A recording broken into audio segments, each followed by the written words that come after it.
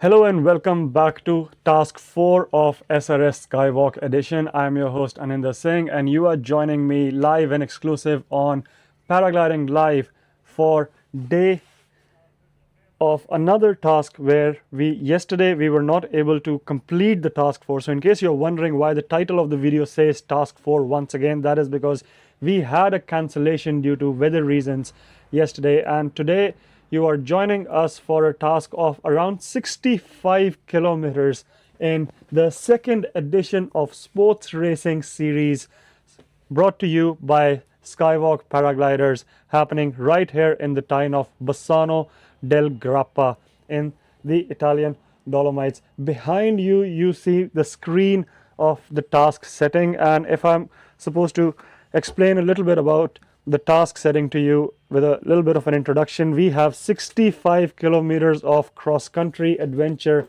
in front of us, with the task happening over the skies of Bassano. But the difference over here is, even though the task looks pretty similar to what it was yesterday, today we are starting the task with a southwest direction towards the westward side of the town of Bassano. This is a bit different from every other task that we have noticed so far, because usually organizers have made it a point to head east towards the first to have that as the first turn point. But in case you are able to see, and I'm going to zoom into my screen a little bit to show you guys a bit more, this exactly is the start point here, and the key to understand over here is that the mountain regions over here are not the highest ones. They are having an average elevation of somewhere around 500 to 800 meters. So we are deliberately staying away from big mountain area that is available on the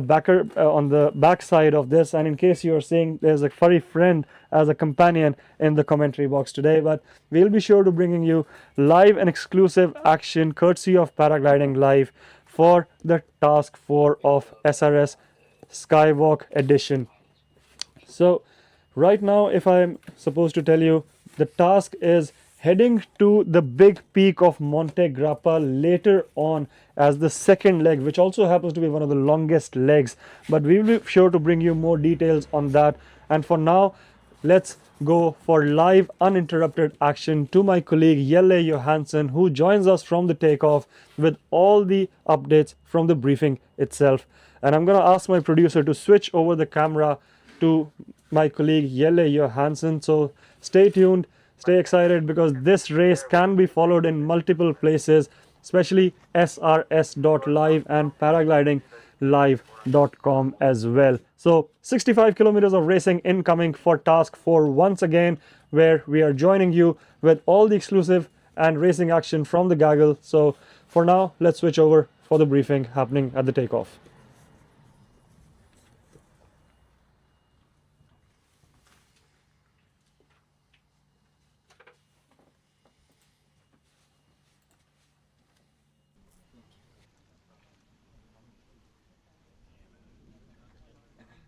Oh my god, we're getting live, aren't we? Alright, so the deadline is at 18 that and one the is start 6 will o'clock. open at 13:15. Oh, 13:15 again, so let's go. Hello everybody, I need to be a little bit silent So once because, again, as the you window saw, will open at 12, we are the live start is at at the task briefing. 13:15 and the deadline is at Let's listen a little bit 1800. in on the guys, Early takeoff and are I'll try allowed. to Yeah. give little comments and infos in between.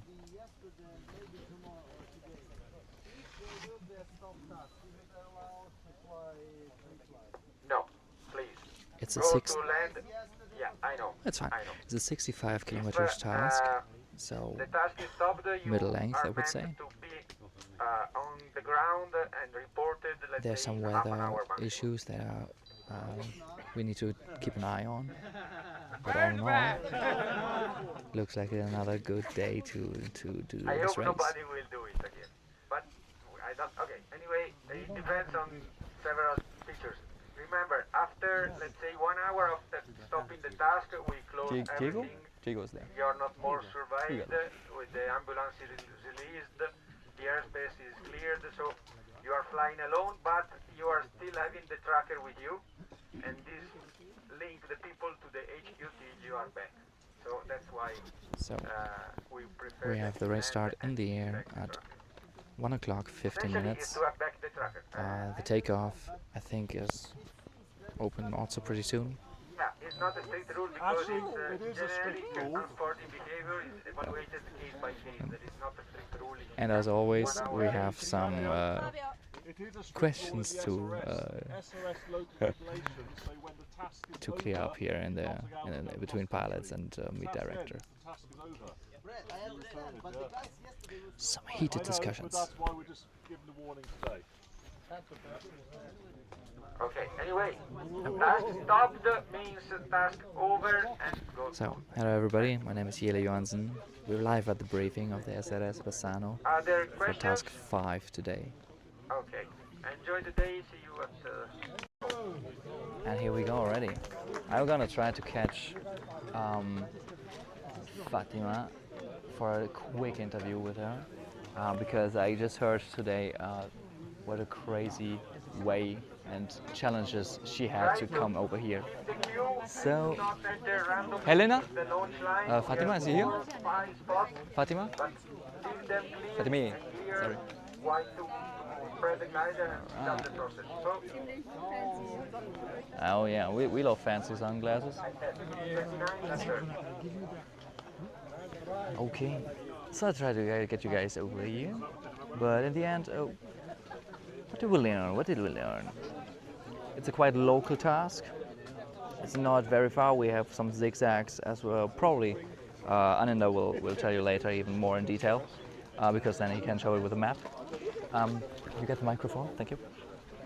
And I'm gonna try and catch this lady over there because her challenges to overcome to get here to make this race were incredible. I just heard it today and I really have to talk to her. Fatima, do you have a moment now? Nice. We wait over here for you.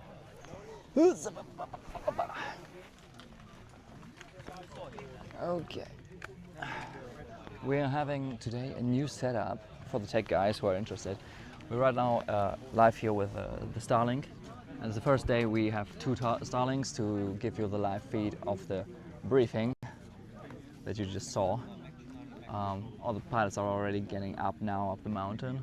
It's a hard and shitty walk up there, let's be honest. But you do it. What did you say? It's a very shitty walk up. It's a very shitty walk up. But we do it. We love that sport and we do some sacrifices, I guess. So, the weather looks good. I mean, we almost... Come in here, come on, don't stand like that. Come on, sit with me, come on. We had you yesterday, now we have you again, why not? He was like smooching in, he was like, oh, what's going on? So, what do you think about the weather? Oh, today? A bit scared about the wind, but as we have... Why? Yeah, not scared in terms of like safety, but just to arrive and go fast. With maybe an issue. With tailwind in the best cases. Yeah, tailwind would be nice. Strong Yeah. tailwind. How strong is the wind today when we have to keep an eye on that? Yeah, not too strong, like I guess What are the not more than numbers? 10 knots. So 10 knots, Yeah. which is more or less like 20k, Yeah. right? Yeah, less I think. Okay, less. so a Should 20k be wind less. is normally but- the strength when paragliding school says, okay, we should stop now to fly with our students. So we are pros, we fly with that stuff, we use it and utilize it, and today we have that. Yeah, yeah, but not. I think it's not that strong, but still going against the wind in the flats is Yeah. quite Yeah. hard. and we don't have the CCC wings, which are like high performance. Yeah. They're good into the wind, but we are a little bit less into the wind. Yeah. Let's see if the pros can do the switch, because they are used to their wings, and maybe we can catch up with our knowledge of how to fly the sport class wings. Well, last words just for today's race. What is your mindset? What do you want to get done today? Normally my thermaling is not the best, so I will try to keep That one. pace by not losing height compared to the others in the air, alright. and then stick to the leaders. So I hope you get some good dolphining today. Yeah. Like, Fingers just going crossed. forward with a little bit of break. Thank you so much. Sure. See you around. See you in go. Fatima. Yeah, please. Maybe some guys saw the story you posted on Instagram. That was our first meeting. It was lovely. She was like filming, and we kind of dropped in. We were like, "Hey, I'm those guys," and we were like, "And you? And who are you?" But awesome. Yeah. It was really great meeting you that way. But like, who are you? And what do you do here? And how did you got here? Yeah, my name is Fatima, by the way, and I'm a pilot from Iran. I've been flying for 20 years. so 20 far. years. Yeah, Damn. 20 years. Yeah, I started when I was 18. Wow. And now you know my age. Damn. You don't look it. Okay, I'm old, yeah. Yeah. Well, what? Yeah. Young and hard is what counts. Come on. Yeah, I'm 38 now, and yeah, since I was 18, I just started paragliding. And now I'm also an instructor, mostly focused on skyliding. You know, our school is mostly Sky leading. I mean, it's like exceed cross country, yeah. guiding, Yeah, coaching. Yes, yes. Okay. And you know, in our area, like it's amazing for flying Yeah. long distances, and we have cloud base for 7,000 meter altitude. That's so crazy. Yeah, we have a lot of sea tours, and yeah, I am also. My husband, my friend Mohammed, who used to be my instructor. Yeah, we need to talk to him later, I think. Yeah, he is one of the best pilots in Iran. By Yeah. the way, yeah, our team is like active in. Also, we are distributor of Skywalk. Oh, you don't say so. Yeah, I and- wasn't able to see that. Yeah, and also advanced Also. gliders and dudek paragliders if you are into paramotor. All right. Yeah, and also we do Neo, which is Okay. a special things, kind of not for everyone in Iran, but we also have lots of good friends in Neo. So yeah, we are active in importing stuff to the country, and you know, it's like a big community of pilots back there in Iran. Maybe you don't know, Yeah. but I assume it's like a huge community. Yeah. And it's a good market, by the way, for this. Because it's like growing right now, pretty good. And basically it's not Not growing big, at the no? moment. Okay. We've been growing for years, Yeah. but since 2 years, you know, the stable. I Yeah. mean, it's not stable. Everything. Yeah. Economy is not good Yeah. that much. So yeah, I cannot say that this is growing at the Yeah. moment. But we are one of the best, and we have best pilots in Asia, maybe some of the best and famous ones who participate in competitions. In XC, in acro, we have good pilots. We already have good events for acro. So you're like you have all the good ingredients in the pipeline, and we just need some more stabilization in the region, and then we come by, we do sure. the competitions with you, come Yeah. over there. You know, Iran is a big country, Yeah, like true. with very variety of the nature. Yeah. With coastlines, and we have high mountains, we have deserts, sand dunes. So whatever you want to do, like Yeah. every game we can play back there at home. You can, go ski. In the same day, with a 1 hour flight to the south, you can go and swim in 40 degrees. Shit. So it's a 4-season country, Fuck. and it's huge. So Yeah. I think Lots of that's variety. just stable things, stopping the war or all of these things that we have a lot of problem because of the sanctions, and Iranians are under pressure economically, or even for traveling, you know, it's not easy for us to get visa. There we get on that. I mean, Yeah. how did you manage to come here? I heard that it was quite an adventure, and you wouldn't be here without the support of Skywalk, because you got the gear like Yeah. rented or lent by them. Tell us the story. When did you start this journey? How the was thing it? is that for me it's also not that much difficult because I already had visa. Mm-hmm. But for example, my husband couldn't get visa for 2 years now. So I'm traveling to Europe without him for 2 years at the moment. And it's like really not nice, Yeah, you that's know, fucked when up. the procedure of getting visa is getting more and more difficult. But yeah, I was lucky, I already had visa. Since the war started, I was not thinking that I could be, or I even had the mood to be, you know, you need your mindset to want Yeah, of to course, go to to an go, event when yeah. the thing is not that much good in Yeah. the country. But since ceasefire started, Mohammed and I was thinking that should we go maybe to SRS, and we already had registration, but yeah, it was also lots of problems, like not easy to carry everything out because we wanted to go by border to Armenia, and then But like, I heard you went on foot over the border. yeah, the thing is that since the war started, it was not that much flights going to or Yeah. from Iran. Yeah. Some airlines, I mean, Iranian airlines start to have at the moment, but it's like maybe 2 or 3 flights every day, and like in a limit. I mean, it's limit. You cannot just decide and book and Yeah. have a place in it. So yeah, our plan was to, okay, if we couldn't get Flight. fly out, this is also possible to go to the border and then just pass to Turkey or Armenia. But and why then- by foot? Why not by car? Yeah, basically it's by car, but then I don't want to take my car to the other side. Okay. I don't. So you walk because- over there and get a taxi. Yeah, so, and yeah, then- it's like if you don't want to travel with your own car, Yeah. you really pass the border by foot, because Okay. you till the border you get a taxi or your Yeah. car, and then you park, and then you have to carry all the things. And for example, in Armenian border, it's like a long way, like a 1K you have to walk. Damn. Yeah, In that's what Turkey, it's my- like smaller, but I saw you guys like carrying all the comp gear and everything so on the that, bags. that was the reason. Somewhere in the desert, you know, like with minefields no, no, around. no, I don't know. Not really like that, but anyway, it's we decided to not Still, yeah. carry paragliding stuff Yeah. with us.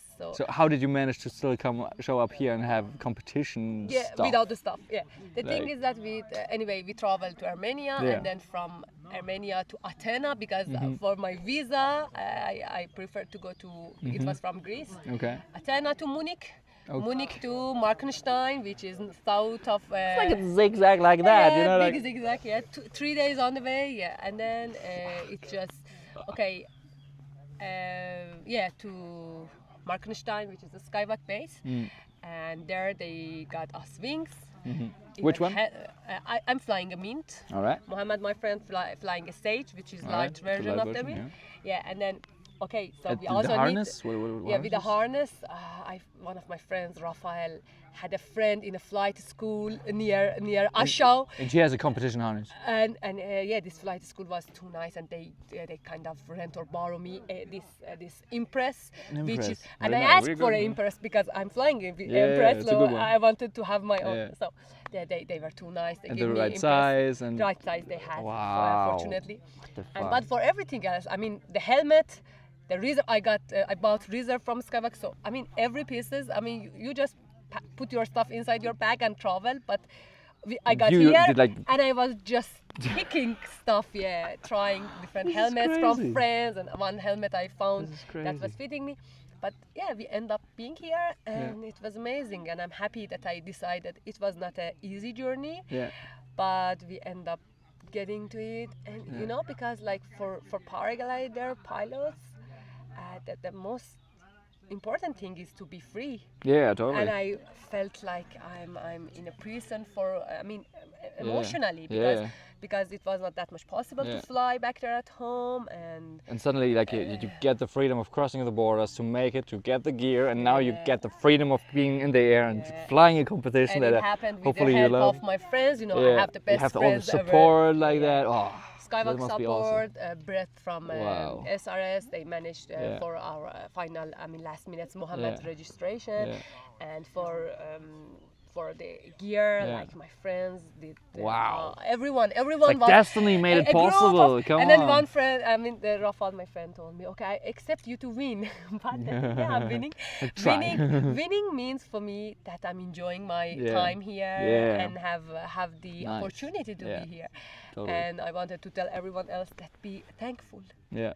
because life is like this, and you should find a reason to celebrate life, Yeah. which is Iranian are perfect in it, Yeah. I think. Yeah, totally. I mean, we have to be thankful. I mean, we are living a privilege right now, having this view, this sport, this event to do. For sure. So many cool people to help out, to be around. It's awesome. Yes. And yeah, I think we have to. I don't want to break you here, Yeah. but like, thank you so much for the insight. Thank you for the interview. Thank you let's- for all the nice things that you are doing for the sport. Thank you. Because as I told you last time, paraglider pilots need to be seen, Yeah. and this is what you are doing. Yeah. And you are doing it damn good. So Thank you. Thank you. We're hustling for life. See you in Thank you. goal. Have a See good you. race. See you. Have Go fun. get it. Bye-bye. That note, maybe I just scoop in. Ruth, please come over here just for 2 minutes. Please. Oh, we have a legend walking by, not having the time to talk with us. Okay, I hope we have later a little moment for that. So just like what we're trying here is to professionalize the sport, also in the view of coverage, of sponsors, of viewers, and that's you. And we want to grow it so that the athletes who are like giving their life for this sport, giving their whole identity into it, they also get some back for it. So we can get some sponsors, get the nice coverage, and professionalize it. We want to have a broadcast that is enjoyable for not only pilots, that's interesting for pilots, but also for people who never saw paragliding, who are like, what the fuck? The guys are just having a cloth over their head and some strings attached to it, and that's everything, and they can fly for hours and for hundreds of kilometers. How is that possible? And we want to show this because it's I talked to some guy today, and we agreed. We think it should be much more interesting than golf, and there are so many people watching golf coverage, so I think this here should go off, and you guys watching right now can help us do this. On that note, Paul Takaz, do you want to give 2 notes? Yeah, let's go. Let's talk to the boss here. Come on, just a quick one, and then we're getting everybody else to take off. Paul Takaz, the legend. This Hello, is people. like this is how many SRS events did you do already? Last season, I think all of them. Wow, that's Before like a 4, few- 5. Yeah, 4 or 5. This year, I think I only do this one Yeah. Okay. just for fun. Yeah, just for the fun. Why is it fun? It's a good community. There is not much pressure and aggression, and I think it's a bit safer Yeah. and a bit more relaxing. The lead gaggle is smaller, so yeah, there's a lots of friends here. Yeah. I enjoy it more now because the World Cup scene is becoming ever more serious, and people are fighting and risking too much for basically nothing. And it's getting more aggressive in a way. Yeah, I mean, it's getting more serious and professional, but without the actual professionalism behind it. The athletes are professional, but the sport is not quite. You guys Not are yet doing, there. Yeah. you are doing important work to maybe change this. Yeah. I think it's quite tricky. Mm. I heard you saying that we want to make it interesting for the non-flying people, Also. but for them it's quite abstract thing we are doing. So now maybe with the hike and fly, that a lot of people walk the mountains and they can imagine more easily how it could be to just glide down instead of walking. That takes us a little bit closer to the general public. Well, and I think also the imaginary, like having the shows showing it and the videos, and I think also on Instagram you saw a lot of a boom of those videos hopefully mostly better than just the accidents, of course. But I think the coverage is also changing a lot, the visibility Yeah. of the sport, and that's just happened in the last 2-3 years, I would say. Yeah, Like definitely. the YouTubers growing and Instagram, whatever. So for you, the race today, the main goal is fun. I get that right? Yeah, I missed one goal already, so Yeah. the competition is over for me. Okay. So I will just have some fun. If there is an opportunity, I will attack. Yeah. Today maybe it's a better day to do it. Last time I did it was not the right Mhm. moment. Yeah. And I did it out of a bit of frustration because Yeah. I forgot the turn point. And Ah. then Did you have to go back? no, not really, but because of that I didn't climb the thermal I should have. Mm. And then I tried to invent something different. Okay. Getting But creative. It was yeah. not the right moment Yeah, to do that. I get that. Okay, so maybe a task win. That would be nice. Yeah, Plus? well, I try not to wish these kind of things because then it usually doesn't work. But you work on it. it. has to happen. Naturally. Yeah. In the flow. Yeah. Okay, It- so it we wish you usually the best happens. flow Thank- state possible. Thank you. Thank And see you in flow for a good beer. See you in goal, hopefully. Yeah, come on, let's do it like that. Thank you so much. Have a Bye. good one. Have a good Bye, man. Okay, I need to hurry a little bit with all the people here. Oh, what's lying down there? Is that something important? No, it's not. Okay. So I'll just take you with me, and the connection will drop off in a sec because this is our Starlink here. High-tech stuff, you see. But let me give you back to the studio for one sec. Maybe Aninda can take over for a moment. Whoop. Now I'm listening back into Zellona. And hopefully I get somebody to talk to up there at the takeoff, and we will do it in front of everybody taking off, so you have a good view. Thanks you, and come with me or switch over to Aninda. We're gonna be back. Run!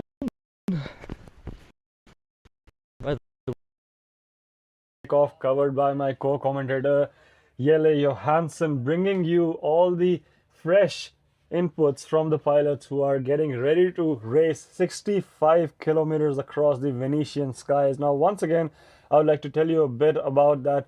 Today feels a tiny bit different when we talk about the air quality and the air mass, because yesterday it was a fairly big cumulonimbus cloud which was growing a little bit in southwest direction of the racing takeoff that we were seeing, and eventually that cloud grew up to a possible thunderstorm in some areas. And I was talking to some local pilots who have been flying here, and they were telling me some stories which has made people feel that it's better to be safe than sorry, because in case you remember who were watching our live feed earlier yesterday as well, we were speaking to Marcus Anders, the Skywalk athlete and the harness designer, as he was bringing us his inputs on the new product that is coming for the X Alps and the one which he'll be flying in the X Pyrenees race, which is starting at the second half of the next month as well. And Marcus Anders was mentioning that there happened a time that pilots have noticed these big clouds having up to 50 kilometers of influence radius in the dynamics of this valley over here. So that is why organizers took a safety call and decided it was a time to cancel the task instead of proceeding and then finding out a couple of hours later. Although we did not get much drizzle, it was just a few drops here and there of rain right here in the landing field, the goal field of Garden Realis. But at the same time, the clouds looked quite intimidating, and today the air is noticeably fresher than what it was yesterday, and it seems a bit more spring/summer conditions. And what we can see is, I was walking a little bit outside and seeing the view over the valley floor right now, and what we can see is the gliders are already able to climb at least 200-300 above ground level, which is quite encouraging to see, because usually we have seen the past few days multiple times the gliders have struggled to climb above the highest mountains. So over a period of time we have seen that multiple days bring different conditions, but today it seems that the gliders at the thermals are getting stronger already, and currently the launch window is just about to open in 1 minute from now. It has been set at 12 noon for for the pilots to start launching and position themselves. So it's very crucial the next 15-20 minutes, once everybody starts lining up, there will be a possibility to see some takeoff shots coming to us live and exclusive, courtesy Paragliding Live. In case you're wondering where you can tell your family and friends to watch this and you do not have a link, just tell them to go to the URL www.paraglidinglive.com.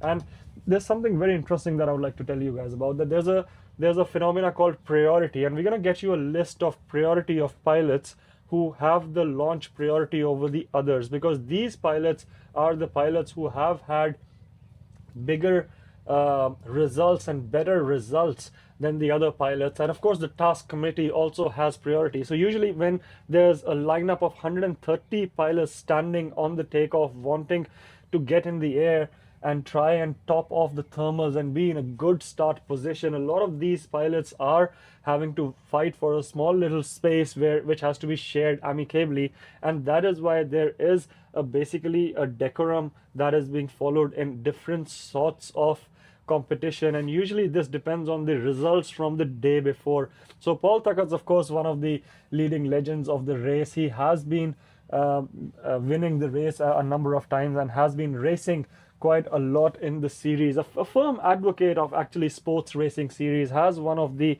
most amazing connection with his audience. And not that long ago, in fact, last year he was crowned as the sports class champion in 2025. So it'll be very interesting to see his starting position. But while we are talking about that, I'm going to quickly try and tell you a little bit about the task. So what you see behind me is, I'm going to just bring my phone a bit closer to the screen. So bear with me for a minute. What we're going to try and walk you through the task. So please let me know how you see my screen. Let me know in the comments if this is desirable for you guys to understand what I'm showing. We'll also try and switch the screen directly to help you understand where exactly the task is going on. But so far what you see behind me is the live tracking map that we have in front of us. I'm just going to switch to the tracking map, which also shows us the distance between the turn points. So what you see is more or less the way task looks so far. And what you can see is that this circle right now is the town of Bassano del Grappa, that is pretty much in the middle of the race course. We are coming to you from the commentary box, which is situated in the Garden Reales, in the landing field of Garden Reales, just to the south of the town of Simonzo. So right now we're already getting notifications that pilots have started launching.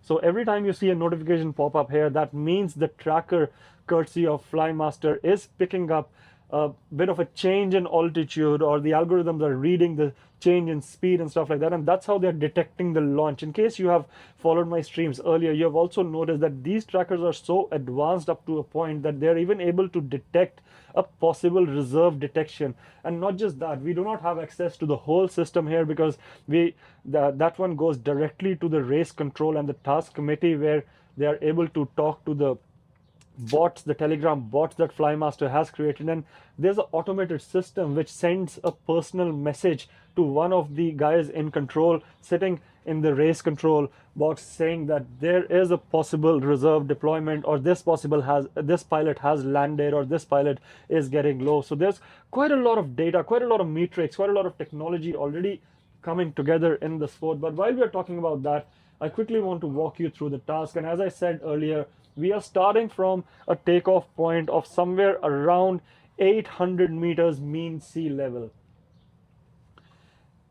800 meters mean sea level, we see this. But before I explain you that, I have just been given an update that my co-commentator has two very enthusiastic pilots waiting to speak to you guys. So without further ado, let's cut live to the takeoff action. And once we're done with that, I'm bringing you more detailed updates. Stay tuned, stick with us, share the link with your friends and family, because this is the first time in the history of our sport we are able to bring all of this action to you live and exclusive. So more action from takeoff coming right away.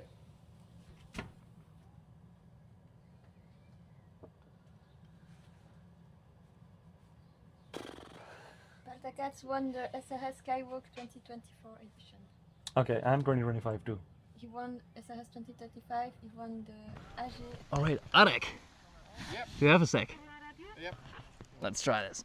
Let's go. Hup, up, 1 up. minute. Let's put it more or less with the taking off pilots, and we put ourselves in the frame somewhere here. Cha cha cha cha cha cha cha. There Yeah, we go. there we go. Arek, you're a live streaming pilot for us. How did it go for you so far? Did we disturb your flow a little bit, or was it manageable? I try not to worry about the cam during the race, so I think that's a healthy approach. But when I can solve problems, I try to do it. It's before the race usually. First task was really okay for me. Second one I bomb out, and next one after that was also unfortunate for me. So hopefully I will have a better performance today and next days. But honestly, we are a big fan of you because the streaming, mostly with you, worked really good. We had good coverage of all the emotions and of everything that happened. So we're really happy with you. Alright, For yeah, us, you're doing a my great best. job. For the viewers, they're really happy. So, by the way, you can donate to pilots specifically. You just donate to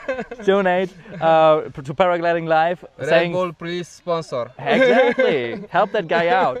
You donate to Paragliding Live. The link is in the description, mentioning the name of the pilot. And here we have Arek. Or the Alrighty. full name is. Arkadiusz, but I don't use it often. It's only official name. We got it in the screen later of his live Yeah. streaming, so we will check it out. So Alright. one last question is, how will you tackle today? Full bar and see you at goal. You want a That's it. task win. No, I want to fly decently in the leading gaggle, not push too much, but trying to stay up high behind the first Controlling markers, them. Controlling, Yeah. and let's see how it goes, because that was the plan for the last task as well, and then I was leading super low, and that was a mistake. Okay, so a little bit too much racing, a little bit more Yeah, controlling I didn't today. have lifty line, I Yeah. sank to the bottom, Yeah. and it's It done. was tricky yesterday. It was Yeah. really weird. Okay, thank you so much. Thank Have a you. good race and see you for the beer. Oh, what do we do? Let's try this and this on the end. See you at the beer in the goal. Have a good one. Marco? Sorry, a very quick one. So we're having now Gin team pilot Marco Sommerfeld right here with us for 2 quick questions. Marco, how are you feeling? Bit nervous, but okay. Nice. it's The good. nervousness helps to keep you concentrated, I Yeah, guess. it's healthy. I think it's healthy to Nice. be a bit nervous. Yeah, Yeah. glorious. And how was the week for you until now, and what do you want to try today? The week went quite good. What is your rank? 6 overall right now, Damn, we thanks. got a Top Gun here. thanks to the gin. No, yeah, today it's important for me not to bomb out. Yeah. Keep a safe one for the books. Keep it safe. Consistent. I try to come into the top 10, top 20 is my aim. So especially when we go out in the flats, it's important not to be the first one. Let the Yeah. other guys search for you. Yeah. Try to dominate these guys. How does that work? You're like behind them, above them? Yeah, so for example, now we have the ridge race going to the east, and I will wait at the ridge, so taking maximum height, and there will be some impatient guys who fly out in the flats, and they will show me where the sermons are, and as Okay. soon as I see someone climbing with a proper climb, Yeah. I go full bar to them. So let them scout. As soon as somebody has a proper climb, you go after them and chase them. Yes, Go on exactly. top of them if you can, and Yeah, that use would be that the same best one. situation, yeah, if I All can do right, this, really right. nice. So Yeah. use the others. Okay, Yes. really nice tactic. Yeah. Okay, so see you in goal. Thank you. Have a good one. See you then. Thanks. See you, man. Thanks. Okay. I hope you see a little bit here in the back taking off. We're getting ready. I will set you up on the side so you see a little bit more than here in between the people. And okay, let's. I see some opportunity. Let's go for a quick chat. Very, very quick. Can I ask you quick questions? Two, 3. Are you alright with that? Me? Oh, you 3. I love that view. You know what? I just do like that view like this. Up, up, up, up, up, up, up. Shoo. Why? Because we have a top pilot. We have the most handsome pilot on the left, and we have a live streaming pilot here with Helena trying to cover it while doing photos and videos for Skywalk. So, for each of you, what do you try today? Oh, for sure make goal in a good position, hopefully. Hold it. Ah, yeah, sure. Make goal in a good position. Yeah, and enjoy once again the beautiful Bassano landscape Enjoying. some time in the air. It's pretty warm down here, Yeah. so up there it's a bit colder, so that's very nice. Yeah. All right. Yeah. Slowly, I expect a slow test because everybody wants to control and nobody wants to bomb out. We'll see how that turns out. Or are you a top hot gun today and you just like go for the race and you go low? As always. As always. Full send. Full send until the ground, full speed bar. Not until the ground. You have to keep some safety margin. Okay. I think you can attack at some parts today, and there's also some parts where you have to switch to more control. Where's that part? When going to the flat, because the lower you go and the more you push, the more headwind you will face, and then you will get a very bad position, and everyone sees basically what you are doing. Yeah. And if you catch something, everyone comes like fly to the shit. Yeah. And then you can't even use your thermal, so better control a little bit. And in the end, I think there's some options for attacking. Aninda, take notes. Flies to a shit. Okay, we want to see that on live tracking. You have to show the Rios what that means, because it happens a lot. I had that on stream also. Like, you have one thermal, a good climb, and suddenly everybody's like whacks on you and get cramped. So what's your goal for today? I'm trying to have fun and catch these racers. To get photos and videos is pretty hard when you're trying to catch them because they're super fast, and that's my goal. But it's also nice that we can do a little bit short, like we can shortcuts. We have the cheat code. We're not doing the full race, so we can like go with a second gaggle, and then the first gaggle comes by, and we just don't do the turn point and cut to them. So we're bringing you the hot live action from the best golden moments and the money shots. And I'm of course trying to be higher than you. And you will be, because I will be chasing them. Come on, let's go. Thank you, have a good one. So that's everything from me so far. I will put up the camera to give you some nice imagery of the pilots taking off. And see you in the air, I think. So with that, on that note, try to give back. Please, producers, make it possible. Thank you for the job behind the scenes. Trying to get the tripod out. Because we have a big, well, not big enough. So if you're into helping us, please donate, or please apply to Paragliding Live to help us out, because we are growing. We're trying to make the best coverage possible. And it's like a startup phase, but we are on it to make the best quality for you guys, for the streamers, for the sport, for the pilots, for the sponsors, so we get the money in, so we can also sponsor with money and get those guys at least a half-time job when they're going professional.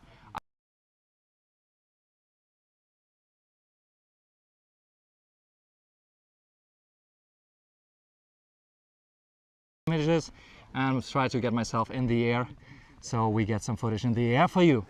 Thank you. Thank you. Before finishing the sentence. Yeah, but it's fine. What the hell?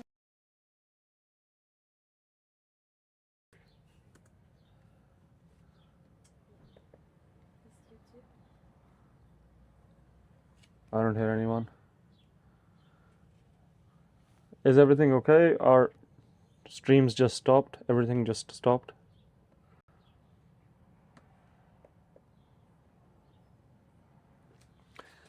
Alright guys, welcome back. We are already starting to see more pilots starting to launch, and what you could see was more action coming in from the takeoff. So what I'm going to do is I'm just going to ask my producer to switch over to the live tracking view so that I can show you what exactly is happening to the west side of the takeoff, as we have almost 30 to 40 confirmed launches in front of us. So we can see some small gaggles being formed already, and Brett Janaway, one of the founding members of SRS, right in front of us. Let's put a tracker on him, and you can see him circling, and the thermals are tilting a bit towards the westward side of the mountain. So you can see there is a southwest wind component that is coming with the weather. And before we proceed and before the race start, we still have about an hour to the race start from now. So this is how the weather map for Bassano del Grappa looks like. I'm just gonna pull my camera a bit closer to the television so you're able to see what exactly is going on. And if we try to switch over, we see the trails of the wind are coming in from south and southwest more or less, and there is a little bit of local climatic conditions that are showing their effect already. But if we zoom out, there is no specific big cloud disturbance that is anywhere in the vicinity of the area. The closest one is in the town of Verona, which happens to be fairly further away. So there is a separation of at least 50 to 100 kilometers for the nearest weather disturbance. And if I'm supposed to take you outside, which I will do later on in the day, I will show you what I can see from my commentary box is that there are small little cumulus clouds already forming without the danger of overdevelopment. So I'm just going to quickly ask my producer to switch over to the live tracking view where I'm able to talk you through what exactly is going on, and we are able to see the gaggles already reaching up to the above ground level height of somewhere around 600 to 700 meters, with the leaders finding the core and showing everyone else where exactly to scratch. So right now there is a fairly widespread field across the plateau which is showing that these thermals are effective and plenty. So more or less I think the key moments of the race will be at the turn points in the flats where there will be decisive moves which will have to be made. But right now it seems like that we are looking at 65 kilometers of fairly fast-paced racing action coming our way. So right now it is 16 minutes past 12 local time, and we have a 65 kilometer task in front of us. And I think I would like to take this moment to ask my producer to switch over the screen to me, because I would like to explain to you guys a little bit about the 65 kilometers worth of a task. Do remember that this is being live tracked across 2 different websites which are available to you guys. So SRS.live is able to show you real-time live tracking with minimal delays. So all you have to do is go to a browser, punch in srs.live, or find the links in the description below, where you will also find the links to support the channel. A lot of production needs a lot of effort, and this is one of the first time in the history of the sport we are seeing such an unprecedented effort being put into this direction. So if you are as happy as we are in bringing this to you, do make sure to do your own bit. And one of the easiest ways to do that is to like, subscribe, share the channel. Let us know in the comments where you are joining us from. We would love to give you a shout out. We'd love to tell you how exactly is this going as the days progress, and as we have done so for the past few tasks, we have multiple cameramen, multiple teams all over the place. There is you were seeing live visuals from my colleague Jelle Johansson from the takeoff, who was talking to pilots, and here we are at the commentary box with a bunch of people sitting back and in the production. So as I said, but without further ado, let's talk a bit about the task. What you see here is the position of the leaders. This happens to be one of the turn points, which is also the start circle. So I think if you follow the text commentary on srs.live, you will notice that this is a circle which is colored in red right now. But as soon as the gate opens, that means the race start, which is scheduled to happen just a little under an hour from now, you will see this whole circle change to green. So that basically means that all these pilots have to collect the height and be within the radius of this circle, which happens to be having the epicenter in the town of Marostica. I hope I'm saying the name correctly. I'm sorry if I'm not, but this exactly is where the town of Marostica is, where the start circle is. But if I'm supposed to tell you the distances, so from first turn point to second is one of the longest legs of the race. So considering the conditions, the organizers have given the field a challenge, because let's remember that we only have 2 realistic taskable days to decide the winner of this competition, and we'll be bringing you the leaderboard very soon from the athletes about where the standings are right now. But for now we have 2 taskable days which are looking decent, and we are looking at one of those days with good climatic conditions. The weather is with us, the clouds are getting fairly normal in the development phase, and the gaggle and the pilots are able to get high and maintain their good start position. But talking about the topography of the location, I would like to tell you a little bit about the distances that we are looking at. So currently what you see behind me is that more or less this is how the positioning of the gaggle looks like so far. Do not forget that pilots are still launching. We do have some confirmed launches. We'll be sure to bring you the number of confirmed launches fairly quickly, but if we are supposed to look at the distance that is in between turn points, the start point distance will somewhere extend almost close to 15 or 16 kilometers of the first leg, which is happening towards the big mountain of Monte Grappa in the backdrop, which happens to be elevated at a peak of 1776 meters. So a 16-kilometer very exciting first racing leg. So expect a lot of moves and attacks to come in the first from the gun go itself. So after the 16-kilometer turn point, the second one is a bit long as well, and this is where things get a bit tricky because now they are coming directly into the flats. So there is a leg of almost 7 kilometers, and that is turn point number 2, which happens to be directly in the southward direction of the town of Bassano del Grappa. Now Bassano del Grappa happens to be on the west side, I beg your pardon. This one happens to be right under the town of Borso del Grappa. A lot of similar names here, and we'll be sure to tell you why exactly these towns are called del Grappa later on in the stream as well, so stay tuned for that. But a 16-kilometer leg 1 going through the mountains, coming down in the southwest direction towards the flats, where it gets a bit more tricky with a 7-kilometer leg, and then once checking that turn point, more or less the leaders will be following once again towards the takeoff point with one of the longest legs of almost 20 kilometers going back to the mountain. So what will be really interesting to see is that if the gaggles should go directly over the flats and try and make their way in the shortest possible time, because all of these blue lines and the red arrows that you're seeing behind me are the most optimal routes, but that does not mean that the pilots have to follow the most optimal route all the time. They have to try and stick closer to it, because as I've mentioned time and again earlier in the show, that most amount of leading points are coming in when you're sticking closer to these routes. So they do always have an option of going directly back to the mountains and then coming back to the next turn point.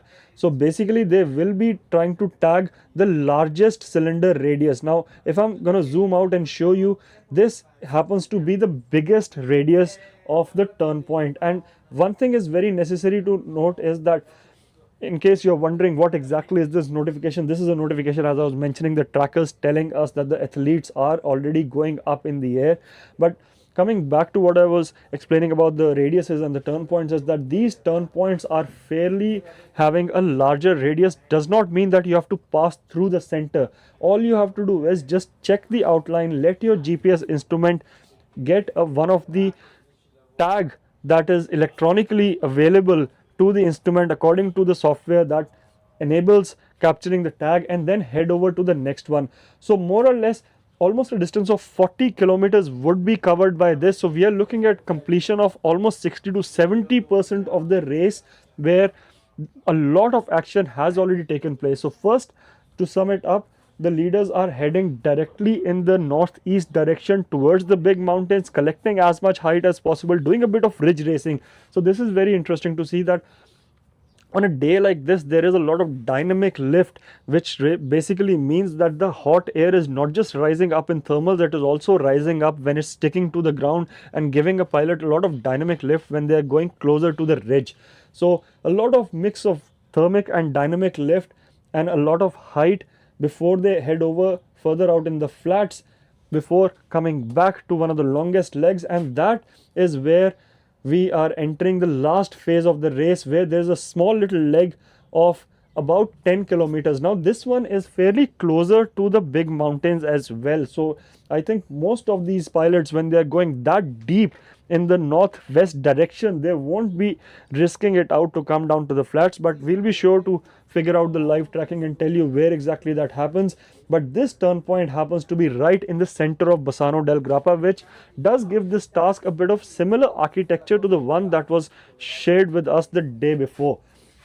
So after that, it's a fairly no-brainer, a 6 to 5 kilometer home glide to the home goal. Now do understand that this is one of those places where there is an elevated goal, which I've mentioned time and again, that elevated goal is something that our sport has not seen before, and this is more or less becoming a revolutionary what do you say, a change, like kind of something to look forward to, because so far we have seen quite a lot of action coming in a risky manner when the end of speed section was not that far, or in a place where it was a bit risky. So today's elevated goal in this competition has given the competitors the peace of mind that is required to come in a bit higher and not risk pushing the full bars. Because those of you who are joining us, I would like to tell that paragliding is a sport where we are flying collapsible wings.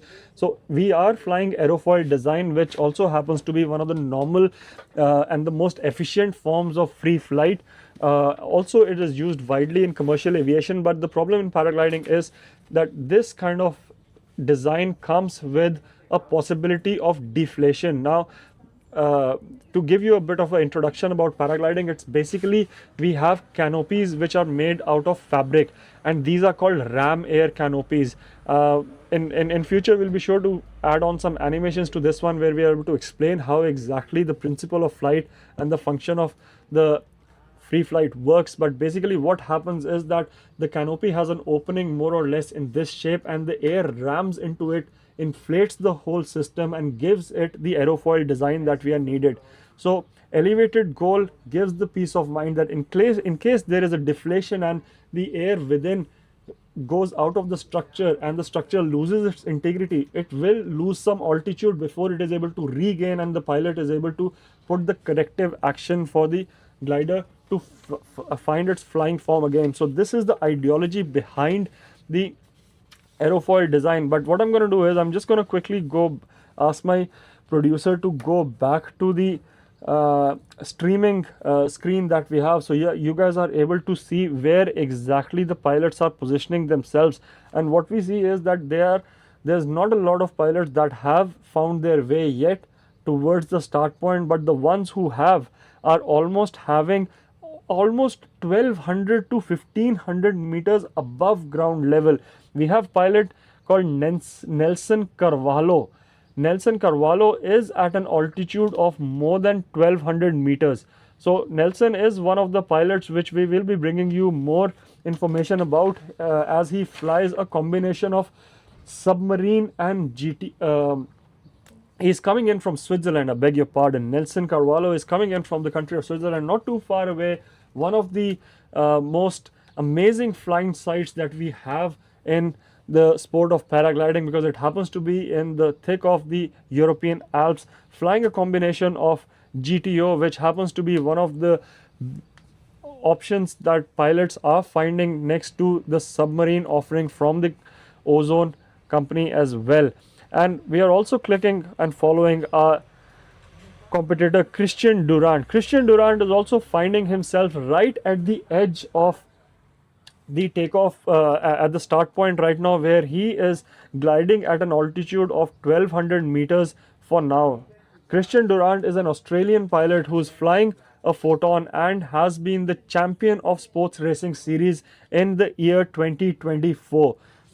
And not just a paragliding pilot, Christian Durant is a seasoned aviator. He has flown different types of aircrafts over a period of year, and I have had a chance to talk to Christian a lot of times earlier, and we'll be sure to possibly bring him in the commentary box later on as well, or find him at the goal where he often arrives with the leaders when he has his moves right. So Christian has been and what I was telling is that Christian has flown a lot of different types of wings, and he was quick to tell me that the convenience that paragliding offers compared to every other type of aircraft, and the more or less green energy that paragliding allows in helping us reduce the carbon emission, is one of the most sustainable ways of practicing the art of flight. So quite a lot of thoughts there which help you in probably understanding what exactly goes on. But if I'm supposed to zoom out a little bit, you can see that most of the pilots have figured out how to launch. We will bring you a time check very soon on what exactly is going on, but so far we have confirmation that multiple pilots are able to climb beyond 1,000-meter altitude, which tells you that this will be quite an exciting race. So if I'm supposed to take you back a little bit outside to show you how exactly the views are going, I would request my producer to put this on the big screen so that we are able to show you the current scenario that is happening, coming in live and exclusive from the Bassano del Grappa right here in the landing field of Garden Reales. In case you're wondering, this exactly is how the commentary box looks for now. That is where we are stationed, and this happens to be the landing field where most of the pilots will be making to goal today thick and fast. So I think in distance, if I'm going to zoom in my camera a little bit, you can already see most of the clouds are forming their puffy bubbles in a way, and there is a little bit of cloud cover on the northern side of the mountains, but since there is a southern wind component that will be consistently pushing these clouds back and hopefully allowing us to complete the task in a way which is desirable. So I'm just going to zoom in and try to see if my camera captures them in the viewfinders, and as you can see, there are some very high, very tall gliders out in the open, and we are possibly able to see these gliders as the free flyers, because do not confuse them with the comp pilots who are happening where all the action is happening to the west side of the takeoff. We will see how the connectivity stays and if we are able to bring you the lead gaggle in time to come, but definitely for turn point number 1 we will see these guys joining us in different which will be happening right over this ridge. So this is the ridge where we will see a lot of ridge racing action taking place, and also at quite high altitude. So it all depends on how much thermals are giving these guys the option to stay up. I'm just going to switch over my camera because there's a very beautiful scene right in front of me where you can see a contrail of an airliner and a paraglider in the forefront. So basically this is more or less the celebration of free flight happening right here in the town of Bassano del Grappa for the SRS, which happens to be the abbreviation for Sports Racing Series. In case you're looking at my t-shirt, that is the official t-shirt for the competition. This is widely known as racing for a new generation, because until now racing was more or less reserved for some of the biggest comp pilots who had to more or less put in at least 300 to 400 hours and sometimes up to 500 hours as the bare minimum before they were able to fly the CCC class of wings. And I was sitting with one of the leading designers of our sport, Luke Armand, who also happens to be the spearhead of the Ozone design team. And I was talking to him that, Luke, why exactly are the biggest and the most fastest gliders so hard to fly, and why do they demand so much airtime? And his answer was fairly simple and to the point, where he mentioned that, you know, the thing with such high performance is that it always comes at the trade-off of something else, and here what we are talking about, performance versus safety trade-off. So CCC class of wings is a class of wings which are at the limit of their stability, which basically means that beyond a certain criteria, if the air mass or the pilot input changes, the airfoil design can get a bit more unstable than what it is right now. Whereas this is where the sports class series gets the lead and has been adopted so widely, because these wings are not exactly at the limit, they do have a buffer zone. So more or less, even though they have the two-liner design which was given to, which was the permission to use that in the ENC category in the sports class was given not that long ago, but this EN's two-liner design is not at the limit of stability. So there is a fair bit of margin which gives pilot enough time to put in the corrective action and yet give comparable performances to higher class wings, because beyond this there are only two classes that the wings are basically existing in. The one is END, which is Delta, and the other one happens to be the CCC, which was downgraded from an open class. More or less, I wouldn't call it a downgrade, it was basically that open class had multiple flaws in the ruling system which allowed designers to make whatever kind of wing possible, and humans with a competitive nature were basically going ahead and trying to make the most out of it to prove their point and become the best from the rest. Although this did not come for free, and there was a cost of a huge safety trade-off, due to which the sports class series has seen unprecedented growth in the past few years. And what I would like to also tell you is that this specific event happens to be the second one in the series of calendars, because right now we are in 2026, where the sports class series has matured over a period of time. There's quite a big pilot group that already likes to be a regular competitor in this, and so much so that the organizers have been forced to come up with a pre-qualifier event which happens to mimic the level of Paragliding World Cup, because Paragliding World Cup is another one of those events which is a highly sought after event, which sees a lot of applicants willing to join and willing to fly. Although because of limited spaces and limited capacity, organizers are only able to take so much of that. And if I want to come back to the racing action, what you can see is that majority of the gaggle is sticking more or less on a safer side, finding themselves higher above the big mountains. So almost little over than a half an hour remaining for the start point, but majority of the gliders to the start time, but majority of the gliders sticking closer to the big thermal area, whereas a few big ones, and in case my producer has managed to put the stream online, I would like to tell you the track that you are able to see on the screens right now is basically which we will be bringing you very soon, depending upon what kind of connection we have. So in case my producer is able to switch over to the different screen, I would request them to show the track from the live tracking, where we are able to see Brett Janaway as well. But right now we have a pilot Arcadius on our screen right now. So Arcadius is fairly high above the ground level, and right now we will be able to show you the visuals that are available. Please let me have a look at YouTube.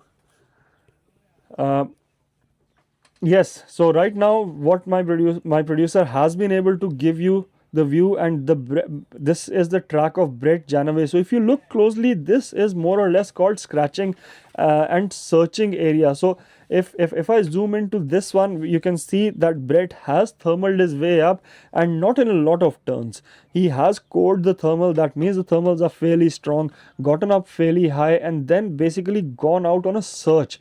And the pilots around him are also doing the same, where they are just going around and looking for best lifts.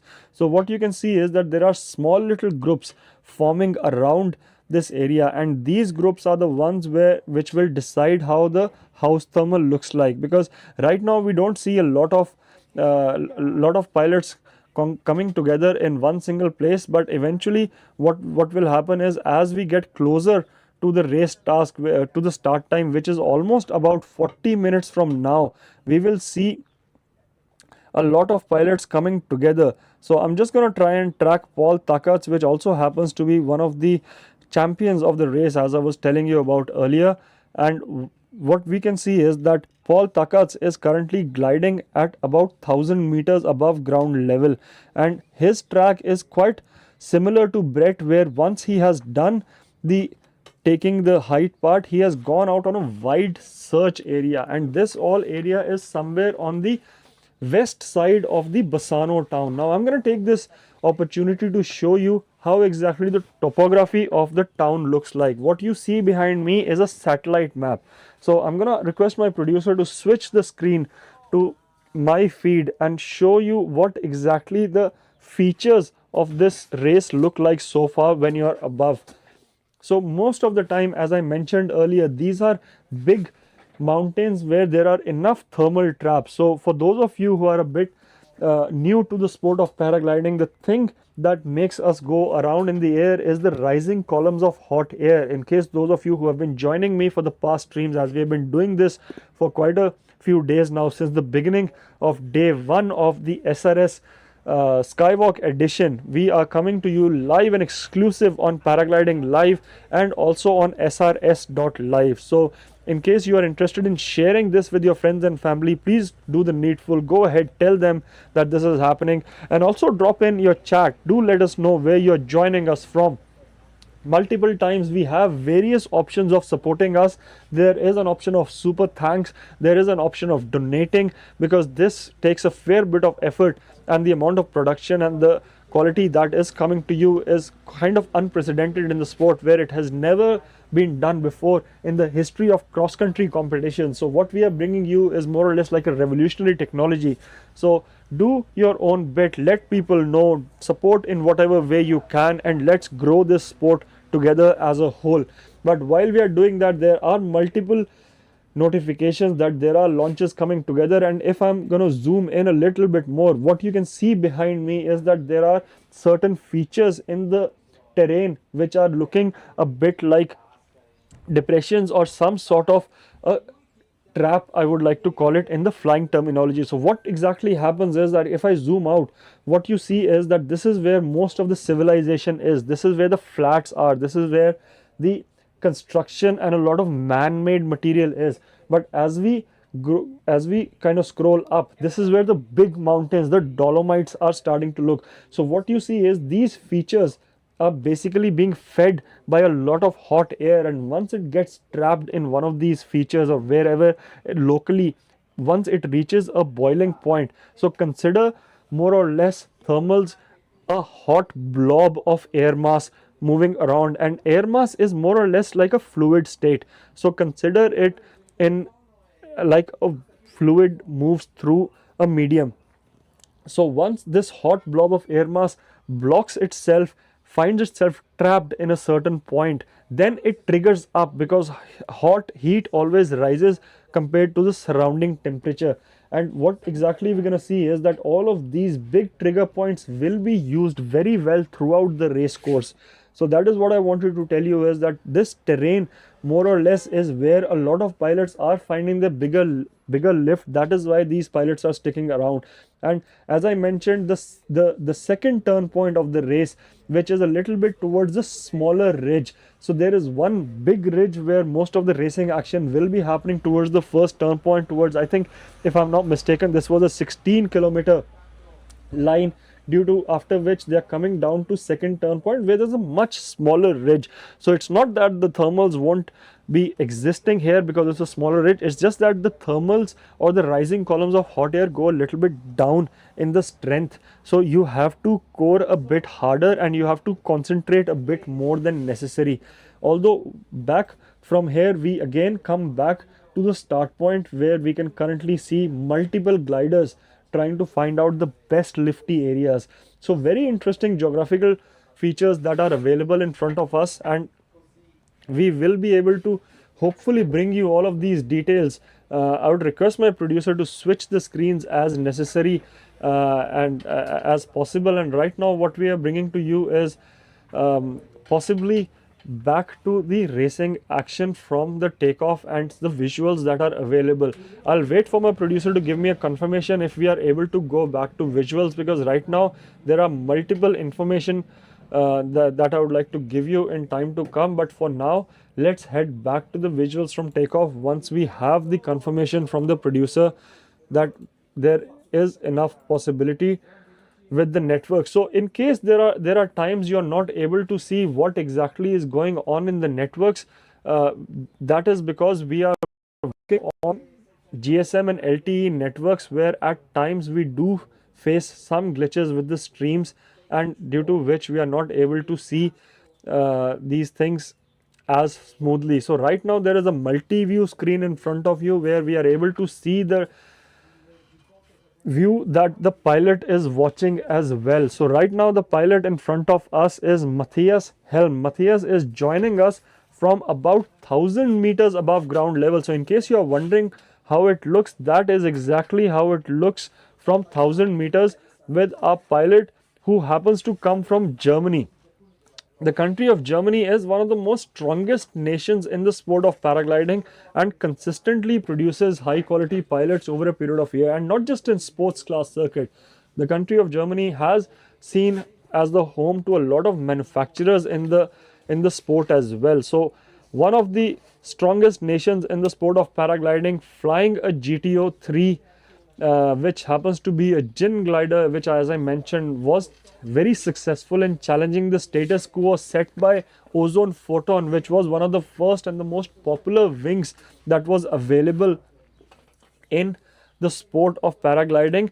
And one of the best results of Matthias has been the score of 28th position in last year SRS. So a fair bit of competitive pilot in Matthias competition in Matthias, and over the period of this race we will be able to bring you possible action and inputs from Matthias in future, so stay tuned. We also have multiple live camera feeds from different pilots as well.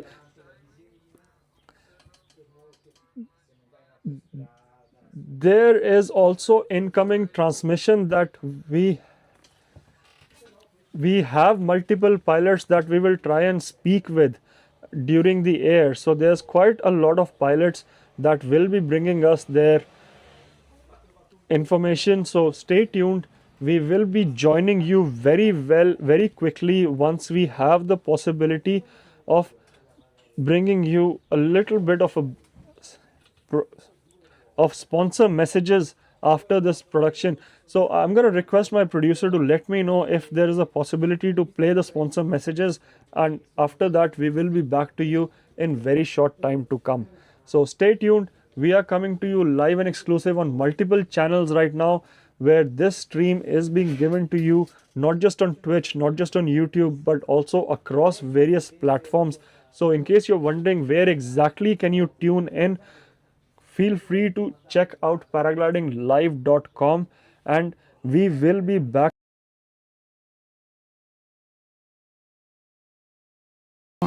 more than once. And one day looking up isn't enough anymore.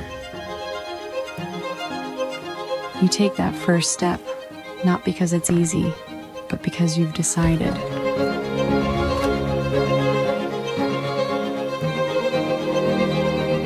You don't know yet what it will take. The early mornings, the failed launches, the wind that doesn't care about your plans. You go anyway. Then, the mountain. The real one. When it's okay for you, you can start. You run. You trust. And the ground lets you go. The city below. The same streets. A different angle. And people who share that passion together with you.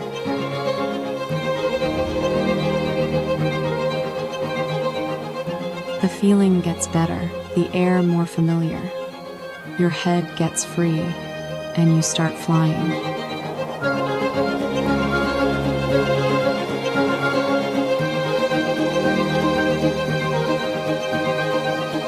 And after all, sunset, grass under your feet again, that laugh. This is what further feels like.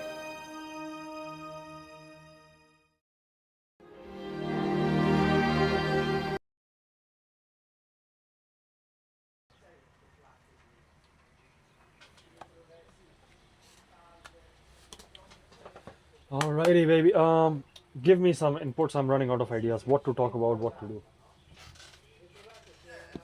Alright, guys. Welcome back once again. I'm your host, Aninder Singh, and hello to our viewers who are joining us. Mariam, huge shout out to you. Thank you for putting in that smiley. Alexei, welcome to the live and exclusive broadcast of Sports Class Racing Series, right from the landing fields of Bassano del Grappa, where I am Aninder Singh, and earlier you have had scenes from my co-commentator Jelle Johansson, and he will be joining me in the commentary box later as well.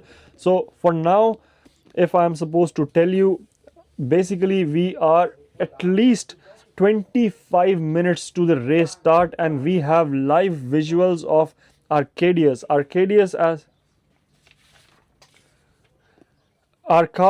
is joining us at a height of 1600 meters. He is one of the finest pilots that the nation of Poland has produced, but this is his rookie SRS season. So I think this is another one thing that I'm going to tell you guys about, that SRS has given the possibility for the pilots to test out their skills in the initial stages of their career in racing settings. Earlier racing settings, as I was mentioning about, the higher performance wings and the faster wings were usually reserved only for the pilots who were able to go 500 hours or beyond, which is quite a luxurious when it comes to chasing airtime in the art of free flight.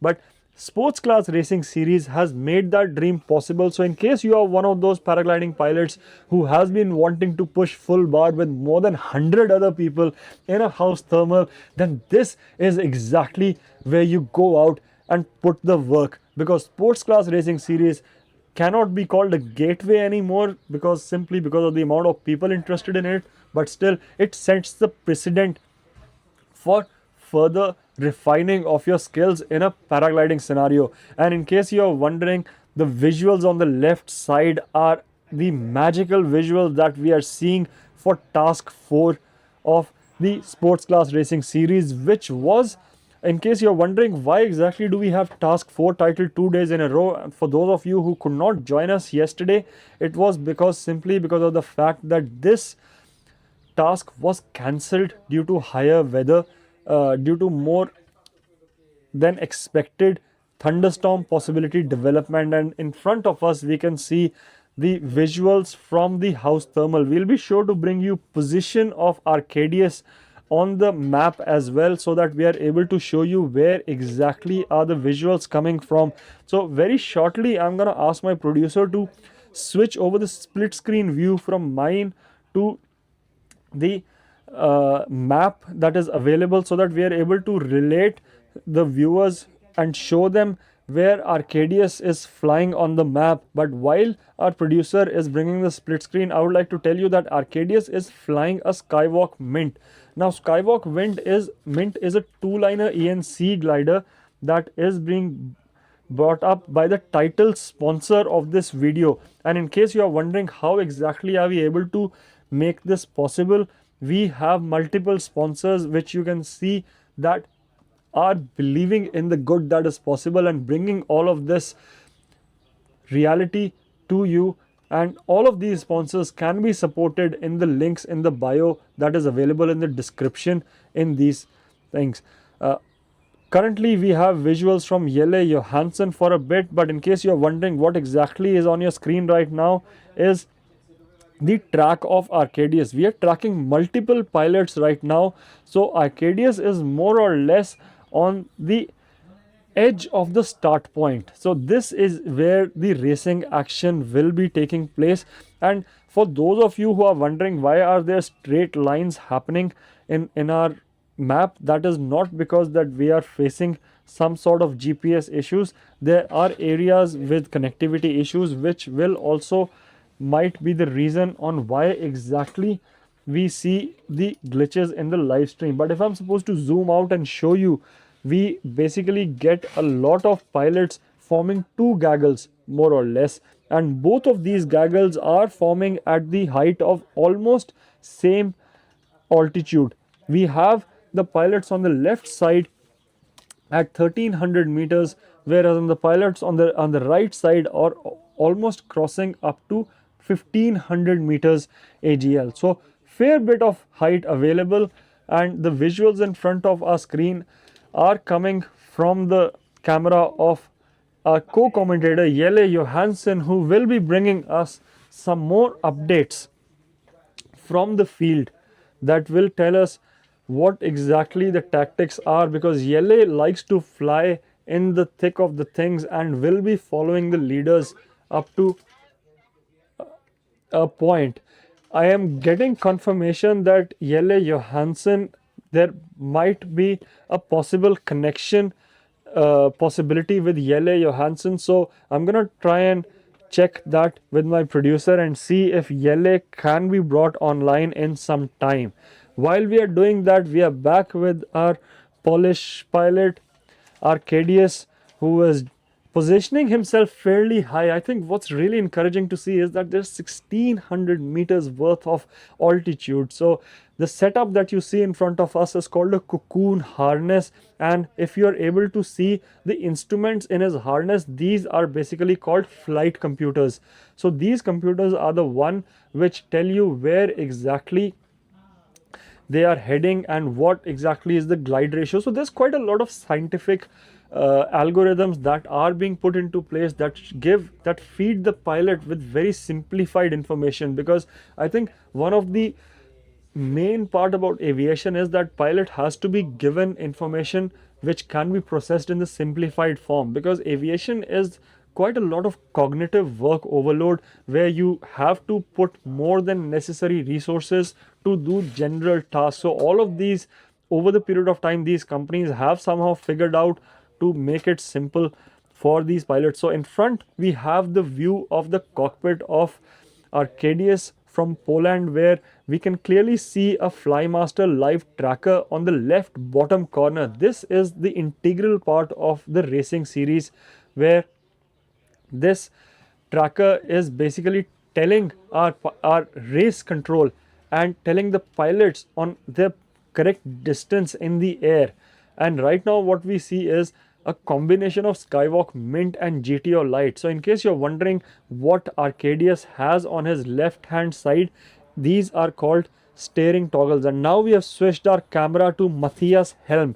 Matthias Helm is another one of those pilots who might be joining us later today, and he will be possibly also be brought on. And as mentioned earlier, he's a German pilot who finished in the score of 28th, I beg your pardon, in SRS 2025 season. And in case you're wondering why Matthias Helm's hands are a bit different, that's because he's pulling down on the lines of the glider, and these lines are basically used when you are activating an accelerator of some sorts, because this acceleration is usually required in the form of a speed bar. So what exactly happens is that, let's assume the glider has more or less the possibility to speed up if needed. So a lot of these pilots are positioning themselves in a way that they are able to speed up when needed, and they are able to explore the areas of the thermal in a way that they are positioning themselves in the right possibilities. So Matthias Helm's a little lower than the fellow pilot Arcadius, who we had a little bit on the screen, but I think I would like to mention one thing very important here is that as these pilots get higher up, connectivity does get erratic a little bit more, and we have been trying to solve this. And one of the reasons that we have given, in case you're wondering that why we haven't been able to fix this completely, is that a lot of cell phone towers, which happen to be one of the main transmission possibilities in this kind of data streaming, are usually pointed downwards where most of the population lives. So even though there are enough rays and enough streaming possibilities a little bit higher up, when it comes to transferring such high quality packets and data, it does take it a little bit longer than usual. But Arcadius getting closer to the cloud. So what you see in front of us is basically the dew point of a thermal looking very close, because what really happens is when a rising column of hot air goes up to a point where it reaches the height which is quite unsustainable for it to reach anymore, it condenses, and that condensation is what we see in the clouds. So Arcadius losing the connection a little bit there, freezing with the altitude of 1600 meters. But do not worry, I think one of the most amazing part about this is that we will be able to see an average of 30 to 40 kilometer per hour. So that also means that we are looking at a race start time of less than half an hour, almost 15 minutes from now, if I'm not mistaken. I'm gonna check with my producer in time to come, but right now we have a 65 kilometer task with more than 130 3 pilots joining us for 33 countries. So as I was telling you about the diversity that exists in the sport of paragliding, it's quite interesting to see how all of these pilots are coming together from various nations and bringing us their absolute finest skills of handling the wing. So while we are waiting for more feed from a pilot, I'm going to quickly run you through the leaderboard that exists as of now. We have the German pilot Andreas Malecki flying the combination of ozone, photon and submarine. Now what's really interesting to see is that Andreas has multiple sponsors listed in his name as well, and these are the sponsors that are available in ozone. We'll be sure to bring you the track of Andreas very soon, where we are able to show you where his position is. So Andreas is closely followed by Arnold Castro. Arnold Castro happens to be second in position, and I think we're gonna find where exactly is Andreas in the leaderboard as well. But this happens to be a leaderboard of the task. So our team is trying to find the leaderboard of the competition as well. I think that would be possible in Air Tribune to see.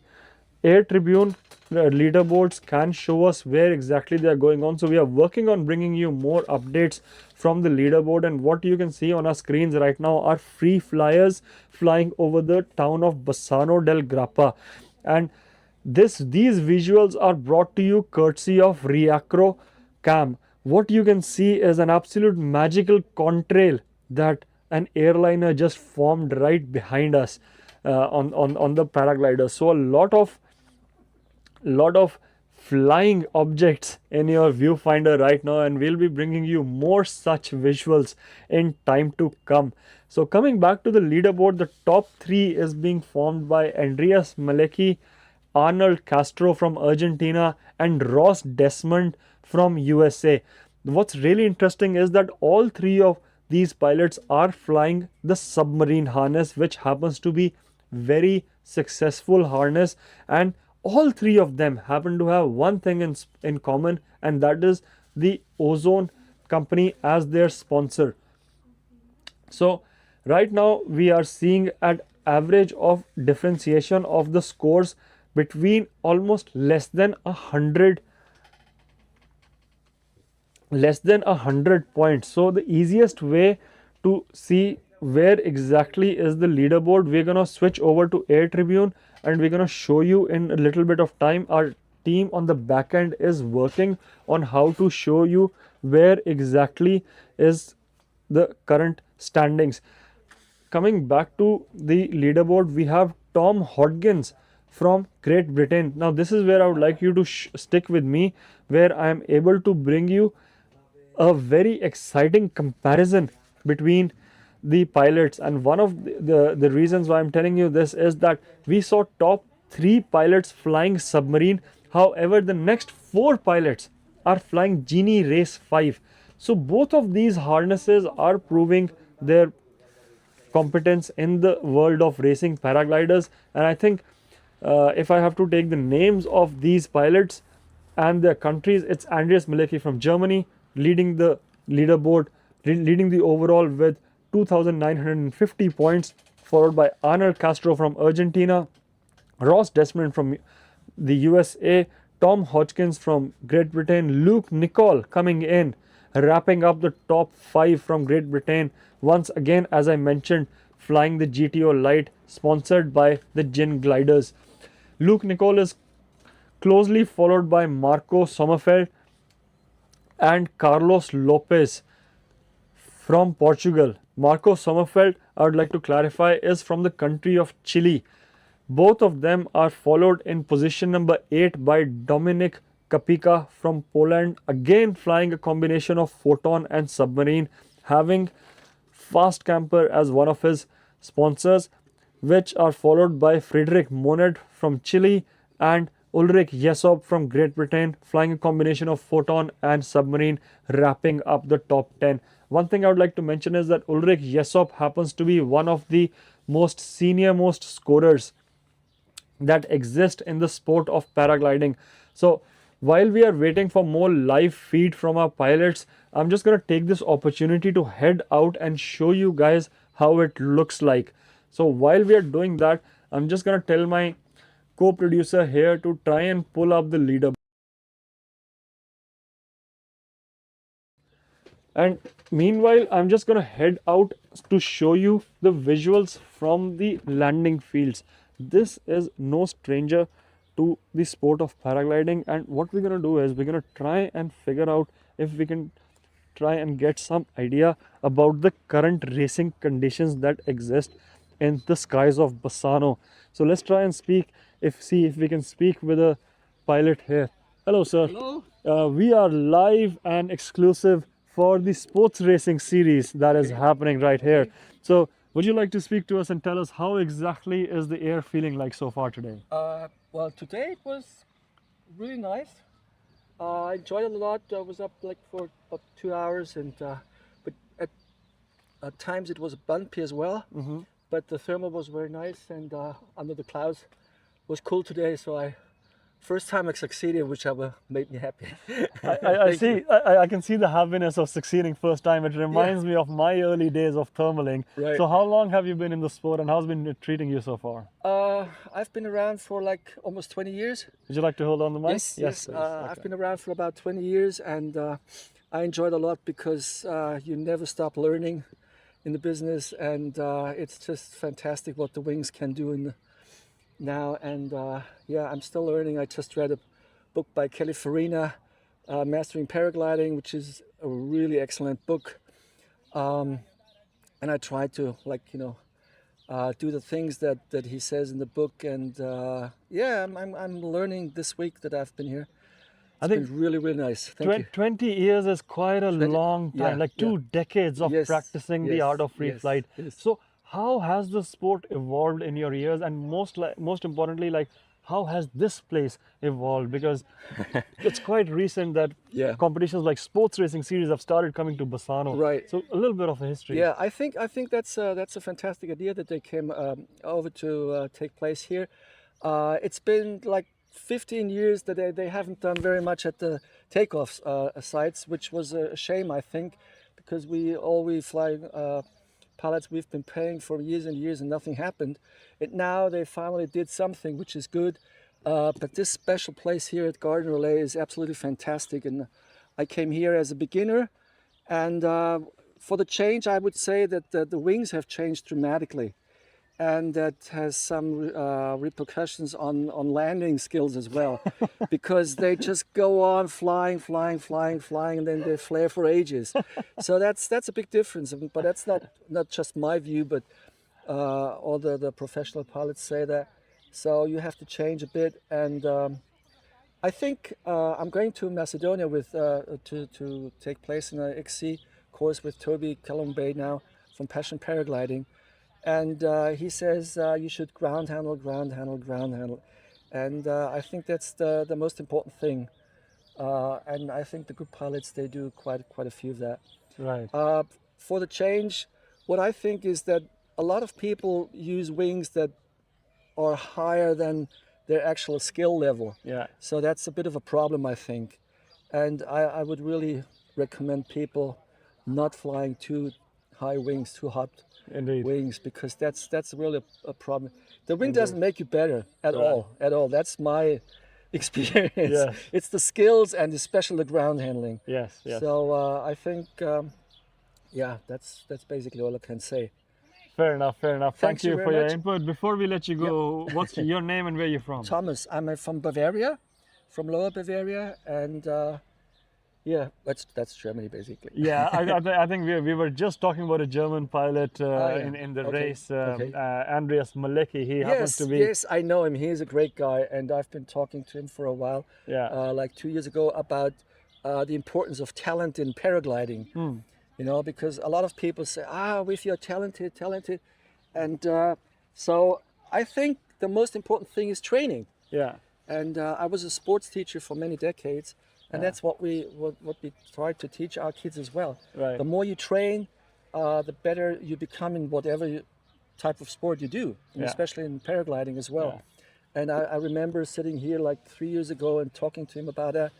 And he said that as well, because a lot of people say, you buy a better wing, a harder wing, then you become a better pilot, and it's just talent for the good pilots. Yeah. So I don't think that. I don't think that. I think these talent are is just 3, 4, 5%. Right. Hard work can actually get you very far. And I'm so glad Andreas or Toby and everyone is kind of like the people that have gone out and proved how to fly good are also believing in the same mindset. Yes, and I think this is very interesting for listeners who are watching us live right now, is that you, as long as you work for it, you get the reward that you really deserve. Exactly. And you never stop learning. That's why I do it. I love it. It's just, and I'm looking so much forward to Kruševo now, because I would like to improve the intuitive flying. Right. And that's what Toby is about as well, apart from the ground handling aspect. Right. And that's great. Yeah. Right. Well, anyway, we're going to go check up on your colleague Andreas Maleke. Thank you so much. Yes, likewise. Have a good day ahead.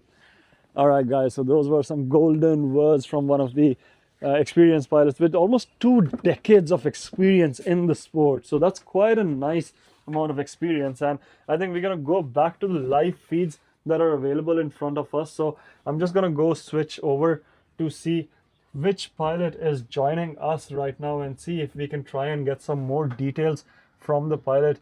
I beg your pardon for a shaky video that you are seeing. This is quite an improvisation setup. The pilot that we have on our screen right now is one of the pilots from Arkudius, the Polish pilot, the main man bringing us all the live feed. So one thing that I really like about Arkudius is that his setup always works very well, and he happens to be a pilot from Switzerland who is, no, I beg your pardon, he's a Polish pilot, I beg your pardon. And currently we are almost 5 minutes away from the start time. So let's, while we have a time check of 5 minutes from the start time, what we're going to do is we're going to quickly show you the current positioning of the gaggle while we have Arkudius's visuals in front of our screens. And what you see is that at an average height of 1500 meters, as we were talking to the guest right now, right outside, that this average height is where all the magic is happening in the air at the moment. So absolutely magical visuals coming in from Simon Steiner right now, who happens to be a Swiss pilot and is also one of the team members of the GIN official racing team. So what's really important here is that most of these manufacturers have sent their top of the line pilots to race in the 2026 season, because sports class racing series, as I mentioned, is the series for a new generation. So Simon Steiner coming out with very great, amazing high visuals from top of the gaggle at the altitude of 1500 meters. So in case you're wondering why we are seeing him take these wraps on the brakes, that is to avoid the fatigue. So currently we have switched over to Christian Durant's feed. Christian Durant, the Australian aviator, finding a bit of good climb and good positioning at 1500 meters altitude available right now in the race.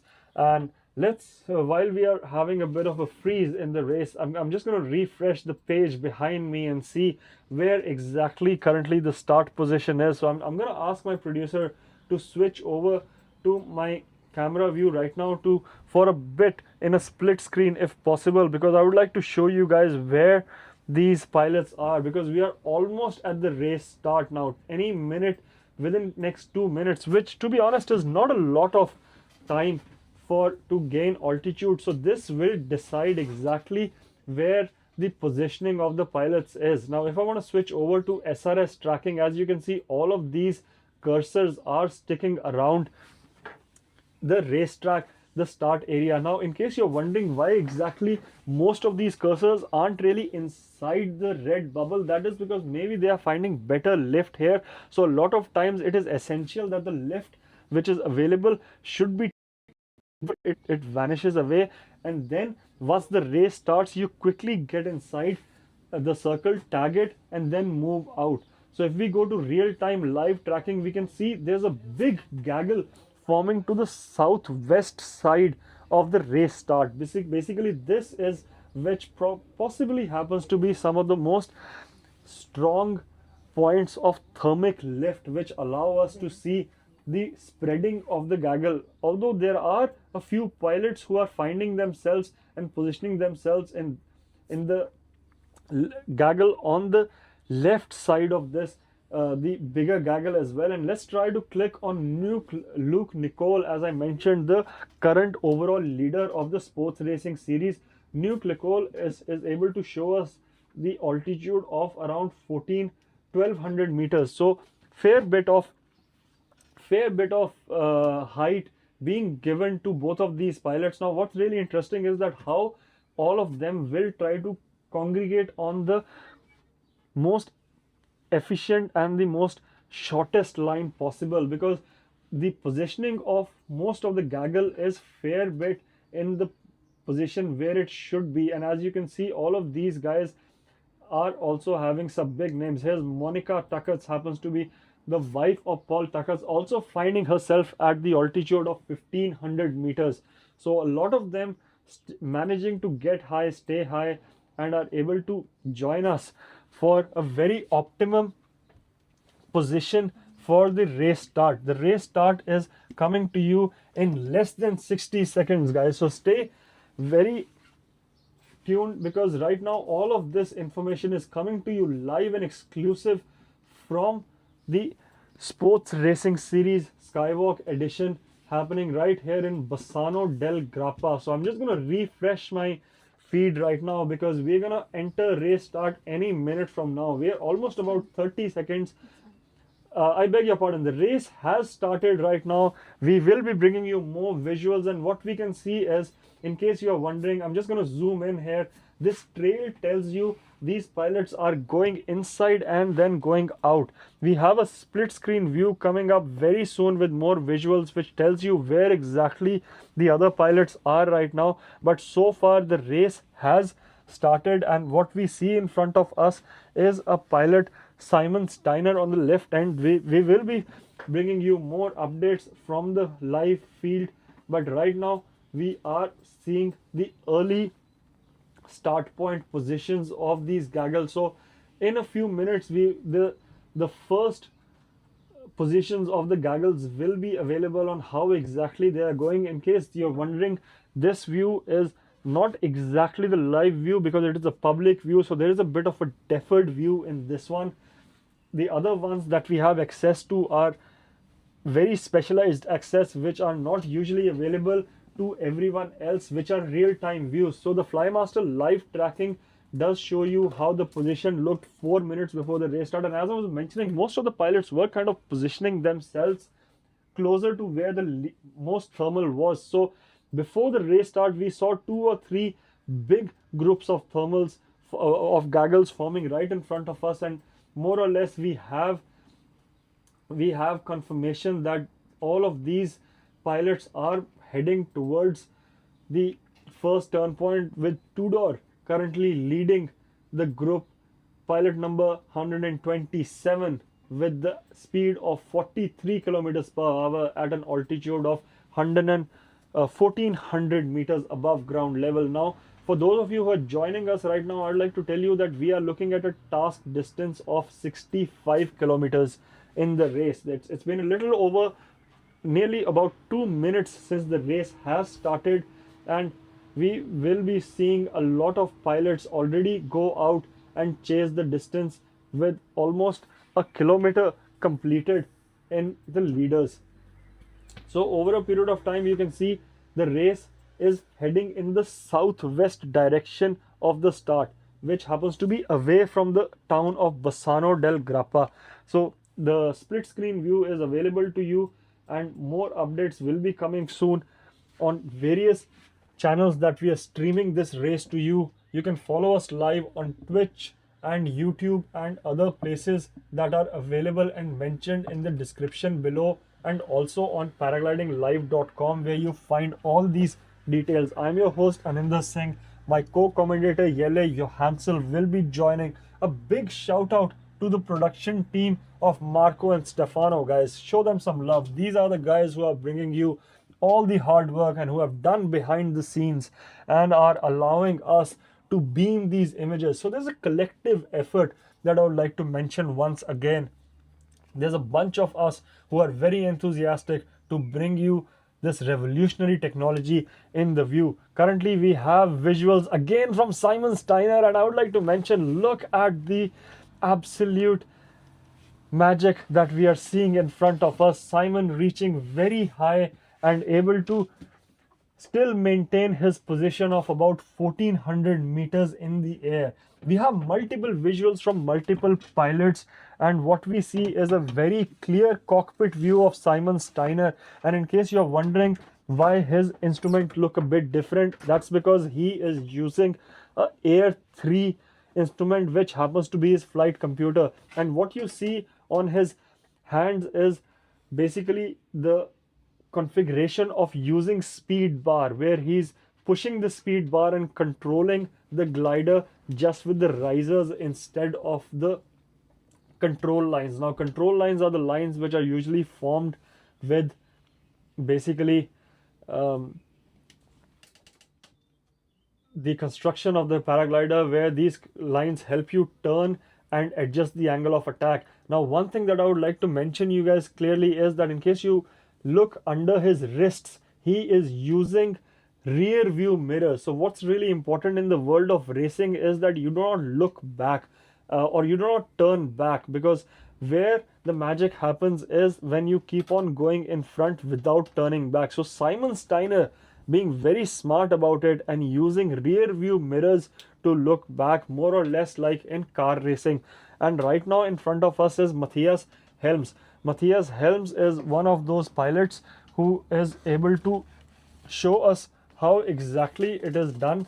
And basically he is cranking his GTO 3 in a thermal right now in front of us. And we have a confirmation from one of our viewers who is dropping in his appreciation, saying that it's an amazing job. Thank you guys. These kind of comments help us a lot. And if you want to share your appreciation, do feel free to join the donation link that is mentioned in the chat above, paraglidinglive.com/donate.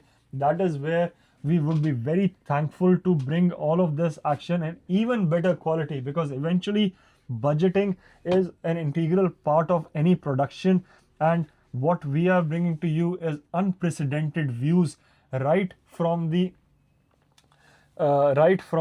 start gaggle. So these views have never been brought to you earlier in the history of paragliding, and Simon Steiner right now showing us how the lead gaggle looks like. And one of the most important things that I would like to mention is that if you look at Simon Steiner was holding on to full speed bar, due to which he was able to continuously follow and show people where they are. We're gonna find Simon Steiner on the map and try and see if we are able to bring Simon Steiner on the live view map in multi-view in some time if possible. So do bear with us. We are working on matching the feed along with the visuals that are available right now, but almost early hours of the flight, I think we are closing in on 15 minutes of elapsed race time that has gone by, where we are able to see, I beg your pardon, about 5 minutes is what I was mentioning, where we are able to see such racing action coming to you live and exclusive from the Venetian skies of Bassano del Grappa. So what we will try and see is that we will try and head over to the live racing field action, and I'm going to quickly ask my producer to give me a multi-view where I'm able to show you where exactly the race is going ahead, because right now we have Simon Steiner's visual coming to us from the altitude of 1600 meters, guys. So it's not just the house thermal which was helping these guys stay up and get high, it was also the glides that they were going on. So the leaders have actually managed to pick up a lot of good lines, and right now what you can see is that most of this is becoming a trail of some sorts. And if I'm gonna pull out my ruler, what you can see is that most of these guys have already opened up a distance of approximately 2.5 kilometers in between the leaders and the trailing edge, and the trailing edge of the gaggle, because this whole distance that is visible on your screen is almost a 2.5 kilometer distance. So a fair bit of fast start, I would say. I'm going to take this opportunity to try and click on one of the leaders of our race, who happens to be Tom Hodgkins. To be honest, at this zoom levels, the race is proceeding so quickly that we finally have a update from pilot number 71, Paulo Silva. We'll be sure to bringing you more information on the pilot Paulo Silva, but right now what we see is that he's gliding at a speed of 54 kilometers an hour. 54 kilometers an hour might seem like a bit normal, but right now it happens to be one of the most sophisticated technologies that are available in the free flight world, where these speeds are allowing us to not just push the envelope of performance, but also push the envelope of safety in a very defined, well-defined manner. So coming back to you with the multi-view of Arcadius, we are able to see where Arcadius is currently, and a little bit lower than some gliders, but also a little bit higher. So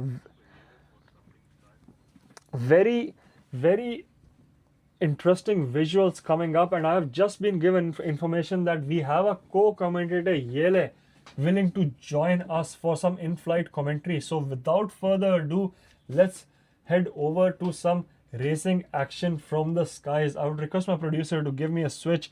Yele Johansson coming to you guys live and exclusive in the air. Let's have a listen.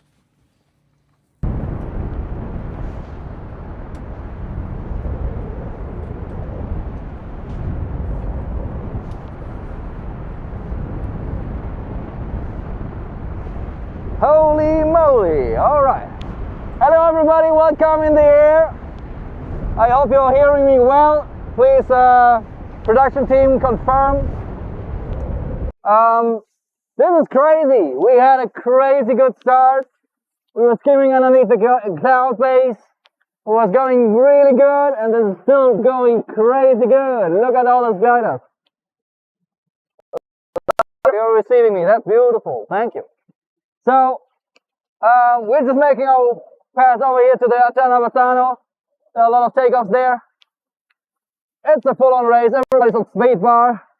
I can't really keep up with my little harness here, my small size glider. But still good enough. I mean, I'm next to the GTOs. I wouldn't have thought that. And you see all the people back there really nailing it. I think they saw some lefty air to the left, so I'm just going to follow them on autopilot. We had a Tigra following for a little moment, so a BGD team pilot, I'm not sure who it is. It was not Mark because I didn't see a camera. Hope he didn't lose ours. Oh, it's stinky air here. The question is now, do I believe like them, or do I go out in the front? But no racer is doing that. I shouldn't do that either. Oh, they're lifty. Okay, pull on there. So you see them up there, really making a good glide. Some people got some height before the crossing, but most of them just pushed through. And I tried the same here, and we'll see if that works. Down there you see a Photon and a yellow submarine over there, just pushing it hard, having a good climb. Oh, it's a ripper. See up there, look. Look at that. Look at the GTO. We'll hopefully get the same climb now. 1, 2, 3. Yeah. Was expecting a bit more. But still it's going up, so that's good.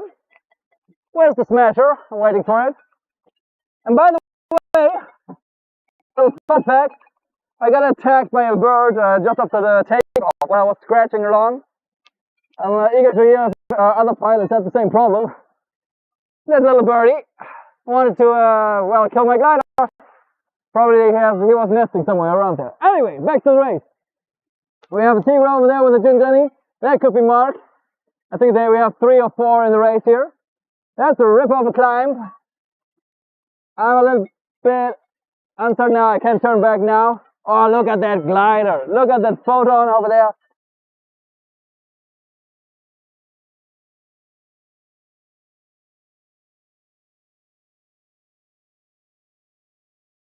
they're just up front there. We have, I think it's a Tau with a submarine there. I'm not sure who it is. It's not Noel Arabella. He has a advanced harness, an Impress. Do I need to? What is going on? I'm thinking out. So I need a thermal to get up again to the race. This is happening when you do the multitask at the same time. But look at the clouds. This is what a flying corn looks like. On cloud base, we are like 1700, 1800, probably rising. And we got to climb.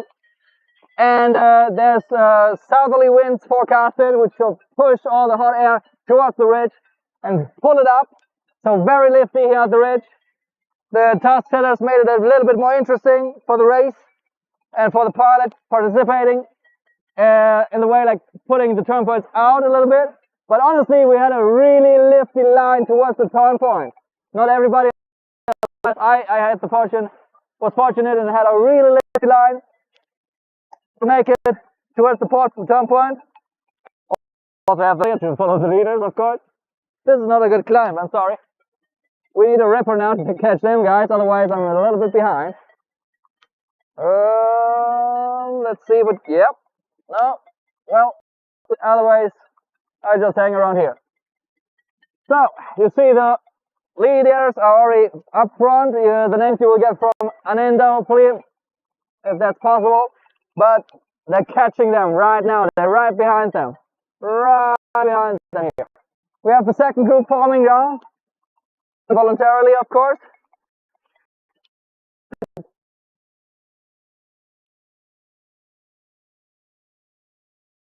Alright, I think we're going back into the office. I'm just hearing the production. So let's go back to you guys. And connection. Keep the good work up and enjoy this race. This is a beautiful day. Please tell me when we're back again, like when I'm out. Production, do you copy? Otherwise, Do you copy commented to the side? Just cut me some. Oh, last group is forming, catching up. Oh, somebody's coming in late there. And some latecomers over there.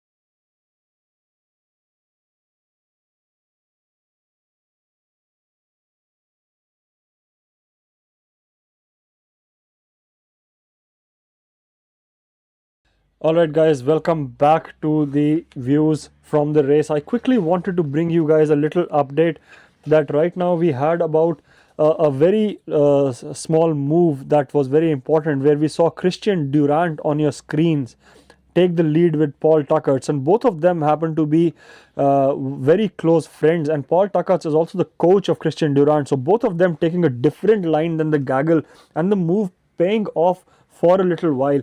I would like to mention that the view that you are watching right now is a bit of a deferred live view. This was 4 minutes ago, where Paul Tuckerts and Christian Durant more or less followed a line along that exactly is in parallel to the red line that is on the left view of your screen right now. So Christian Durant and Paul taking a move, getting a bit low than expected, and the leaders of the gaggle more or less able to move forward in a very unobstructed manner. So if I'm just going to go ahead and switch to live view that is available right now, is where we see the leaders of the gaggle finally able to cross over the early jitters of this at an altitude of around 800 meters.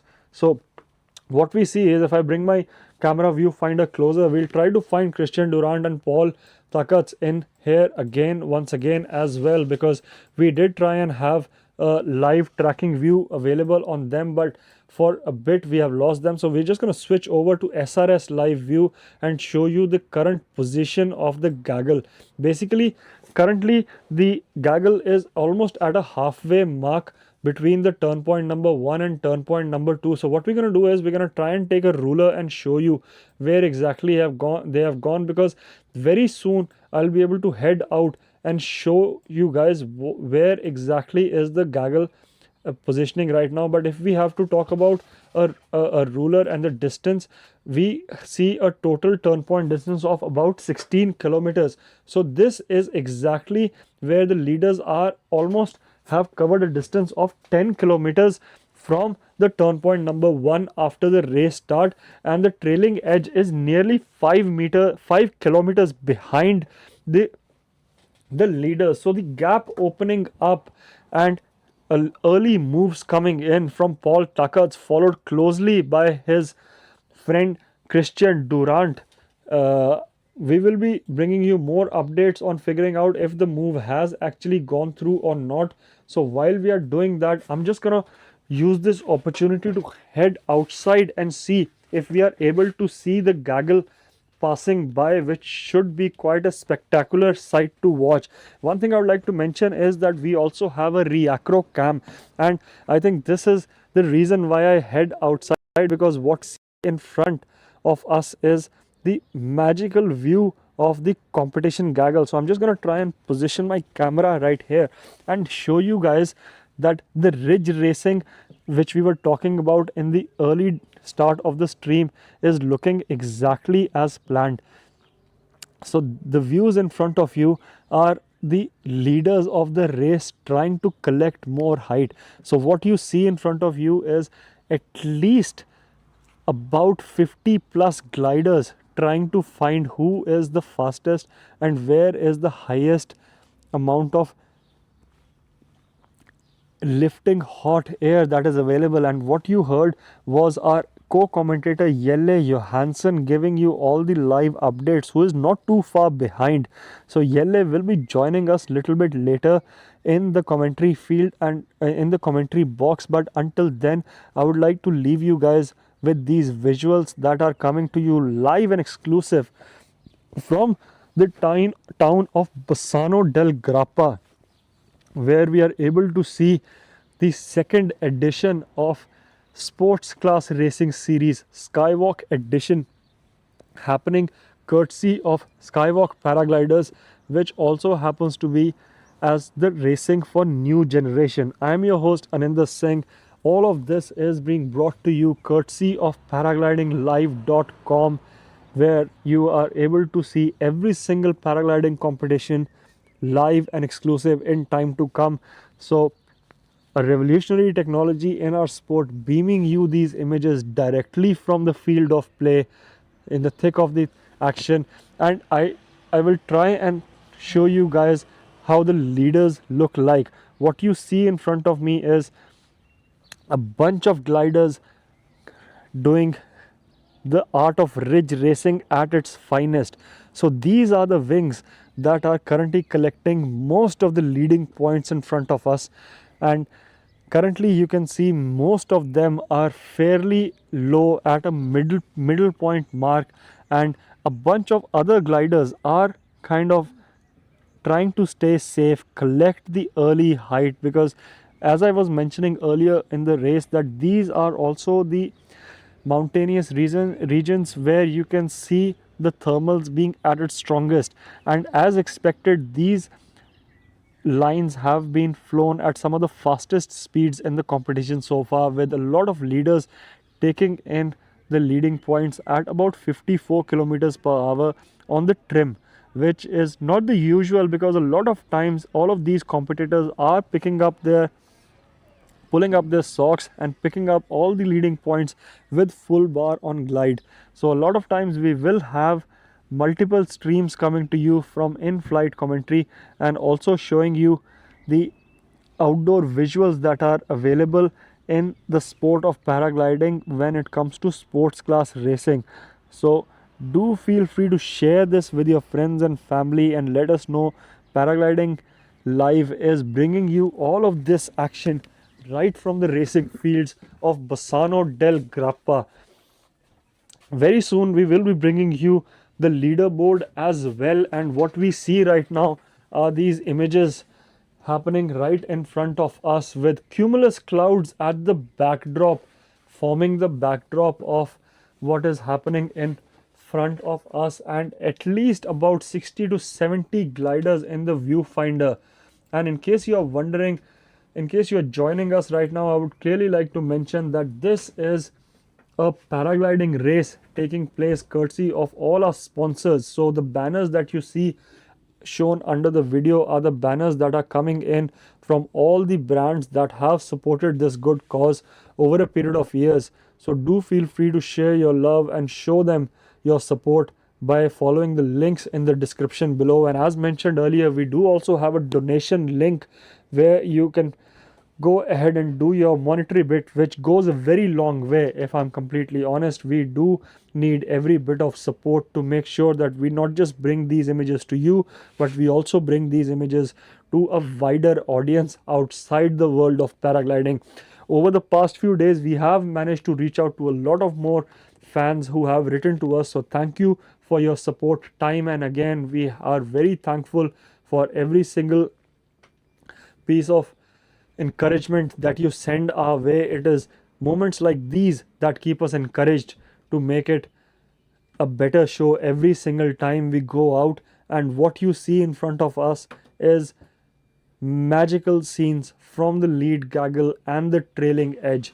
We are facing a bit of a network issues, but I'll request my producer to switch over to multi-view screens right now, because I quickly want to have you guys look at the leaderboard right now, because the leaderboard is a very interesting one where we are able to see multiple pilots collect a lot of leading points. So currently the pilot in front is Tudor Dormontu from Romania, and he is closely followed by other leaders who are almost just shy of 3 kilometers from the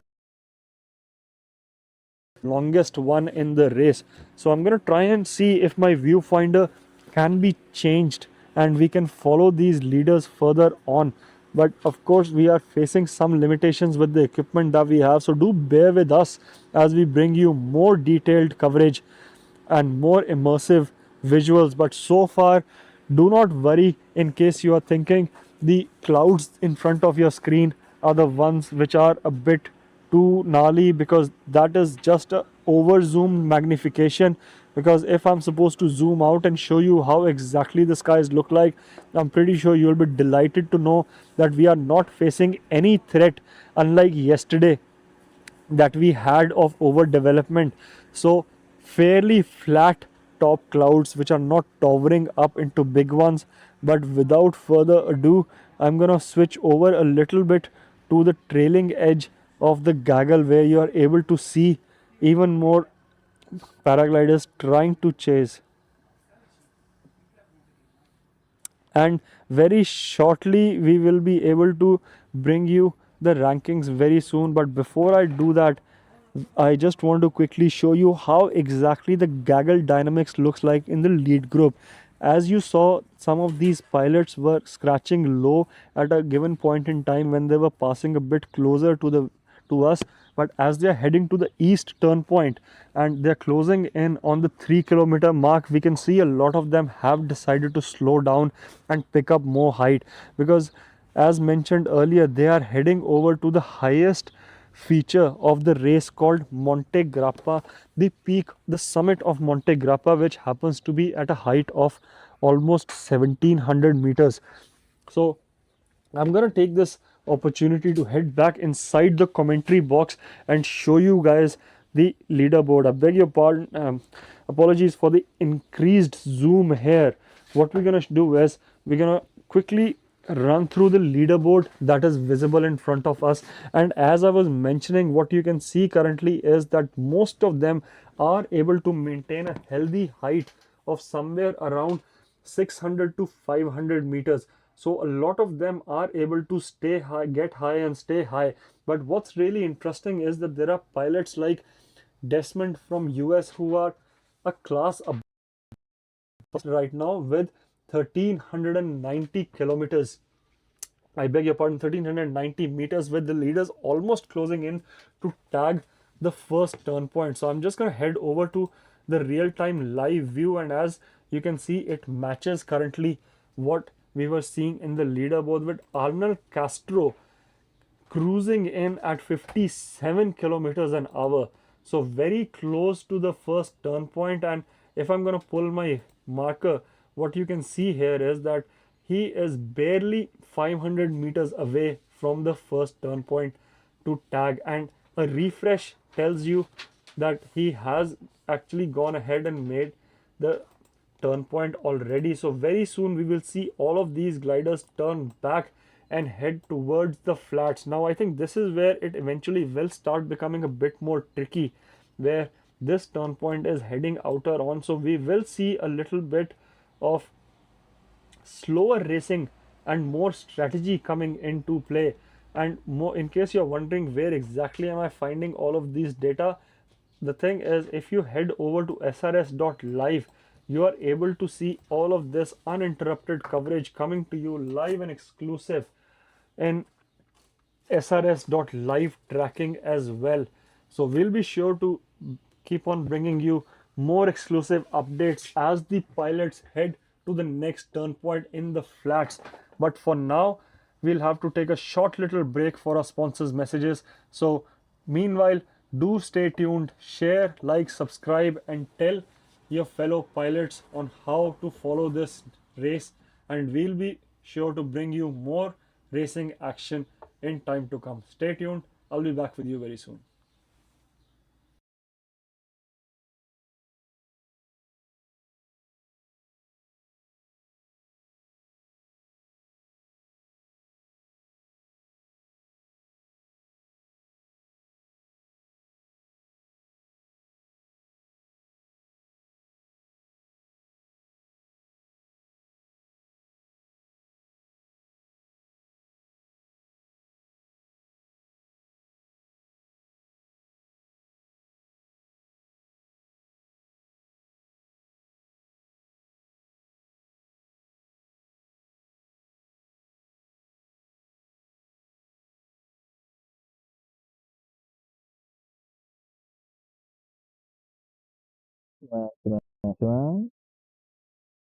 Yes.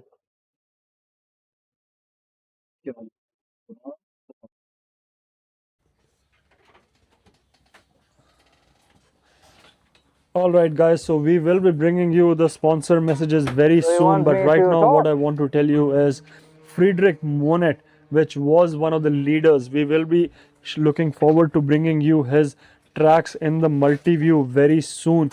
Friedrich All Monet right, is everybody. a I made it pilot out from of there. Switzerland flying The in good ozone photon. So thing we is are that I'm trying to follow his not tracks, you guys but because you what the you best do cover see it. currently in front of your screen is our co-commentator Jelle Johansson showing you The start, how the takeoff is at a height of like around 900 meters, 1,000 meters maybe. At first, maybe I missed the cycle. I don't know. And also here I got low because I thought, hey, come on, it's working. I had a 6 meter in between, but honestly, down there, it still has shit. It still has to bake through. It still has to heat up more. That's not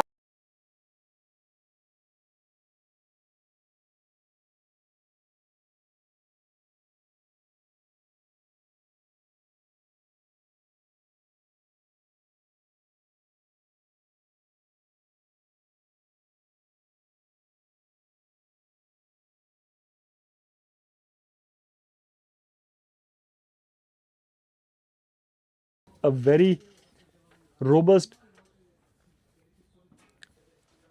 recommendations from pilots saying that he is known for his bold moves.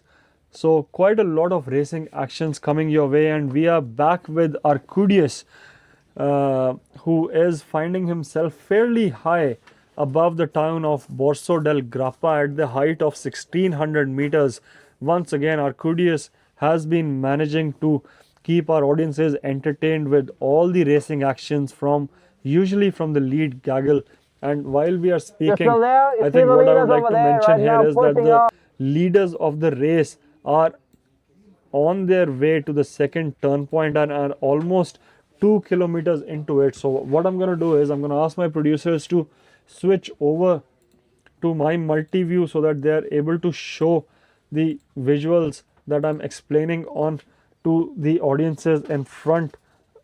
That currently, if we go back to the live tracking map, what we have in front of us is an SRS live tracking map, and this distance has already more or less made the whole lead gaggle look like a V, where most of the pilots somehow managing to stick to the most optimal line, which happens to be also the line which is very essential to collect all the leading points. So right now we see Jelle Johansson dealing with a bit of turbulence in the air, finding it a bit extra control that he's having to do. And finally, I would like to switch over to Flymaster tracking, where we are able to find a ruler and mention that these distances are almost becoming negligible when the speeds are coming in so thick and fast. So flats so far, even though we see the gaggle hasn't really turned anywhere to more or less circle right now, most of them are still able to find good lead gaggle points available to them. So what we are seeing is we are seeing Chris Hobbs, Victor Usanov, Alex Rueg, Luke Nicole, and Kuba Stowe, guys. Kuba Stowe, one of the very informative pilot who consistently makes these softwares and the bots which allow us to process the data that we have in paragliding. So follow Kuba Stowe online, just Google him up and you're gonna see some very interesting available insights on his website about the metrics and the data that paragliding has seen over the years. So almost, let's say, first 20% of the race has managed to finish so far, and we are able to find that majority of the leaders have managed to cross more than 50% of the mark that is available towards the second turn part. But what I'm waiting for is that when they will finally be able to start circling, because right now they're coming in from very high altitude from the mountains, and it will be very interesting to see how these pilots are finally able to decide on what exactly would be a good turn point to collect the thermals once again to gain. So while we are talking and looking forward to bringing you more details, I'm gonna ask my producer to switch over to the tablet view so that we are able to show you the tracks of the leaders and how exactly they have moved so far. So if my producer is able to switch over to the tablet view, I'm gonna go to the deferred live view where we are able to see a bit more detailed views until we are able to bring you more live coverage updates from the sky. So currently we can see that the V shape has more or less been pretty much solidified, where we are able to see Christian Durant finding himself a bit behind than expected, but Mark Janaway getting lower as the time progresses, because these are the pilots, remember, in case you were joining us more than 10-15 minutes ago, these are the pilots who did make quite a big move, quite a bold move, but did not pay off eventually. So there's always a bit of a risk in the sport of paragliding, because simply for the fact that we are dealing with invisible air masses, and a lot of this understanding of air masses has to come with practicing the sport. So the more you practice thermaling, the more you are able to finally go out and put your efforts in doing the art of flight, is the more you start understanding how this behaves. So what's really important is that a lot of times you will have to go out and take risky decisions. You will have to go out and take some moves which might pay or might not pay. That has to be understood, that sometimes this is what makes or break your race, and how you manage it, whether you do it early on, whether you do it later, whether you save it for the last, is when it can decide on how it will work. But I think we are at a moment where we will try to get you some more in-air live commentary, and meanwhile we will bring you more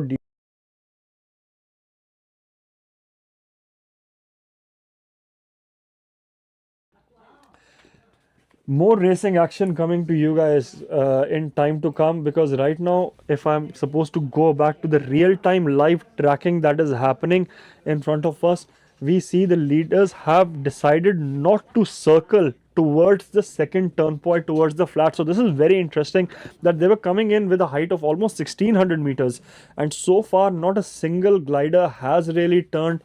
That means they are pretty confident of either finding a thermal or trying to find a lifty line. But what's really amazing is that Kuba Stowe happens to be pilot number 161, has come in at an altitude of 830 meters. So out of all of this distance, they have managed to find very lifty line, which has basically made them lose only about 800 meters for a whole coverage of around 6 kilometers that they have covered so far towards the second turn point. So they probably will have almost some more distance to cover in time to come, but more or less that distance is nothing significant compared to the next leg.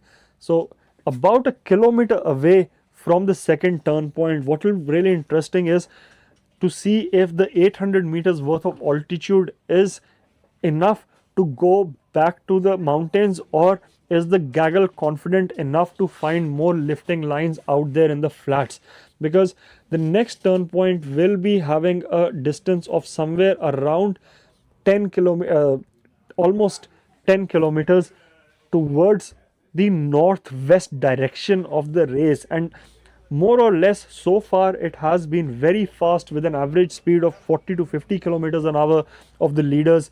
The gaps have consistently increased over a course line. I would like to mention that the images that you see, the icons that you see in front of you, are basically the icons of the pilots that are spread out over. So currently there is a gap of almost 6 kilometers, and very soon I have been given confirmation that we will be seeing them outside. So we will have our spotters ready to show you what exactly is the current scenario with the gaggle. And coming back to the distance between the leaders and the trailing edge, if you remember, it started at a 2.5 kilometer mark.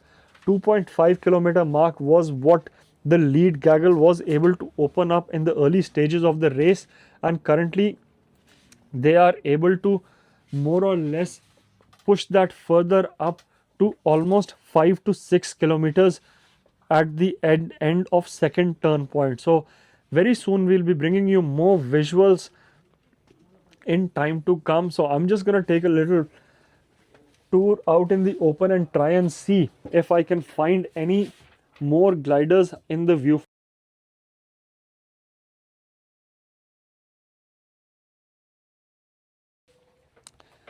Meanwhile, we're gonna head out and try and see how exactly is happening the race. And what you see in front of you is not always paragliding competition pilot. These are a lot of free flyers who come to the skies of Bassano del Grappa as well and practice the art of flight. So here you see a pilot on approach coming in fairly high, doing the S turns well above. And in case you're wondering, for those of you who are new to paragliding, these are smaller sitting harnesses which allow more control and less swinging, less streamlined versions of the flying. So what the visuals you see in front of you are a pilot coming into land, and very soon we will be able to follow the gaggle right in front of us. As well, in the backdrop you can see absolutely beautiful cumulus clouds forming up, and very well managed landing there from this newbie right now. And if I'm supposed to turn my camera back, I am able to see the leaders of the gaggle still fairly high, with some pilots getting a bit low. So I'm just going to try and position my camera here and bring you all the live and uninterrupted action in the coming moments, because right now these are the leaders who have already tagged the second turn point and still decided that it is not a necessity to turn in the current conditions. So what will be really interesting is that most of them, I think right now, are hoping to find a climb which allows them to proceed in a way where they are able to maximize the thermaling efficiency instead of the height. So it seems like majority of the climbs so far have been around the intensity of 3 to 4 meters per second higher up in the air. And I'm going to try and zoom in and see if the viewfinder of my camera is able to find some of the gliders in front of us. I would like to reiterate that the glider closest to us is not a competition pilot, it is a free flyer. But if you are able to see small little dots behind him, these are the competition pilots, these are the races that are heading. So very soon these guys are coming in and closing in on a midway mark to the next turn point. So approximately still holding good altitude of 300 to 400 meters above ground level, and it wouldn't be surprising to see them get more altitude with the way conditions are, because beautiful cloud streets marking the routes for them. So all they really have to do is head over for the right thermal and try and make the most out of it. While we are doing it, here is another beautiful landing coming in and happening right in front of Garden Relay, the official landing field of the paragliding competition sports racing series, happening right here in the mecca of free flight in European Alps, Bassano. Brought to you live and exclusive by the production team here at Paragliding Live. So as I mentioned multiple times earlier, feel free to do your own bit and bring us your support in whichever way possible. So currently we have Paul Tuckert's back in the lead, and Brett Janaway has somehow found himself back in the rising columns of hot air and managed to pull back the lost time. So finally guys, we see the turns coming in thick and fast towards the next turn point, and this is happening right above the landing fields. So what we see is a small gaggle of Paul Tuckert's, Brett Janaway, Rafael, Victor and Tudor collecting all the leading points towards the next turn point and still managing to stay high. Now they have been in this gaggle for just a little bit long, and it seems that most of them are able to core it fairly well. It seems like a very well managed thermal and the glider. In case you're wondering, the glider lowest in front of you is Tudor, and Tudor is a glider, is a pilot who is very well known for attacking his opponents regularly. He flies a very aggressive style of racing and is known to come in thick and fast and low at times. So a lot of good quality racing. I would like to mention the gliders in front of you are not the comp pilots, these are the free flyers. And while we do see most of the gliders getting high and able to collect most of the thermals ahead, there are a few others who have chosen to go a bit low and still try and make the most of what's available. In case you remember, in the beginning of the race, I did give you a bit of a heads up that these gliders will be facing a smaller ridge as well. So these gliders, let's say, are almost 100 to 200 meters above ground level, where the thermal strength is at its weakest. So it's not that they have not collected the leading points as well, it's just that while doing so they have lost out on the altitude that is available. So what's really interesting is Paul Tucker's taking a very different line, but simply because of the fact that his coring ability of a thermal that he has honed over the years has been magnified so many times over a period of time that he has refined it over and over, leading him to do these risky moves and yet somehow recover all in the right way to make it count when it matters the most. So I'm just going to try and zoom in and see if we are further able to catch them with a viewfinder, as it becomes harder and harder with more gliders appearing in the viewfinder on where to focus. But we will be sure to bringing you more live action from the field as well, as we see many more gliders approaching. So the leaders have managed to get high in a thermal and will be keen to head over, and I'm gonna try and zoom in. Do let me know in the comments if you're able to see all of these gliders in your view, or if you need more improvement in the visuals. I'd love your feedback. But what you see is most of the lead gaggle now coming together, and the earlier leaders who did find thermals have marked them very well for the chasing group. So I'm just gonna quickly head inside while all of this action is coming to you and try to figure out where exactly the live tracking is happening, because Udo has been one of those pilots who has managed. And one thing that I would like to mention is that Udo was having a result, a very impressive result of position number 11 in the year before last, because last year I did beat him in a few paragliding World Cup competitions where he was racing his main C glider in the field of triple Cs. But in 2024 Udo managed to beat the position number 1 in 20 in the SRS competition. And right now we have visuals from Simon Steiner, who's coming to us with an altitude of 800 meters above ground level and still pushing full bar relentlessly. And we are trying to track Saj Durant, as Saj was a bit low earlier but has been following the turn point, has been following the best over a turn point.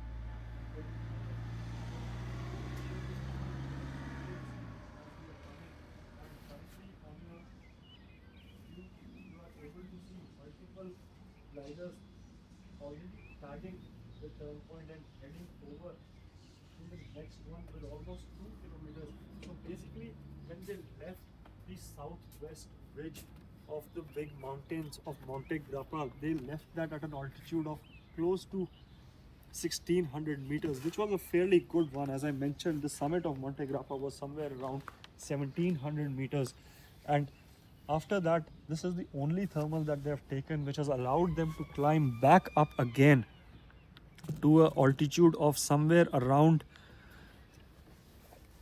1000 meters above ground level, which to be honest is not bad in such conditions when they are so racy. So one single thermal, this tells you the quality of the day today, and the 65-kilometer task being a fairly doable task that has been set by the race committee, because very interesting task, not just from the perspective of the flyers but also from the perspective of the race control that has managed to set such a task. So over a period of time we'll be bringing you more action, more live updates. Do stay tuned. Don't forget to follow all the live action that is coming your way from the sport of paragliding in the sports class racing series. So we will be bringing you all of this courtesy of Skywalk paragliders, who have been very kind to sponsor this event, and of all the production team that has been working relentlessly. I have been told that we have live comments from my co-commentator Yele. So in a minute we'll be cutting to Yele Johansson, who is in the air and joining us and giving us all the updates. Yele, over to you. Okay, everybody, I'm not sure when we'll be live. Please, producer team, give me a tello if we're live already. Then I give you the last message. All right, thank you. So here we go. Hello, everybody, welcome back. This is my last transmission here, my last little update from the air. I would love to continue with these guys. It's fucking awesome. It's really, I could bite my nails right now. It's so interesting. It's so much tension because, as I said before, I felt like beneath 1000 meters, you have problems getting up again. We see a lot of pilots in the back there scratching low. With weak climbs, we had at least 3-4 pilots on the fields already down there. Here also, you see a lot of scratching low. They push low and now they're low and they're not that good layer of air. And they're having a hard time extracting themselves again to the good layoff air, which starts at around 1,000 meters, I would say. So these people that are right in front of me are taking it a little bit slower, where the second gaggle, you know, are now trying to reconnect and coming in with more height than the most people who are pushing low and risking a lot. But I don't have the live tracking with me right now, so Anina knows better who's in the lead right now and if they still manage to scoop along, miraculously. But look at the clouds. If you're up there, if you manage to cloud surf them, stay beneath them, we still have 10 kilometers to go to the next turn point, which is across the valley. You do the valley crossing and it's almost where the first turn point, where the start of speed section was, out there over these hills. So the optimized line, or the best line that seems to me to be appeared, is following this cloud, like turn up at these clouds. Get to the next one out front, turn up, get the turn point, and just come back on the same line.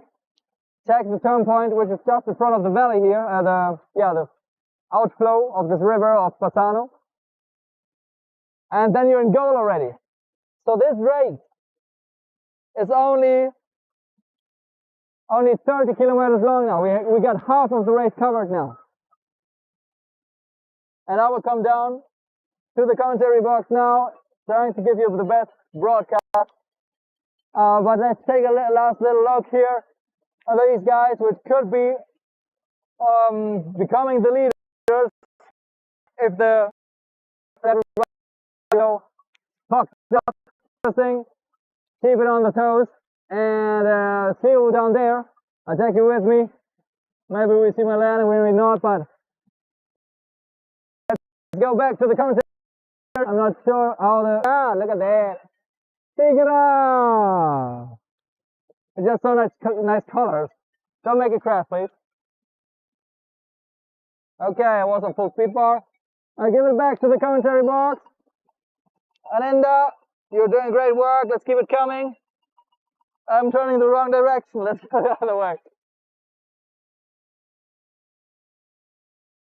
Jelle Johansson, give my man a shout out. It takes a lot of effort to fly these wings, and Jelle Johansson is also flying a two-liner wing, so go show him some love in the comments. Like, subscribe, share this video with your friends and family, because we are coming to you live and exclusive from Bassano del Grappa for second edition of Sports Racing Series Skywalk edition, the racing for a new generation, coming to you courtesy paraglidinglive.com, and you can follow all of this action on srslive.com as well.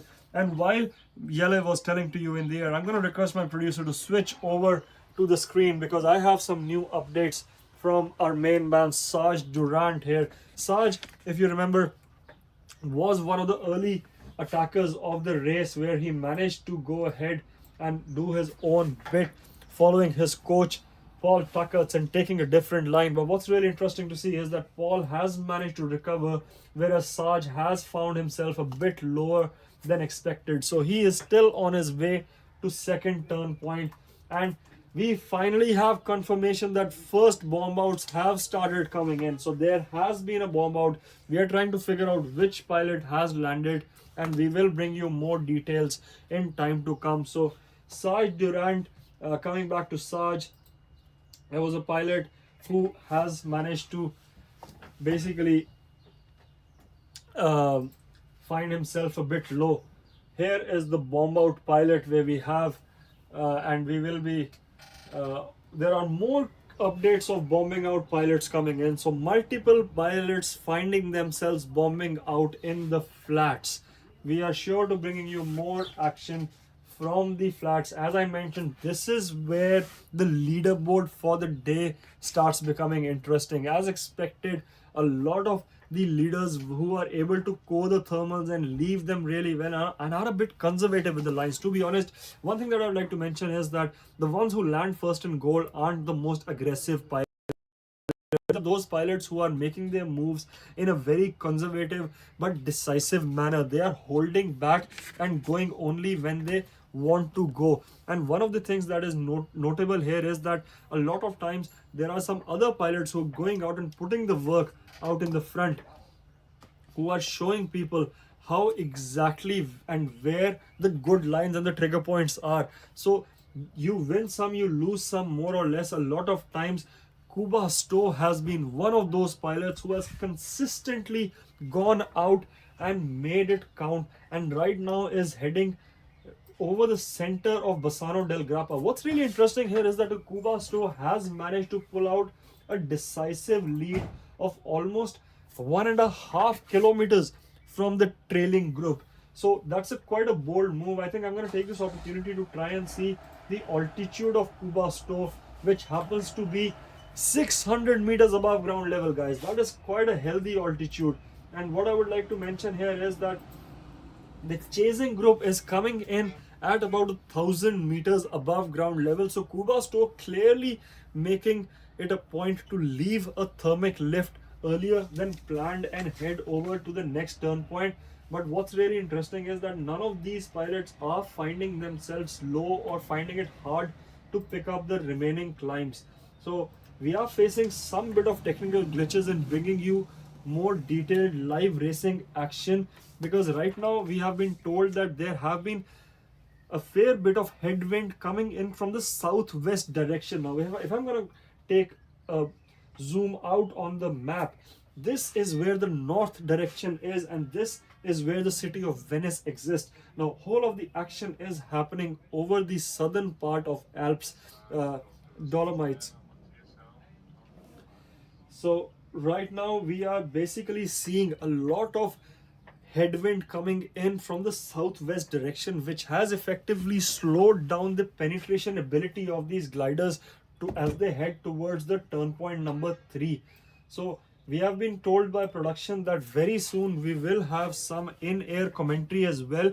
And talking about bomb outs, we have been given confirmation that there have been 3 confirmed landings, and one of them happened to be a Chinese pilot. So very interesting to see Chinese pilots coming in and landing. And what I see right now is my commentary co-commentator Jelle Johansson spiraling down with his at an height from about 1,000 meters. So in case you are looking how much fun it feels to have when you are flying the aircraft of paragliders, this is what the view looks like. So Jelle Johansson clearly gonna be on a big high as he comes down. We can't wait to have him in the commentary box and have more chats with him.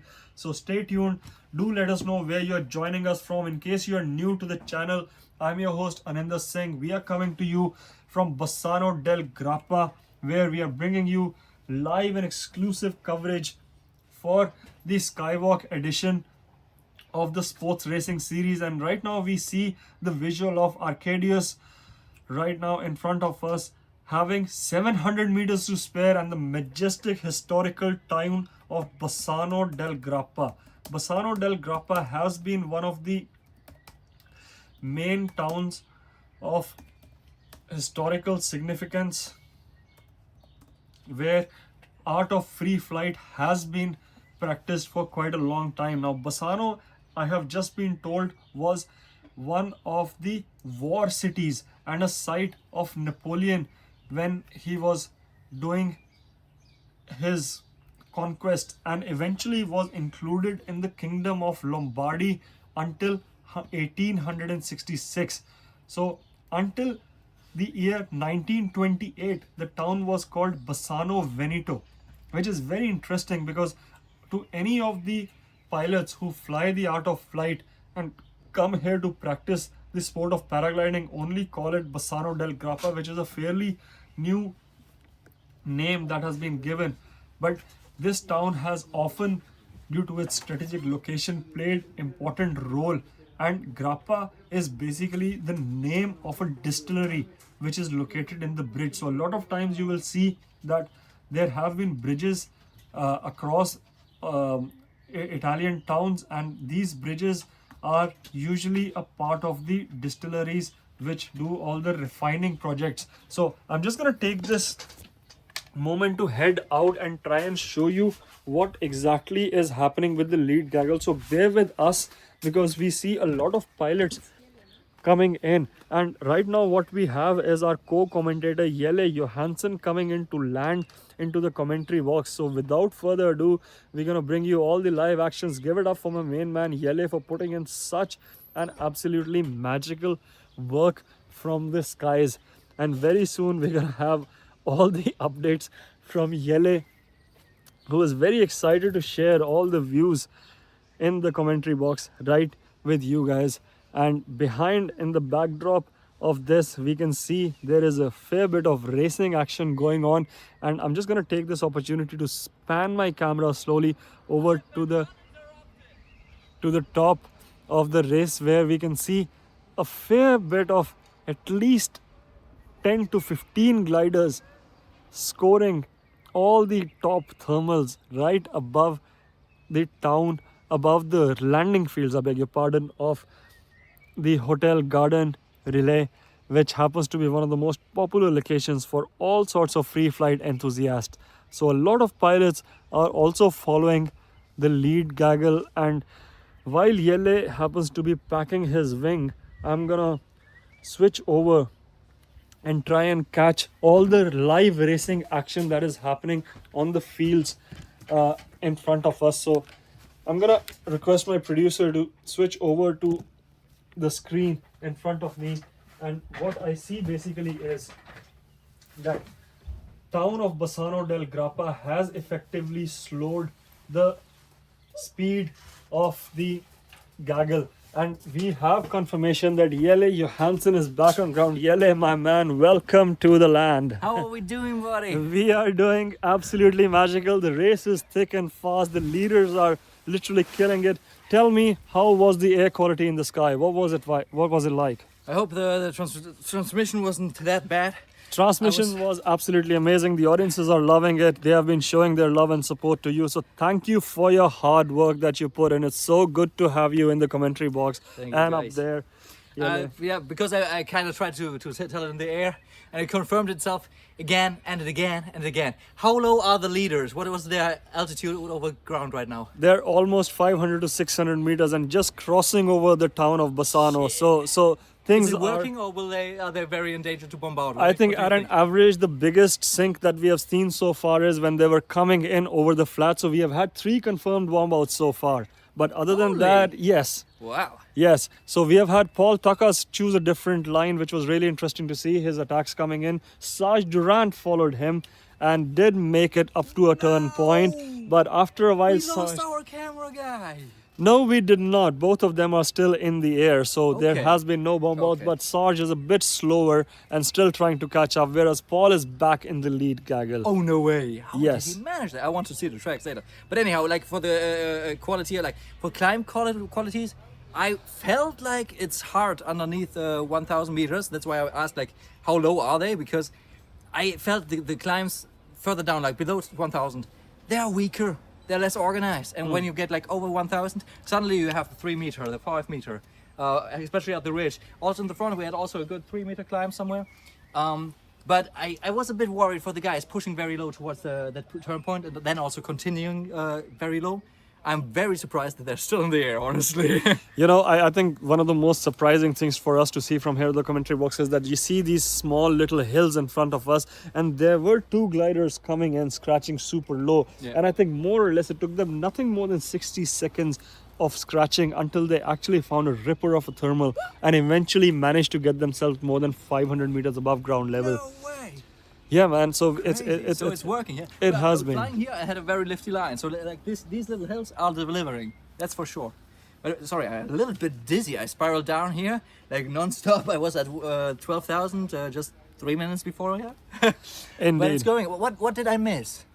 Not a lot, to be honest. There has been quite a lot of interesting moves been going on, but you know, without further ado, I'm just gonna let you remove all of this and get back in the zone. And in case you guys are wondering how much hard work it takes, this is the setup that is needed to bring all of this magic to you guys. So there's a fair bit of R&D and tech, and as you can see, you are seeing my view on the streaming camera and the streaming kits over here. So we are doing a lot of hard work, guys. Let me for the tech guys of you. This is the action cam. The action cam is connected to this phone, sending over this router to this thought I have to walk with your camera right now. Going like from the camera over the rotor here. Then the signal goes from this phone over the router out, but also I matched my phone towards it. It's like beeline, I don't know, like putting it together and making the signal even stronger. So we're sending over 3 devices. That's why my connection probably today was a bit better than the last days. I think if we get like 3 phones and that router, maybe we're golden. We're still working on it. So please feel free to subscribe. Please support us. We need the money. Streaming pilot, put the name in and donate it, and we send that money to that guy or donate it to us directly, because we are hustling, man. We are hustling. We are and hustling my here. man right here is fresh off endorphins, so we're gonna let him hydrate. And I've just been given confirmation that Kuba Stowe, the leader of the gaggle, has been caught up by the chasing group as he was getting a bit lower over the historical town of Bassano del Grappa.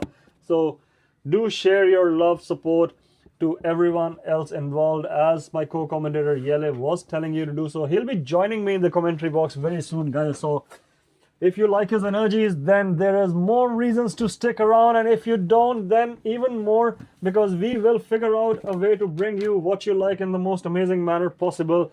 And over a period of time, I think we have decided to see that the gaggle has more or less slowed down, as Yele was mentioning us, that the flats are turning out to be a bit trickier, with some exceptions of lines working a bit better than the others. So what we can see is that more or less the whole gaggle is coming in together, and they have managed to more or less find a glide which are allowing them to climb back up to 1300 meters above ground level. So this is very exciting to see that most of them still finding enough height. And Brett Janaway, who happens to be the architect of the sports racing series, also finding himself collecting a lot of leading points right here in the front.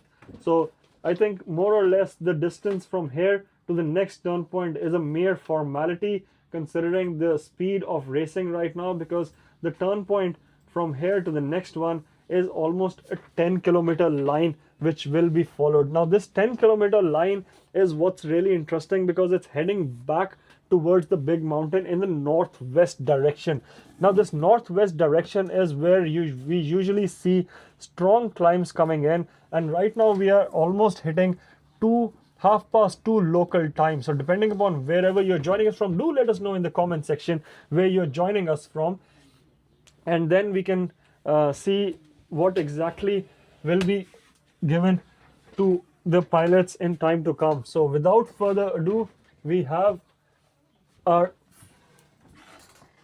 leaders heading over to the next turn point, and we will be sure to bringing you in-flight commentary, because right now we have Arcudius joining us at 700 meters above ground level. So what's really interesting here to see is that Arcudius is able to still turn pretty tightly. That means he has managed to find the core. And I think one thing that I would like to mention is that it's been a little more than an hour, if I'm not mistaken. I'm waiting for confirmation from the team to tell me how long it has been, and I think a little more than an hour has elapsed, or almost an hour has elapsed since the race start, where we are able to see 1 hour and 10-minute mark, with most of the field flying at least 50% of the task, or 60% if I'm not mistaken, because there are realistically only two more turn points that are available for these guys to be tagged. And I think one thing that is really important to mention here is that next turn point is the big one, which is heading towards the big mountains in the northwest direction, and after that it is more or less a race to goal, which will come at an elevated finish line. Because one thing is important to tell you, that this is one of the first competitions in the sport of paragliding where we have let go of the end of speed section. Now elevated goal is one of those options that has been presented to the field here, where you come in a little bit higher than everyone else except everyone else. So I'm gonna request my producers to switch over to me to just show you guys the current lead gaggle, because I want to show you a little bit of a difference between the gaggle and the chasing group. Over a period of time, we have consistently seen this difference expand from 1 kilometer to 2, and eventually as the turn point second and third came through, it went over to 5. So let's try and make a ruler and see where exactly is the distance, and currently that has increased to 7 kilometers. So slowly the ones in the front who are leapfrogging the leaders time and again are managing to pull out even more further. So I think it'll be very interesting to bring you more live and exclusive updates. But before we do that, I quickly want to cut across to my co-commentator Jelle Johansson, who is coming off fresh from the air. Jelle, coming in hot. Coming in hot is what you have literally done. But Jelle, how was the vibe and the kind of strategy just before the launch for big pilots? For big pilots? Now I want to know what are the small pilots. No, like honestly, it was really impressive to see how they were all like kind of floating under one cloud, which was like kind of dissipating, weakening, like dying out, we say, when you see them. They form when a thermal is in its push and strong, and then it has a cycle of like 5 minutes, 10 minutes, and they were all in there. And when I arrived to them, it just dissipated. So they had to search for more, and everything like spread out. Had to find a good position, but still the start of speed section, the SSS, was a little bit further out. So there were different tactics, and you saw them like when they started the race, crossed the first line to start the race. You saw there were many height differences because of this like moment, just like 5 minutes before race. I caught up with them just in time.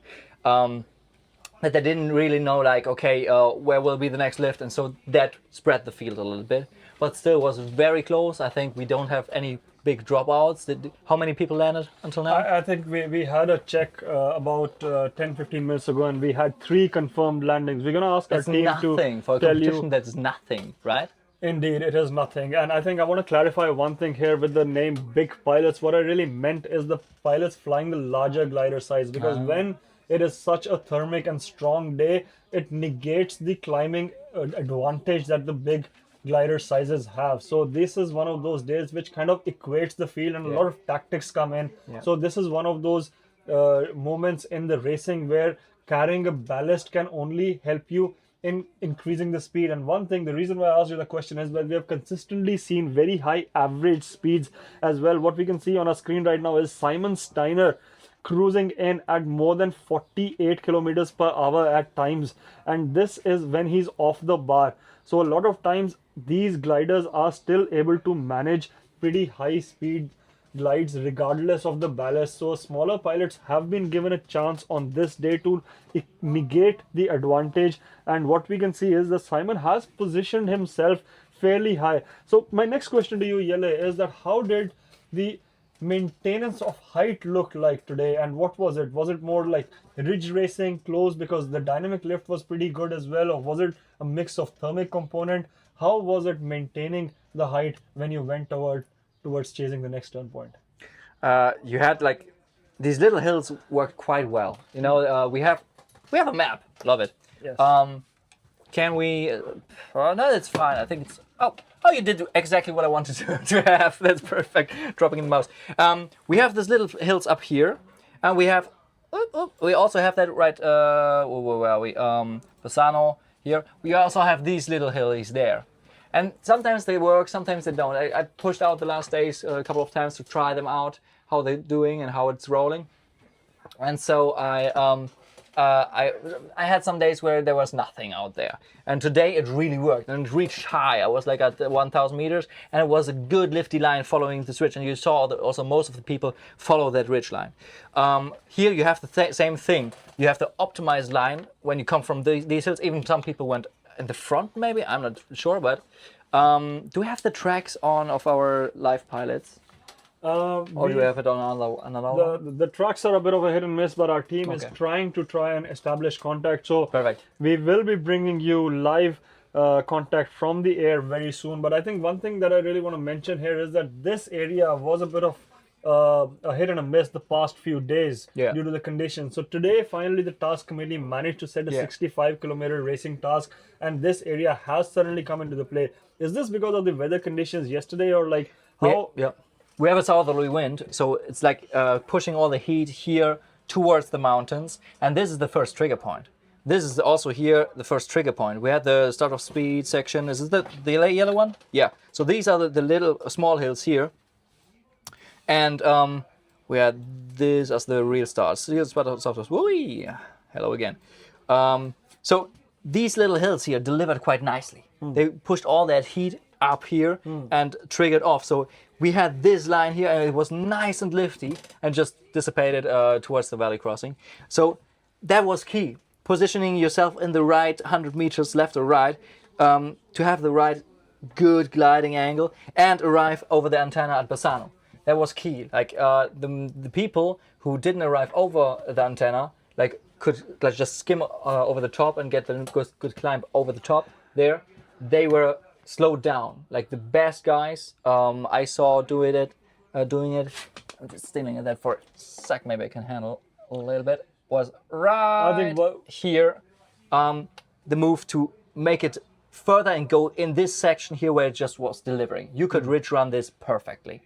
So this was the first decision moment, the first hard moment to get it. I wasn't high enough. I had to recharge a little bit, and it was a bit too low. And I was under the 1,000 meters, so it wasn't working well. When you arrived at a good height and arrived here at the ridge height of over 1,000 meters, boom, you go straight, you go dolphin style, you go straight, and they were very quick to come out here again, but quite low, pushed low.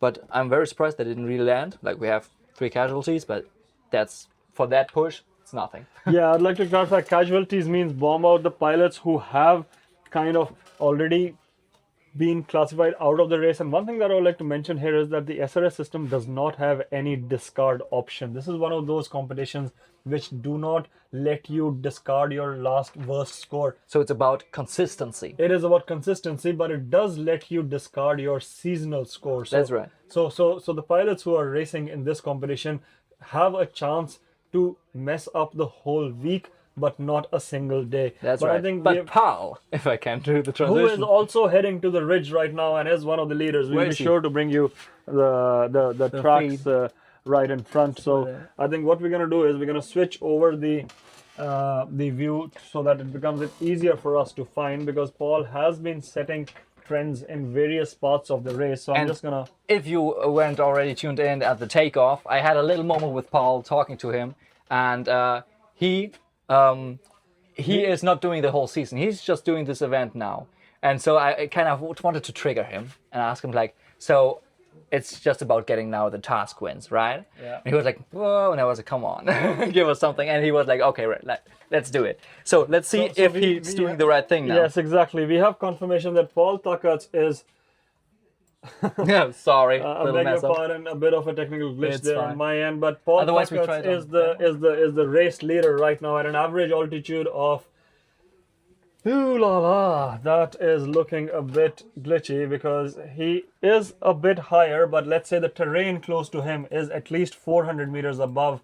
Isn't that where the start is? As you can see, the contour lines show us 500 meters, so he is scratching pretty low. Can you zoom a little bit out? Where's the start? Where was the takeoff? The start is somewhere here, so he is heading over back to the mountains, trying to connect a much faster line, because as I think most of this Gaggle has realized is that this line is working a bit slower than expected. And as you were mentioning, the dolphin style of flying is a bit more easier today on the mountains than it is on the flats, regardless of the cloud streets that have been forming. Now, one thing, JJ, I would like to talk to you is that retrieve drivers are the real heroes of a day like this today. So when the field is spread out so far and wide, how much difficult does life become for the ones who are helping us out to not be afraid of the heat? Just a little shout out to our one and only and angel volunteer, Diego, who's the driver who gets us up every time with some of the pilots,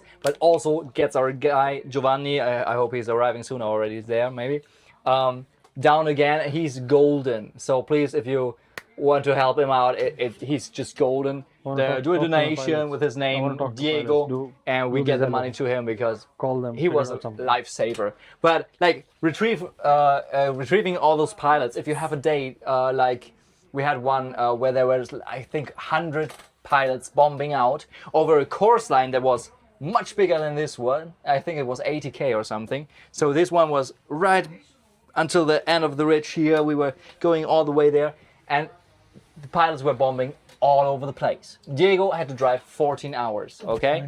And so if the field is stretched wide and everywhere people are bombing out, then it's a mess. And they have, I think, 3 cars that can cover it.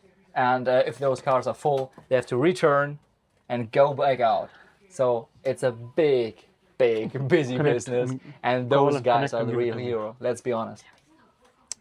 Can you click on Paul? I want to know if he's making it up or down. Yeah, so basically Paul Tucker is doing his own thing, and he has managed to gain a bit of an altitude. And while you're doing that, it's this one, Zele, I'm going to give the control over to you for a bit while I try to make connection with the fellow pilots who are in the air. So yes, we are please. trying to bring in some live commentary.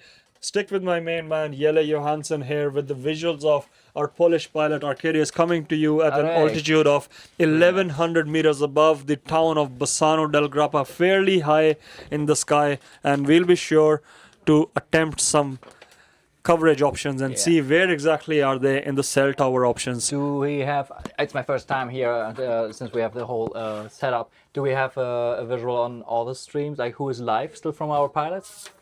Because I saw with Arek. Arek is really nice. I had some nice chats with him. Thank you very much. Big shout out to Marie. She's saving our eyes right now. It's perfect. Her boyfriend is flying right now. I don't know how he's doing, by the way. Let's get the gossip going. If she's proud of him or if she's thinking that's fuck up. But anyway, Arek is our most consistent Skywalk pilot with the live streaming on the head for us. Yesterday he was filming himself. We saw a little bit of shaky and a little bit of disappointment sometimes, but it was still in the goods. The task was cancelled, by the way, yesterday. But today we have Arek in there, and we also have Matthias Helm. He is a really cool guy. I think both are willing to talk. Maybe we have the best chance with Matthias Helm if we have the best connection. They're working on it right now. Let's give them a bit of time. Let's talk about Matthias Helm. I don't know. That guy is just awesome. I met him on takeoff and I was like, who's that guy? He's an extrovert, he is talkative, he goes for it, and I hope we get the best possible solution. We are trying out 3 solutions now to reach the pilots. This is a trial and error. Let us know what works best for you guys. What is the best way to do things? Also, I wanted to ask you, please write it in the chat or let us know in any way possible, like mail and everything is open, Instagrams, accounts, just write us, please let us know. Is it better for you guys to have an overview map like this? Maybe we could work with beamers and put it even bigger, or on the tablet that is right here reachable for me and I can scoop around. By the way, I want to do that right now. Let's take a look. So, we're still live. Arek is a bit glitchy. Matthias Helm is still online, so hopefully we get him online. Let me know when we switch and when we can talk to him. Let me just check in with the live tracking. You're right with me here.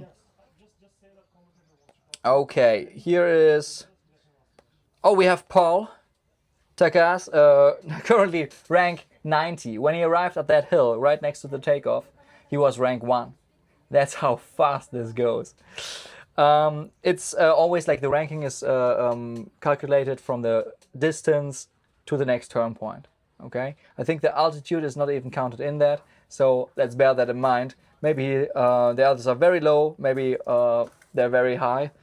In fact, I want to check that right now. Paltakas is at an altitude of 476. Shall we switch? I'm not sure yet. We have something coming in from Matthias. Eager to hear if that works out. I'm so. By the way, shout out to Helena.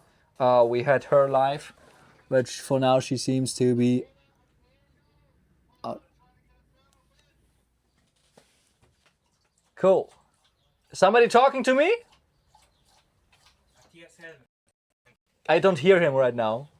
How? Is ready, but we cannot we can connect him to him on the 20. Is he on the 20 ready? I see him there. How do I hear him? You have it for me? Like, can you hear it? No. Okay, if you We're can working switch on it. If you can switch it from the scenes.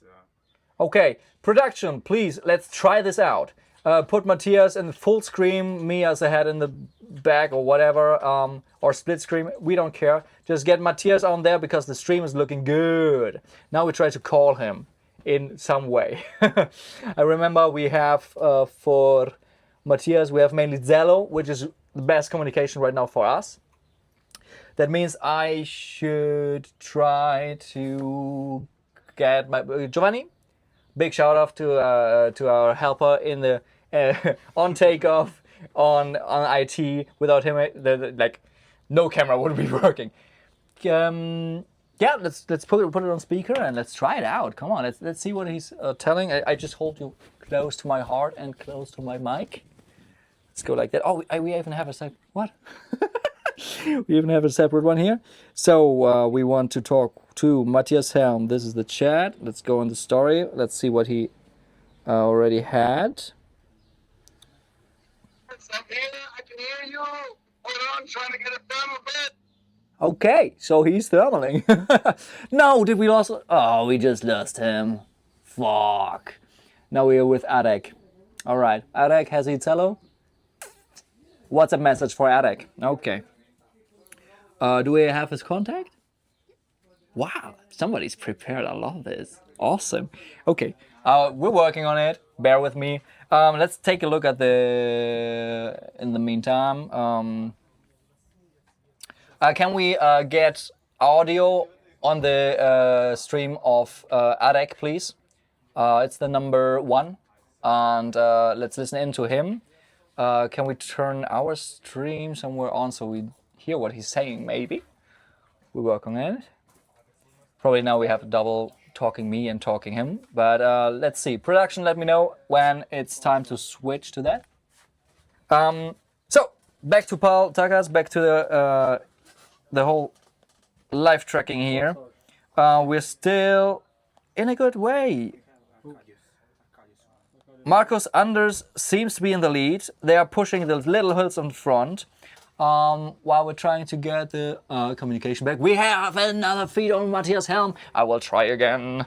So, let's try together.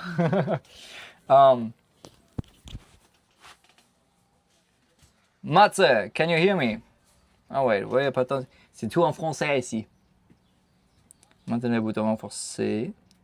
Matze, can you hear me? It's Yele and Aninder in the communication box. Commentary box, I'm sorry. I'm nervous right now. Come in. Alright guys, while we are waiting Matze's return back to our feed, what we can see is that there is a split screen view that our producers have put on in front of us, and we have the feed of the pilot from Matthias, who's joining us at about 800 meters above ground level. That's a good height to work with, especially in these hills out front. Let's see if we can pull them up here on the screen. How is the searching? Can we search them? It's like here on the side? No. So we gotta go to ranking. There we go. Working on it. Just punch in the name here and then you find the pilot. But guys, one thing I would like to mention here is that the race behind us has been going at a screaming pace. So I'm just gonna refresh the feed and see where exactly the pilots are right now, because right now we do see quite a lot of pilots moving further closer to the final turn point.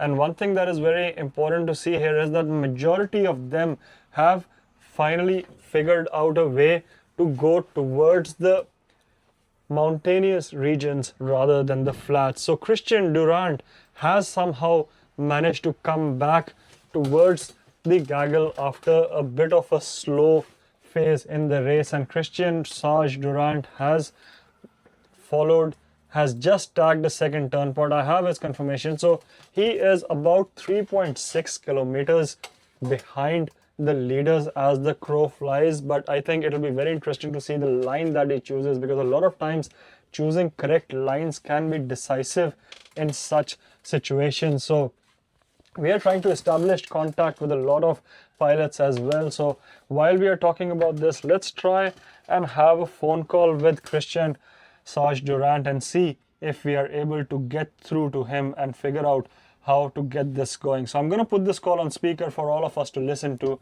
and figure out if Sarge Durant is able to reply to us. Give it again. It's Mats? No? Okay. Working on it. Communication. So we are trying to establish contact with multiple pilots because I think when they are above the town of Bassano del Grappa, we have confirmation that Sarge Durant can hear us. Sarge, we see you have just tagged one of the turn points. How is the conditions at that turn point right now?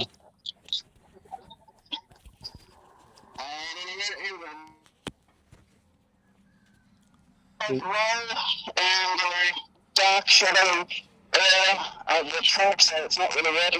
I'm waiting for clouds to move, hopefully I can even give me some sun, so it's a bit of a waiting game, and it's a pretty strong westerly here, so I'm able to steer this little ridge, and the turn immediately to my southwest, I don't know what the name of it is, but it's a pretty good section, and I'm hoping it'll turn on once the sun comes up. It's a bit of a survival game right now, and not going too well.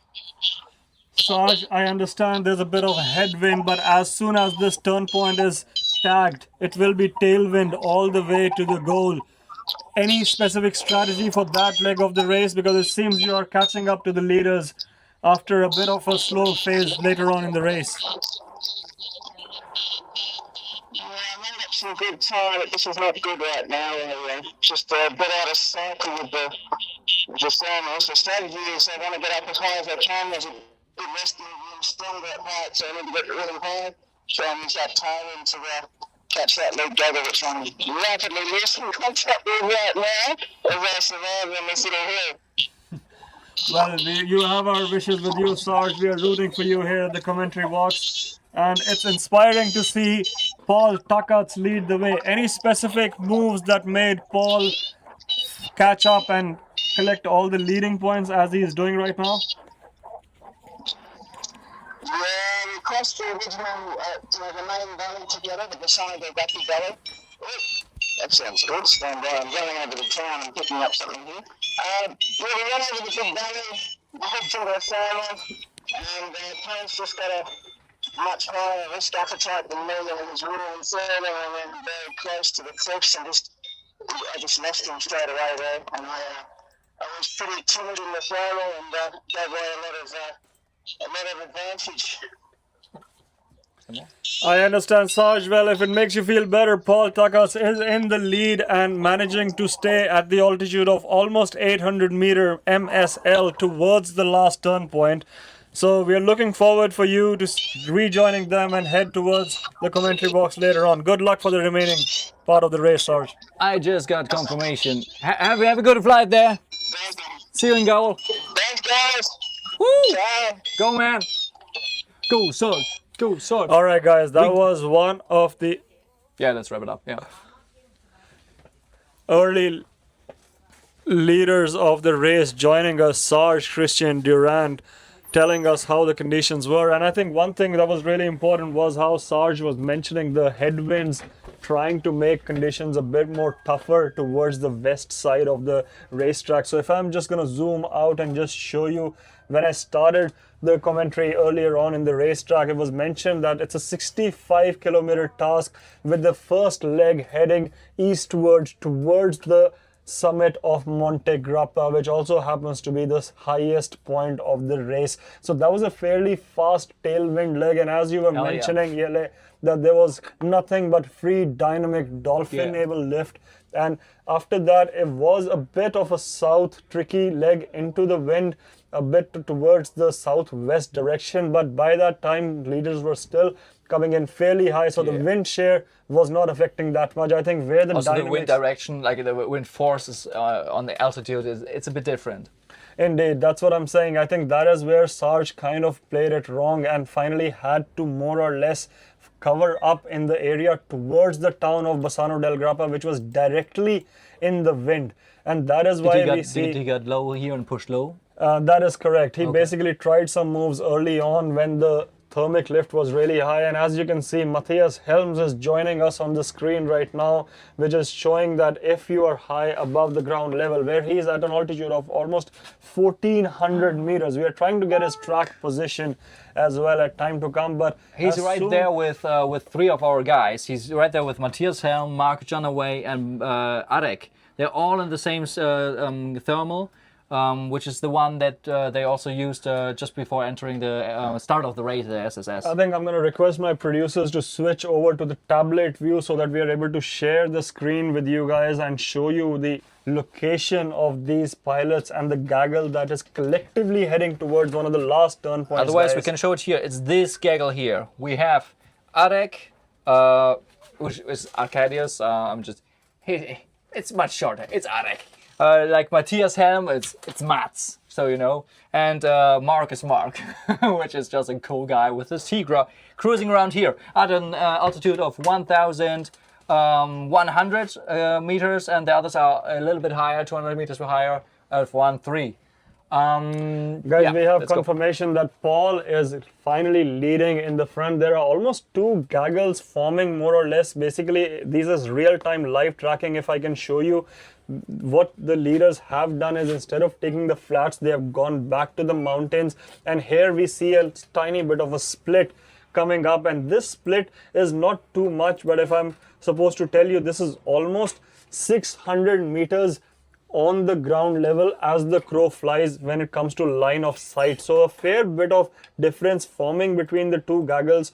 And the thing between them is that Paul has closely being chased by the catching up group, and Luke, Nicole and Tyr are one of those 2 pilots that are in one of the catching up groups. Tyr being the son of Bruce Goldsmith, the owner of BGD, and we can see that Tyr and Luke Nicole are almost at the turn point. So a lot of exciting racing action coming in just before the final part of the race. Yes, JJ. And it's even more interesting. I'm sorry, Paltakas is not in the front. There are 2 guys who are making the race right now really interesting, because we have that guy here in the front who's all alone at an altitude of 1,400? Can that be? I beg your pardon. I'm so glad for you pointed that it's out. Altitude of 570, so he's fairly low. He's just scratching those hills here up front. He was in the lead just a couple of seconds ago. Now it's back to Luke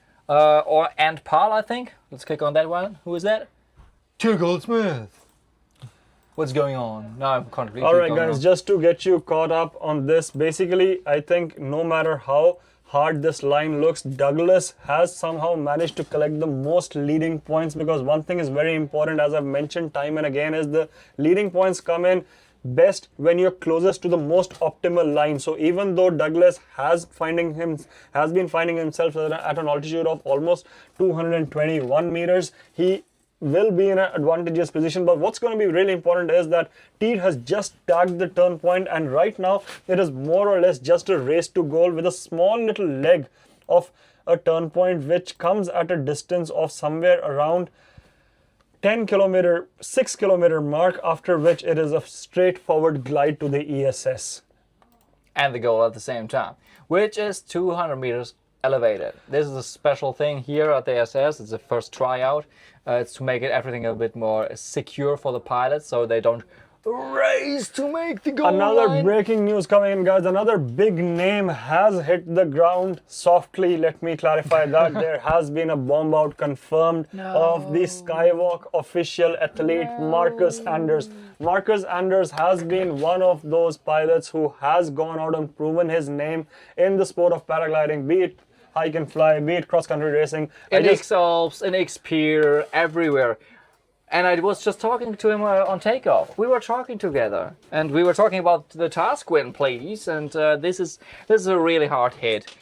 He will be fine. He's a professional. It's totally cool. And let's be honest, he was racing already 2 weeks in the PVC in Spain, coming now here to do this SRS for 1 week.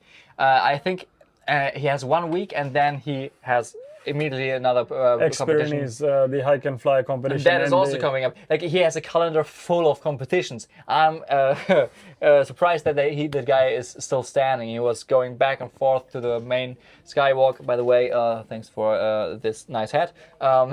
Main headquarter and coming here and flying to Spain. It's a crazy stuff. And he was a little bit tired, but still in a good mood, as you saw in the interview. And it's we bear with you. We at least know that that Diego and all the cool retrieve guys are making a great job. We see also the car is right next to him, is it? That is why I wanted to give is- these guys a shout out, that because of the real live tracking that we have, which is without delay, which is the same that our retrieve drivers access, these guys are able to be right on point. So I must mention that there are only 2 retrieve drivers for a field of 130 pilots out there. And as you were mentioning, you know, people like Marcus Sanders, retrieve drivers, everyone else behind the scenes here at Paragliding Live are the reason why we are able to create so much magic all together. So be sure to show us your support wherever you're joining us from. We're streaming this at multiple platforms: Twitch, Instagram, YouTube. And if you want to find out more, head over to paraglidinglive.com. All the information is there, and do not forget to do your own bit. We have opened up a donation link as well, which follows by the description that is mentioned in the description box below. It is at paraglidinglive.com/donate. So a lot of more live coverage coming to your way. People like Yele and me are putting in the work, along with the amazing production team of Marco and Stefano sitting back home. So a big shout out to everyone involved in making this a possibility. And to Ali, who is our new intern, to Giovanni doing all the IT, to Marie, who is just saving our ass here on the spot, and Serge, who is putting in the work in the air with us, to Helena from Skywalk, who's covering for photos and videos and also giving a little bit to us, but also carrying a live cam setup, which hopefully gets live sometime. Can you pull up the multi-view again? Perfect. Just so we can verify that Eric is back live on. Maybe we can do a quad screen, who knows? Let's see if Matthias is still on. Can we try reaching him again over Zello? Let's try and see if he's able to respond. We'll see. Otherwise, we just get a little message. And I think I would like to take a mention here of Vanya. Vanya, the woman from Vanya Eggsvik, if I'm not taking that name. Let me just in a wrong do this way. message. This is Mats. Mats, what am I doing? Yeah. Mats, can you give us a little impression how it's going on up there? Let's see if that works and reach him, and if there comes something back. So let's go to this leading woman, the female race. What's going on there? Okay, sorry, guys, we have 3 or 4 different races right now. So we have the overall man and like everybody together. We have the man category, which is put in the overall for now. We'll see. Ladies, go fly and fly more and become more, because this sport needs you. You fly better and safer, and we need to have a man's category because there are so many women. Let's go. So we have the female category, we have the overall category. We will play Mats in a sec, and we have the team category. How are we looking in the female category? You know that. I don't know that. Do you know that? I beg your pardon. I've just been contacted by Mats, so let's try and get Mats up on the screen again. My production, if you're able to listen, we need Matt's video back on the screen, but we have confirmed connection with Matt. So one more time, let's have a chat with Matt. Here we go.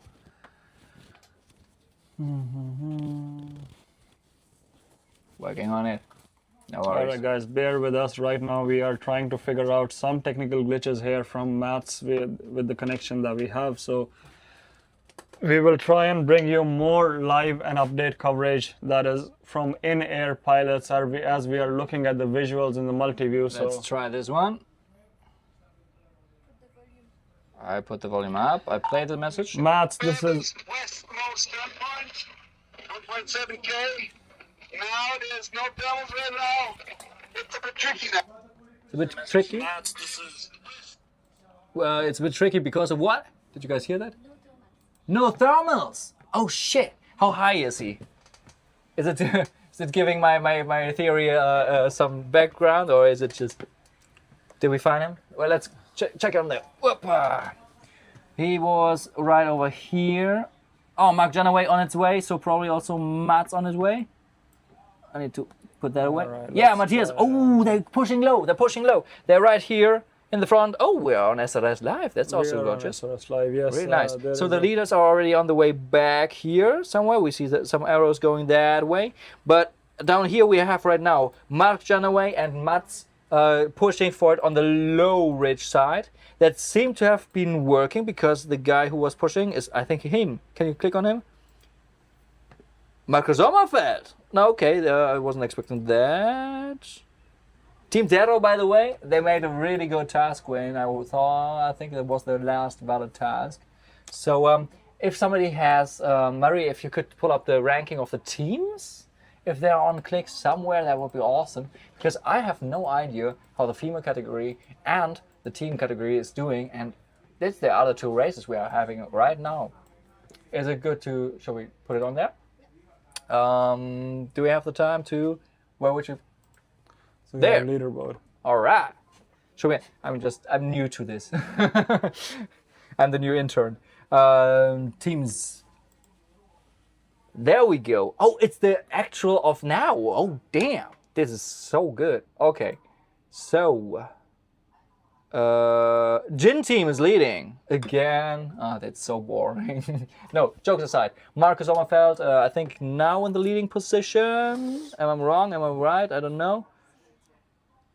Really, like they're doing better right now. Damn, they're crushing it.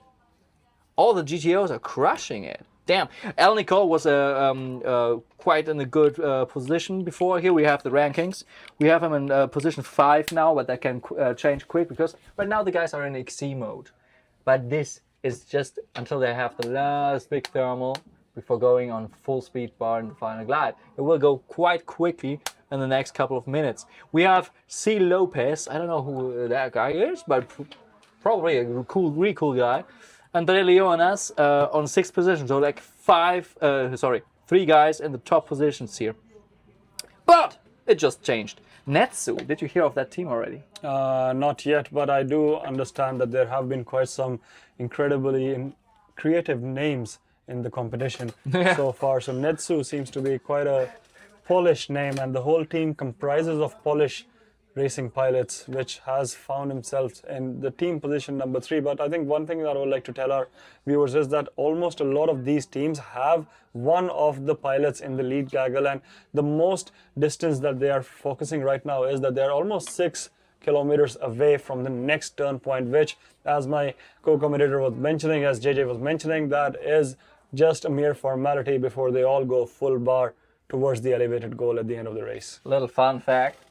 This kitchen is the team of Paltakas with just one another pilot, but they're both in such a good position together that they're making better work than Atrophy and Skywalk and Alpine Wings of the other teams, which have people in the front, but for the other guys are not bringing up enough points as far as now. So this is, we really need to take a look at that. But let's go back because I need the female scoring. Yeah, so while we are working on that, I would like to quickly help our viewers get caught up on the female overall ranking after task 3, because task 4 yesterday was cancelled, so that's why the results from that are not in effect. Today we are still looking at the leaderboard where Vanya Eksvik from Norway is leading the scoring board with 2,142 points, followed closely by Riley Ferre from the USA, who happens to be a Gen team pilot, not too far behind with just a distance of 19 points from the leader. Exactly. Just producers, please put up, if possible, if the connection holds, Simon Steiner, into our screens. So we can check him out because he's right at the turn point right now. You know, we have Arek and Simon Steiner, like one of those guys. If he's streaming, pull him up, please.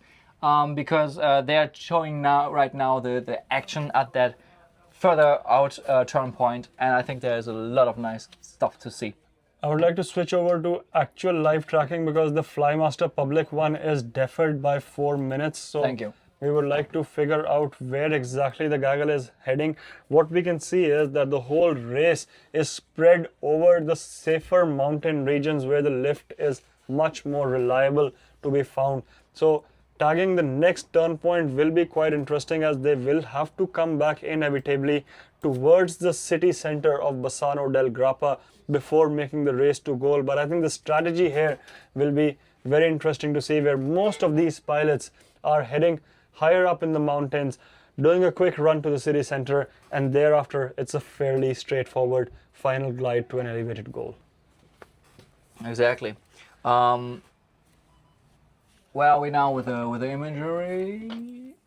We're with Simon Steiner. Thank you so much, Stefan. I should have said your name. I'm so sorry, guy. But we're doing a great job of covering that shit right now.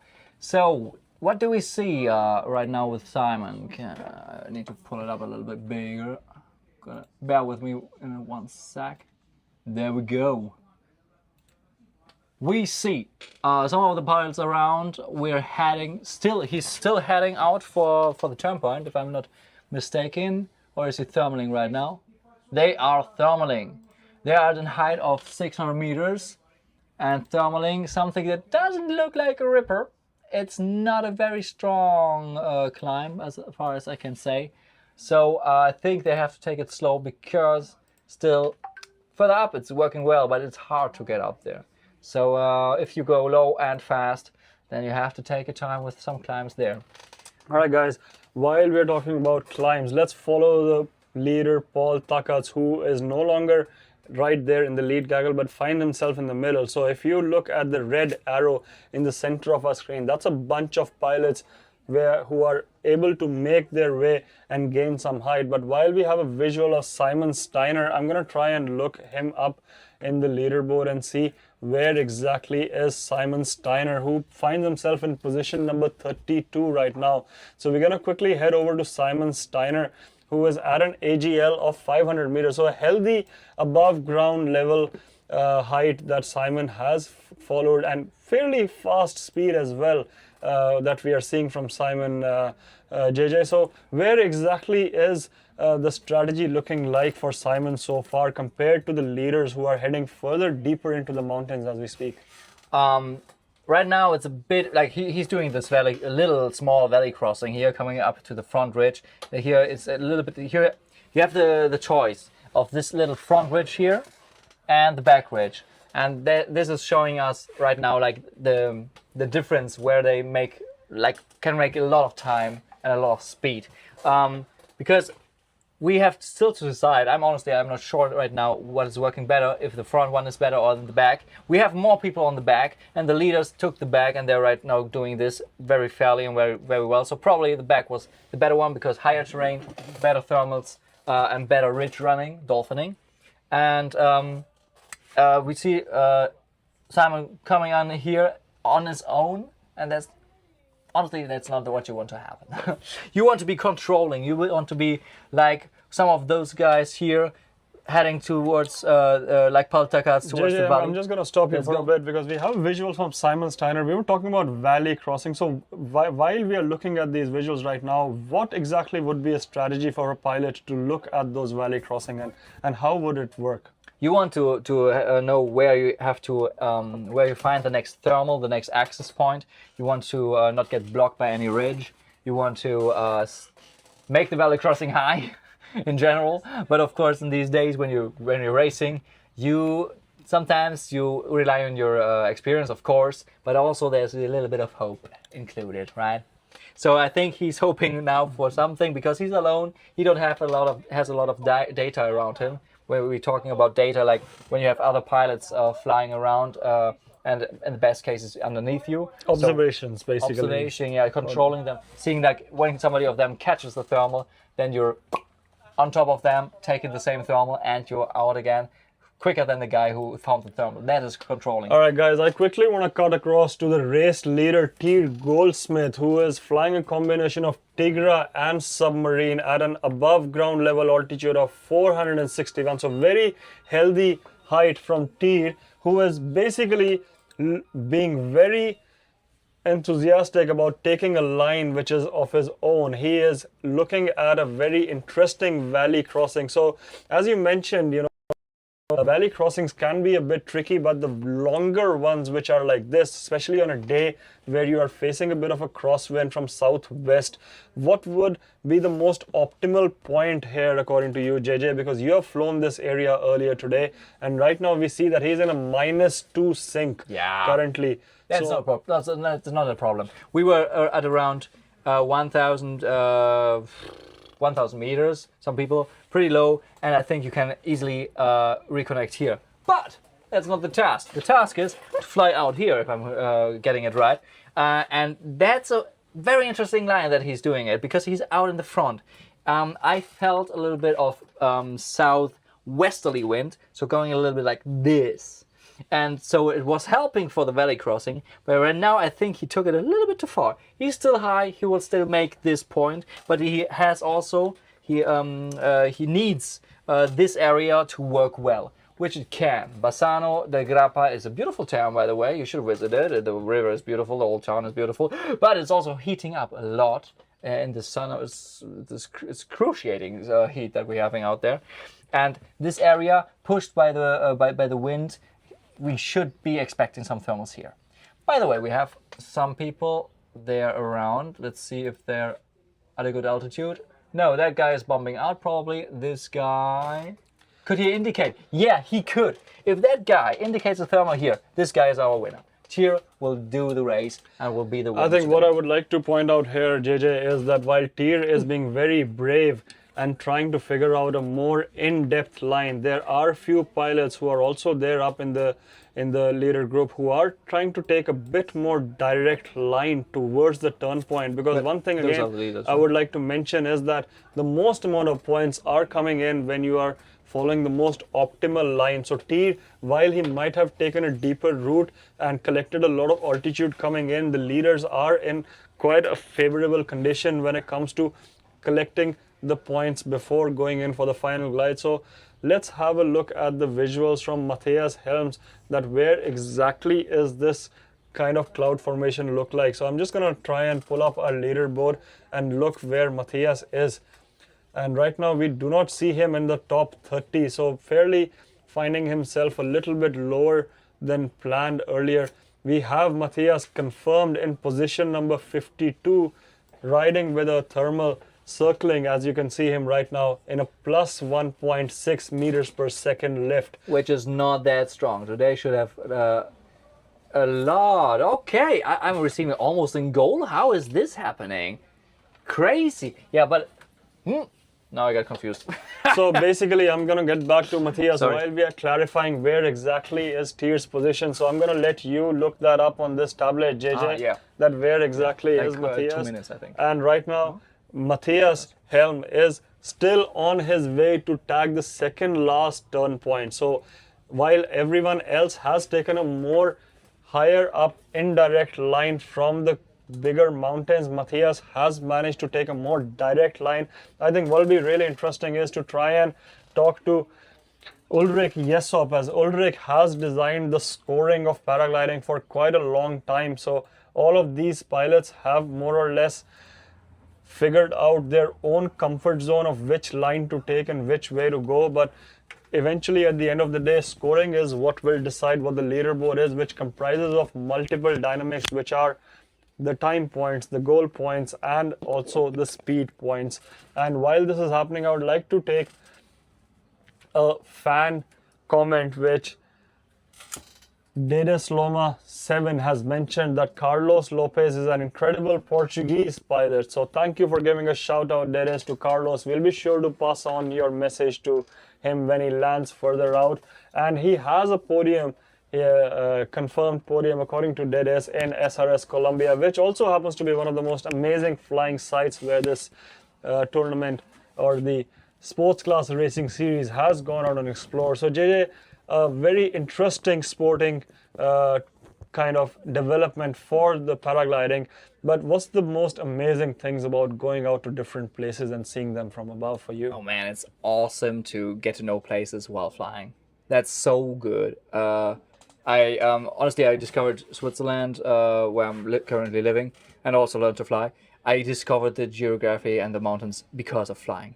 But I just need to emphasize, Cheer is making the magic move. He's right now probably already arriving at goal. He's right on top of us. I think we have to go out. We and get him. should go out. Let us find and collect every single thing that we have with us to Production, make sure. please check out the Reacro cam. Maybe we get a good shot there. Maybe we need to do a split screen or something. Thank you.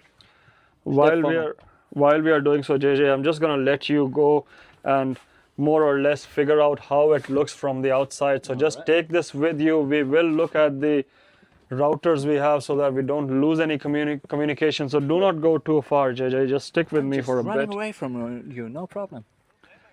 Whoopa. So I need my glasses. I think the very interesting part here is that most of the pilots are still tagging some turn points, whereas T is already making goals. So we will be very sure to follow him and bring you all the updates from the first in goal pilot. So a lot to look forward to, and I'm just gonna wait and see who exactly is connected. Which one is connected to that?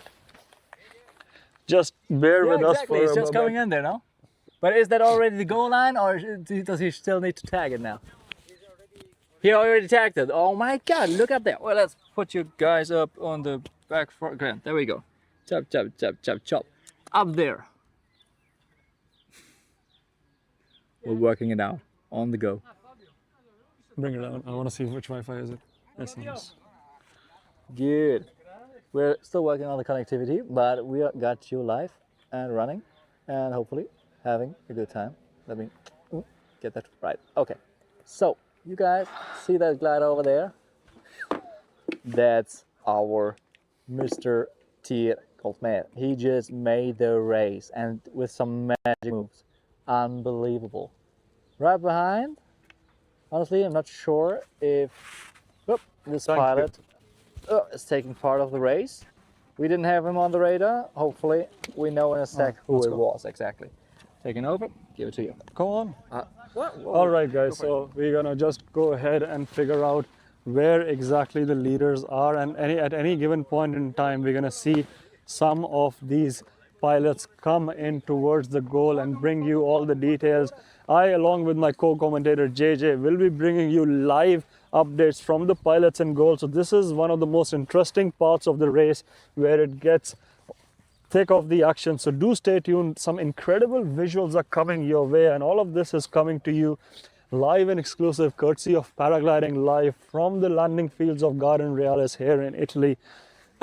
Bassano del Grappa, the town which has supported the art of free flight for generations in a row in the Venetian skies. So we will be sure to bringing you all the details, and I think we are trying to find... Oh, we need her. Come on, let's go.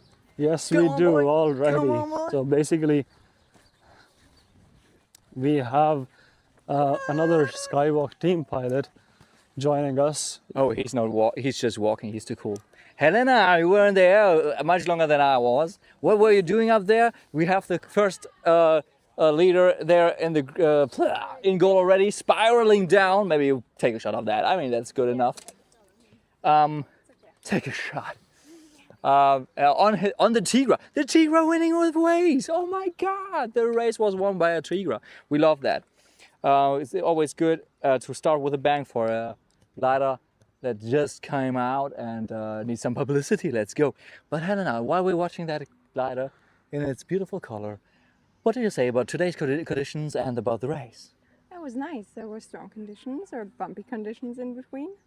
It was a little bit tricky if you started late, but then when you got up there to the start gale, worked pretty well. Like all the way through the eastern turn point was pretty easy, I might say. On the way back, they went through the flatlands. You didn't? I did.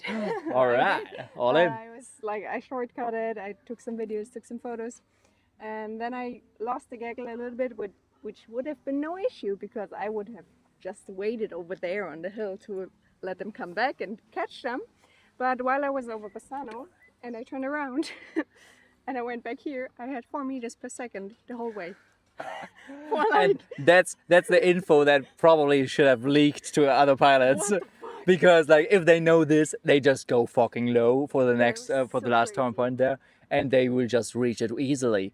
So if anybody of the pilots in the air is watching right now, we let you know that you can just go low. No. I had Down? 5 meters per second down. Oh, sorry. The opposite is the case. Going high, otherwise you die. All right. I didn't know that. Okay, so what we're having now is Tyr Goldsmith just landing. We have... Oh, now I'm getting confused on the live track. Guys, while we are talking about this, we also have confirmation that women, the leading woman, Vanya Esevik, have almost tagged the last turn point. So Exactly. a lot of exciting racing action coming up in this race. We so already far. have 3 pilots in goal that are in the first position Tyr Goldsmith, second position Viparina, sorry, third position C. Lopez, and coming in hot just behind him Furbereyer. I'm so sorry that I don't know the names exactly, but you got it. And this is Tyr, and let's talk to him. Oh my god, they're dropping hot. We will have at least the first 11 pilots. Oh, scratch that. 15 pilots in the next 1 minute in goal. Oh my god, look at this glider. It's beautiful. Well done. We were talking before. Come on, you smashed that. How was it? Thanks, man. It was amazing. Conditions were incredible. It was pretty tough pushing upwind. Yeah. In the end, it was super good. Yeah. How was the glide to go? Like, was it challenging or was it all right? It was. I spent a lot of time climbing, so Yeah. I had a lot of altitude before coming in. You did so. a magic move there. What did you do? Yeah. Well, Paul was pushing low in front, and then all the others were climbing high in the back, and I saw that the ridge was working. So I just saw I could overtake, and then it was just full speed all the way to the end. Damn, well done, mate. Really like a Thanks, bud. big shout out. Really good. And how was the Tigra for that race? Flying good. I mean, what can I say? Perfect. Thank you so much. Maybe we'll come back later to you. Let's switch around so we see all those guys coming in hot. We have a photo and we have a GTO. It's a GTO team pilot. Who is it? Who is it? I want to know who it is. I need to check it out.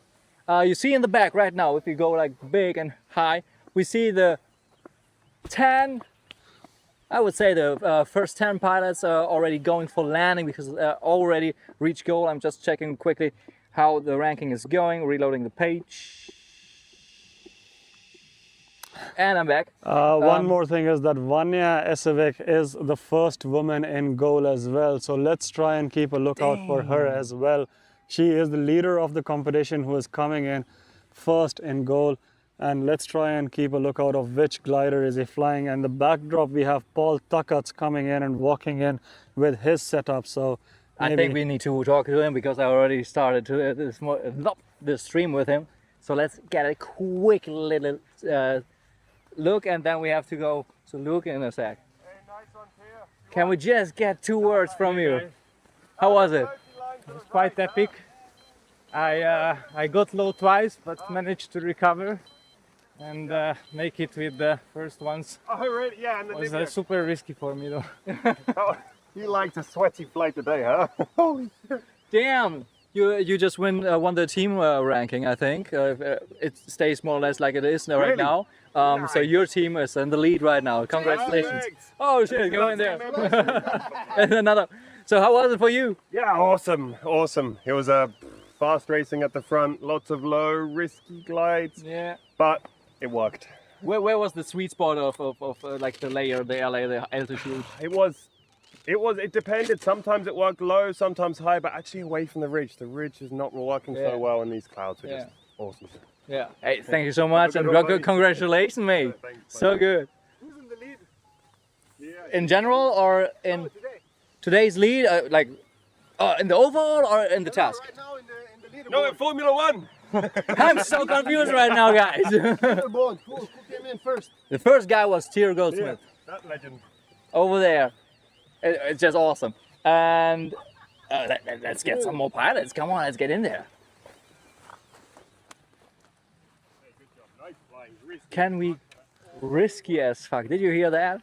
So they guys, were pushing hard in some way here. And yeah, let's say here, they will come to us. Let's check out for the women's category. I want to be back on that. Egesvik is in goal, confirmed. Yeah, I now have it too. Do we know what glider she is rocking? Well, we'll just have to look and identify which glider it is. Okay. So if somebody on production can tell me what glider she's on, that would be awesome. Maybe I'll find out on the teams. Team Terror. Well, I don't know. Speed, varied distance, whatever. If we find a woman, we go. Brad, come on. Fast and Furious. Fast and Furious. Fast and Furious. That was fun. A lot of fun. Give us a little bit more. Where was the easiest? Where it was the hardest? The easiest is this. That's I was in the lead for the first 30%. No way. And then we get to there, and then it's flats, and I don't like flats. And you have to switch gears. So then, yeah, a big switch of gears. Yeah. So I was in the lead gaggle. Yeah. And then I saw you push quite low. Yeah, at the far end, me and a few others made a decision to go up the hill. Yeah. Because we'd had very little to show us the way. Yeah, we slowed down a lot then. Yeah. But did they work, the little hills out there? We floated. The flats were better. Yeah. But luckily I had 2 or 3 people ahead, so they were just showing where not to float. So I managed to do 5Ks at losing 10 meters. And when did you get out of that floating and found the I got stuck. Thermal? Tudor got me out of trouble. He found the climb. And then we managed to get back into the top 10-ish, I don't know. Maybe my lead out points will help. Yeah, But, so good. yeah, Tudor's the man. Yesterday he messed me up. Today he saved me. That's a good switching up again. Thank you so much. So happy to see your smile. See you soon. Do we want to take over? Shall we do a little switch? Are you happy behind the camera? I don't know what screen time is going like. I want to get Ruth on the screen, but probably not today. Let's have a little chat. I want that woman. Agazika, where is she? Okay, we will see. We will see. I just saw Marco. We had a little chat with before. Let's see after the race how that changed. If it got better or worse. Let's see the two. Let's try to get the landings in the backdrop. Marco, let's strip you out of there. Yes. How was it? We talked before, and now you're here. You were in good condition before, so all my foresets, I don't know what I saw, like waiting at the ridge, and look what the others do now. Who wants to wait? Come on, just race. Right. So I just went into the flats. Was a bit low, but I found a good thermal to catch up with the other guys, and at the end, it was just a leading race, Gecko. Yeah, good. You were in position 5 when I checked once. I think maybe once even further. Yeah, maybe 5, but now I think, I don't know, top 10, hopefully, 15, something like that. What happened? Why did you lose the positions? Yeah, I flew a direct line, but that was not lifty. So all the guys who took a bypass over the mountains, that line was lifty. It was the further out turn point. We saw some people doing this low line.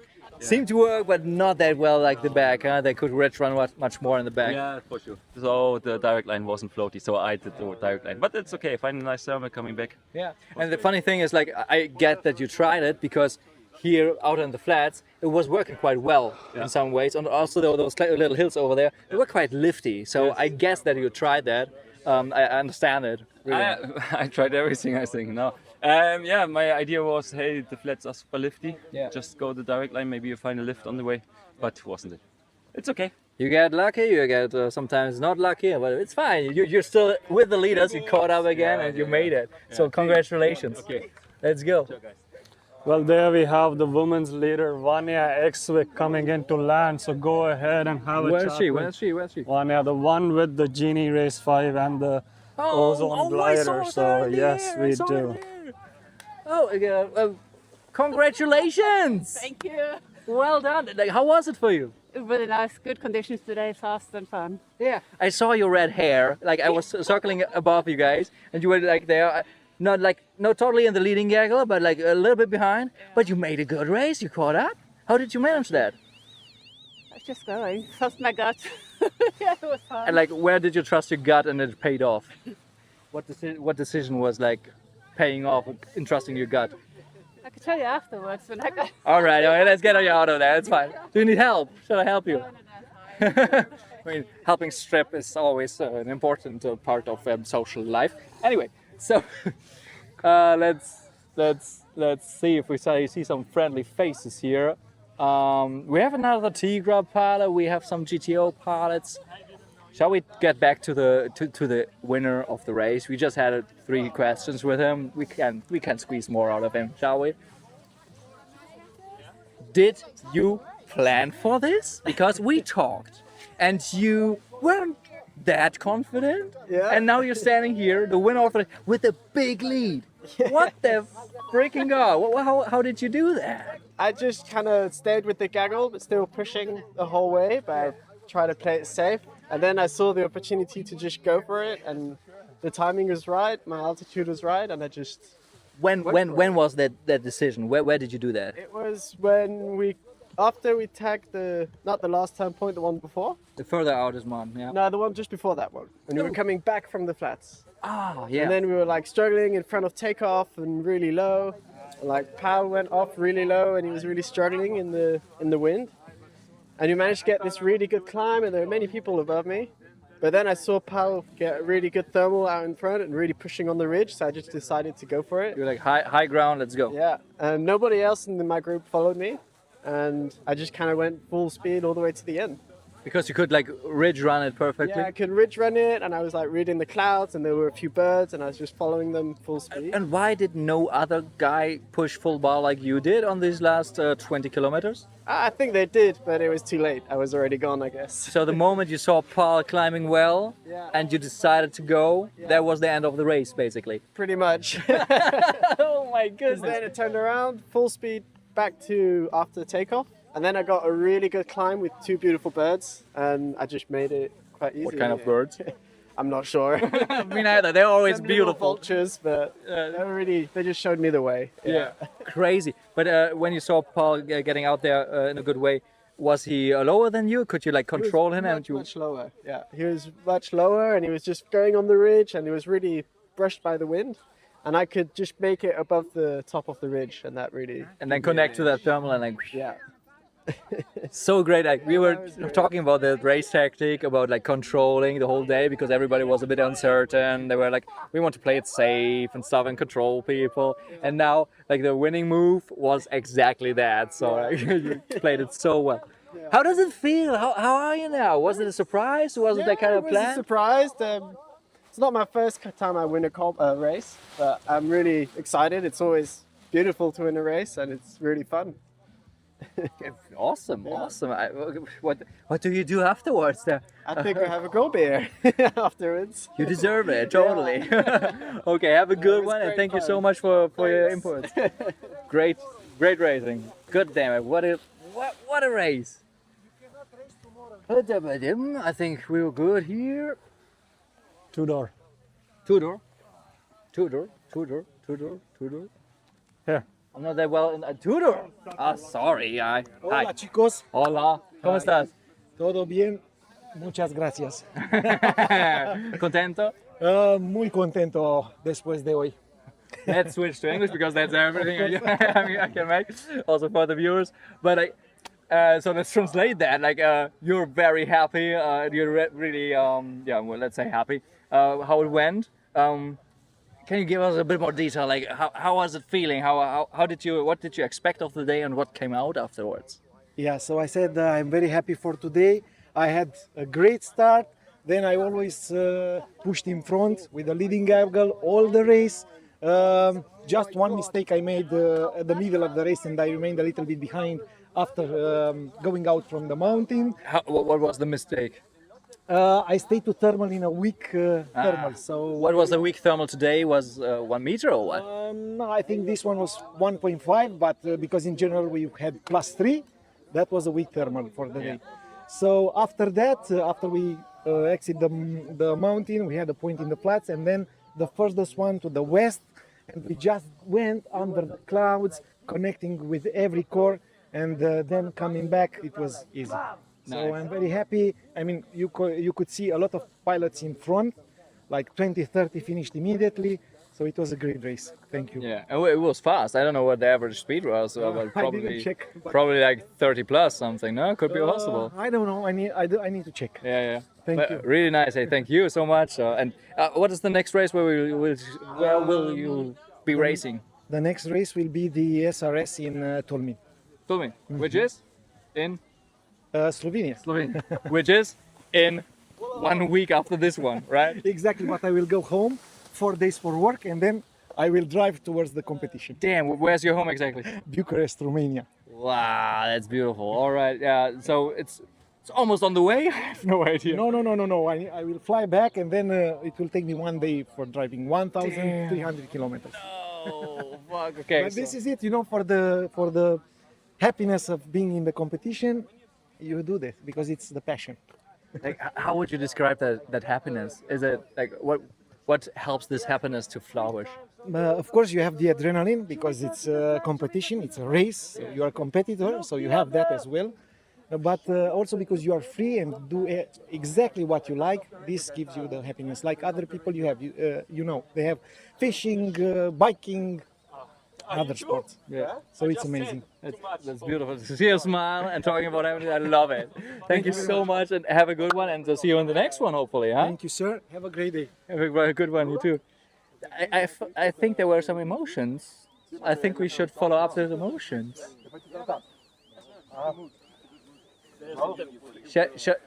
Shall we ask what's going on, or maybe later when you have a cold beer? Because that sounded a little bit excited. Was there bad traffic and people not knowing how to fly well and thermal well? And the worst is this, my friend, so I'm not happy, but it will be okay. Even better, so we can rant as much. Yeah, let's go with love. We But was on the ridge super good together and full bar, and he hit something strong and he left the bar, and I almost hit him, so I was not so happy. I get that. I had a similar thing, not that hard, but also like going into the thermal, and it was like he almost hit my harness from the bottom. We So need to be careful with this kind of things. It's not when the conditions are strong, you can't be too close to each other. No. Or if you are too close to each other, you have to really watch out. And yeah, leave the bar like this. It's on the edge. I hope please point them out to us so we get the apology. Hopefully, all the hitting in the face. We never know. we will get that on camera. No, it's fine. What's the name of him again? Who? My friend? I just told my friend. I don't say who is it. No, it's Rafi. Rafi. All right. But our Rafi from Switzerland? Yeah, our Rafi. No. No. You don't even realize it. Ah. So we're gonna take. So you didn't check behind him, of course. You don't only have those mirrors. Some of you have, and he didn't know that you are there, but still he almost killed you. You know, we was together, super close on the ridge. No, but yeah, Rafi. But then he started to scream on the radio, and you started or he started? No, after he started to scream. He started because he got scared of you then? No, because he get low, I think, or he do some shit. So, but anyway. So maybe karma pushed in, and he's now bumped out somewhere. I think he's already on the go, no? Shit, I don't know. I don't know. It's a blue team. No, it's not a team pilot GTO. It's a red one, right? No. Red and Jin. We will keep an eye out and then get you in here to talk to him on live here, if we get him. Okay, thank you so much. Tell me. I'm getting sign language. Okay, shall we get a power bank or shall we cut it here? Production, give us please a little sign how to proceed. I think we have a good insight on everything. We still have a good racing day tomorrow coming in. So weather looks good and really dynamic. The people are hyped. We're running, how low is the battery?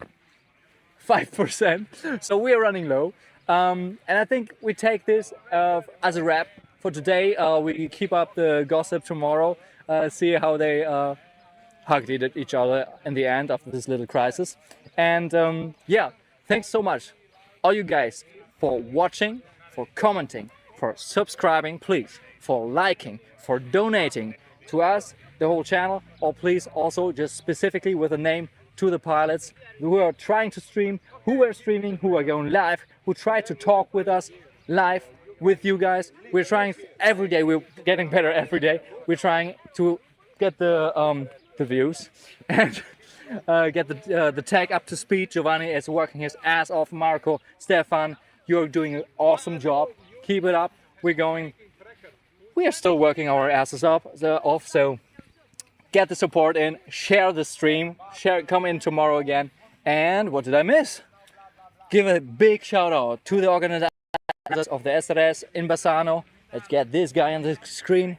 The organizers, the SRS, the whole community, the race committee. Oh, I'm a bit tired, I'm sorry. And what am I missing? The ASD Volo Libero club, who is co-organizing also here. The next SRS will be in Slovenia in 1 week. What do we have today? It's Friday, so it's 1 week and 1 day, and we're back live probably in Slovenia at the SRS, rocking it again with these awesome pilots, with these people, and giving you the best and hottest content ever. Stay tuned, share, subscribe, like, just fucking help us out. We're doing the best we can.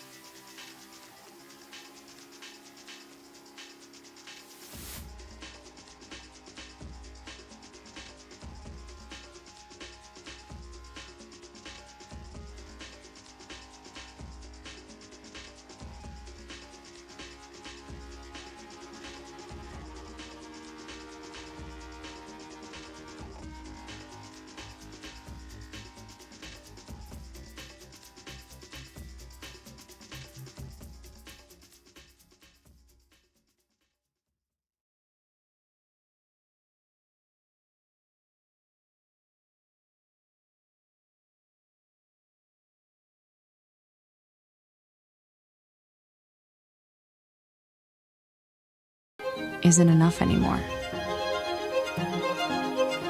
You take that first step, not because it's easy, but because you've decided.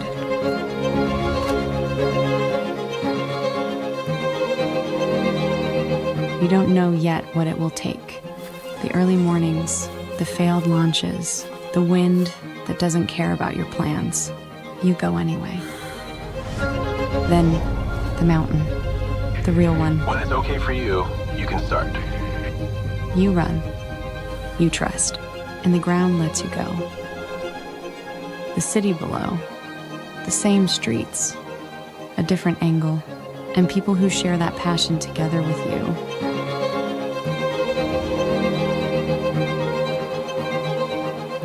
The feeling gets better, the air more familiar. Your head gets free, and you start flying.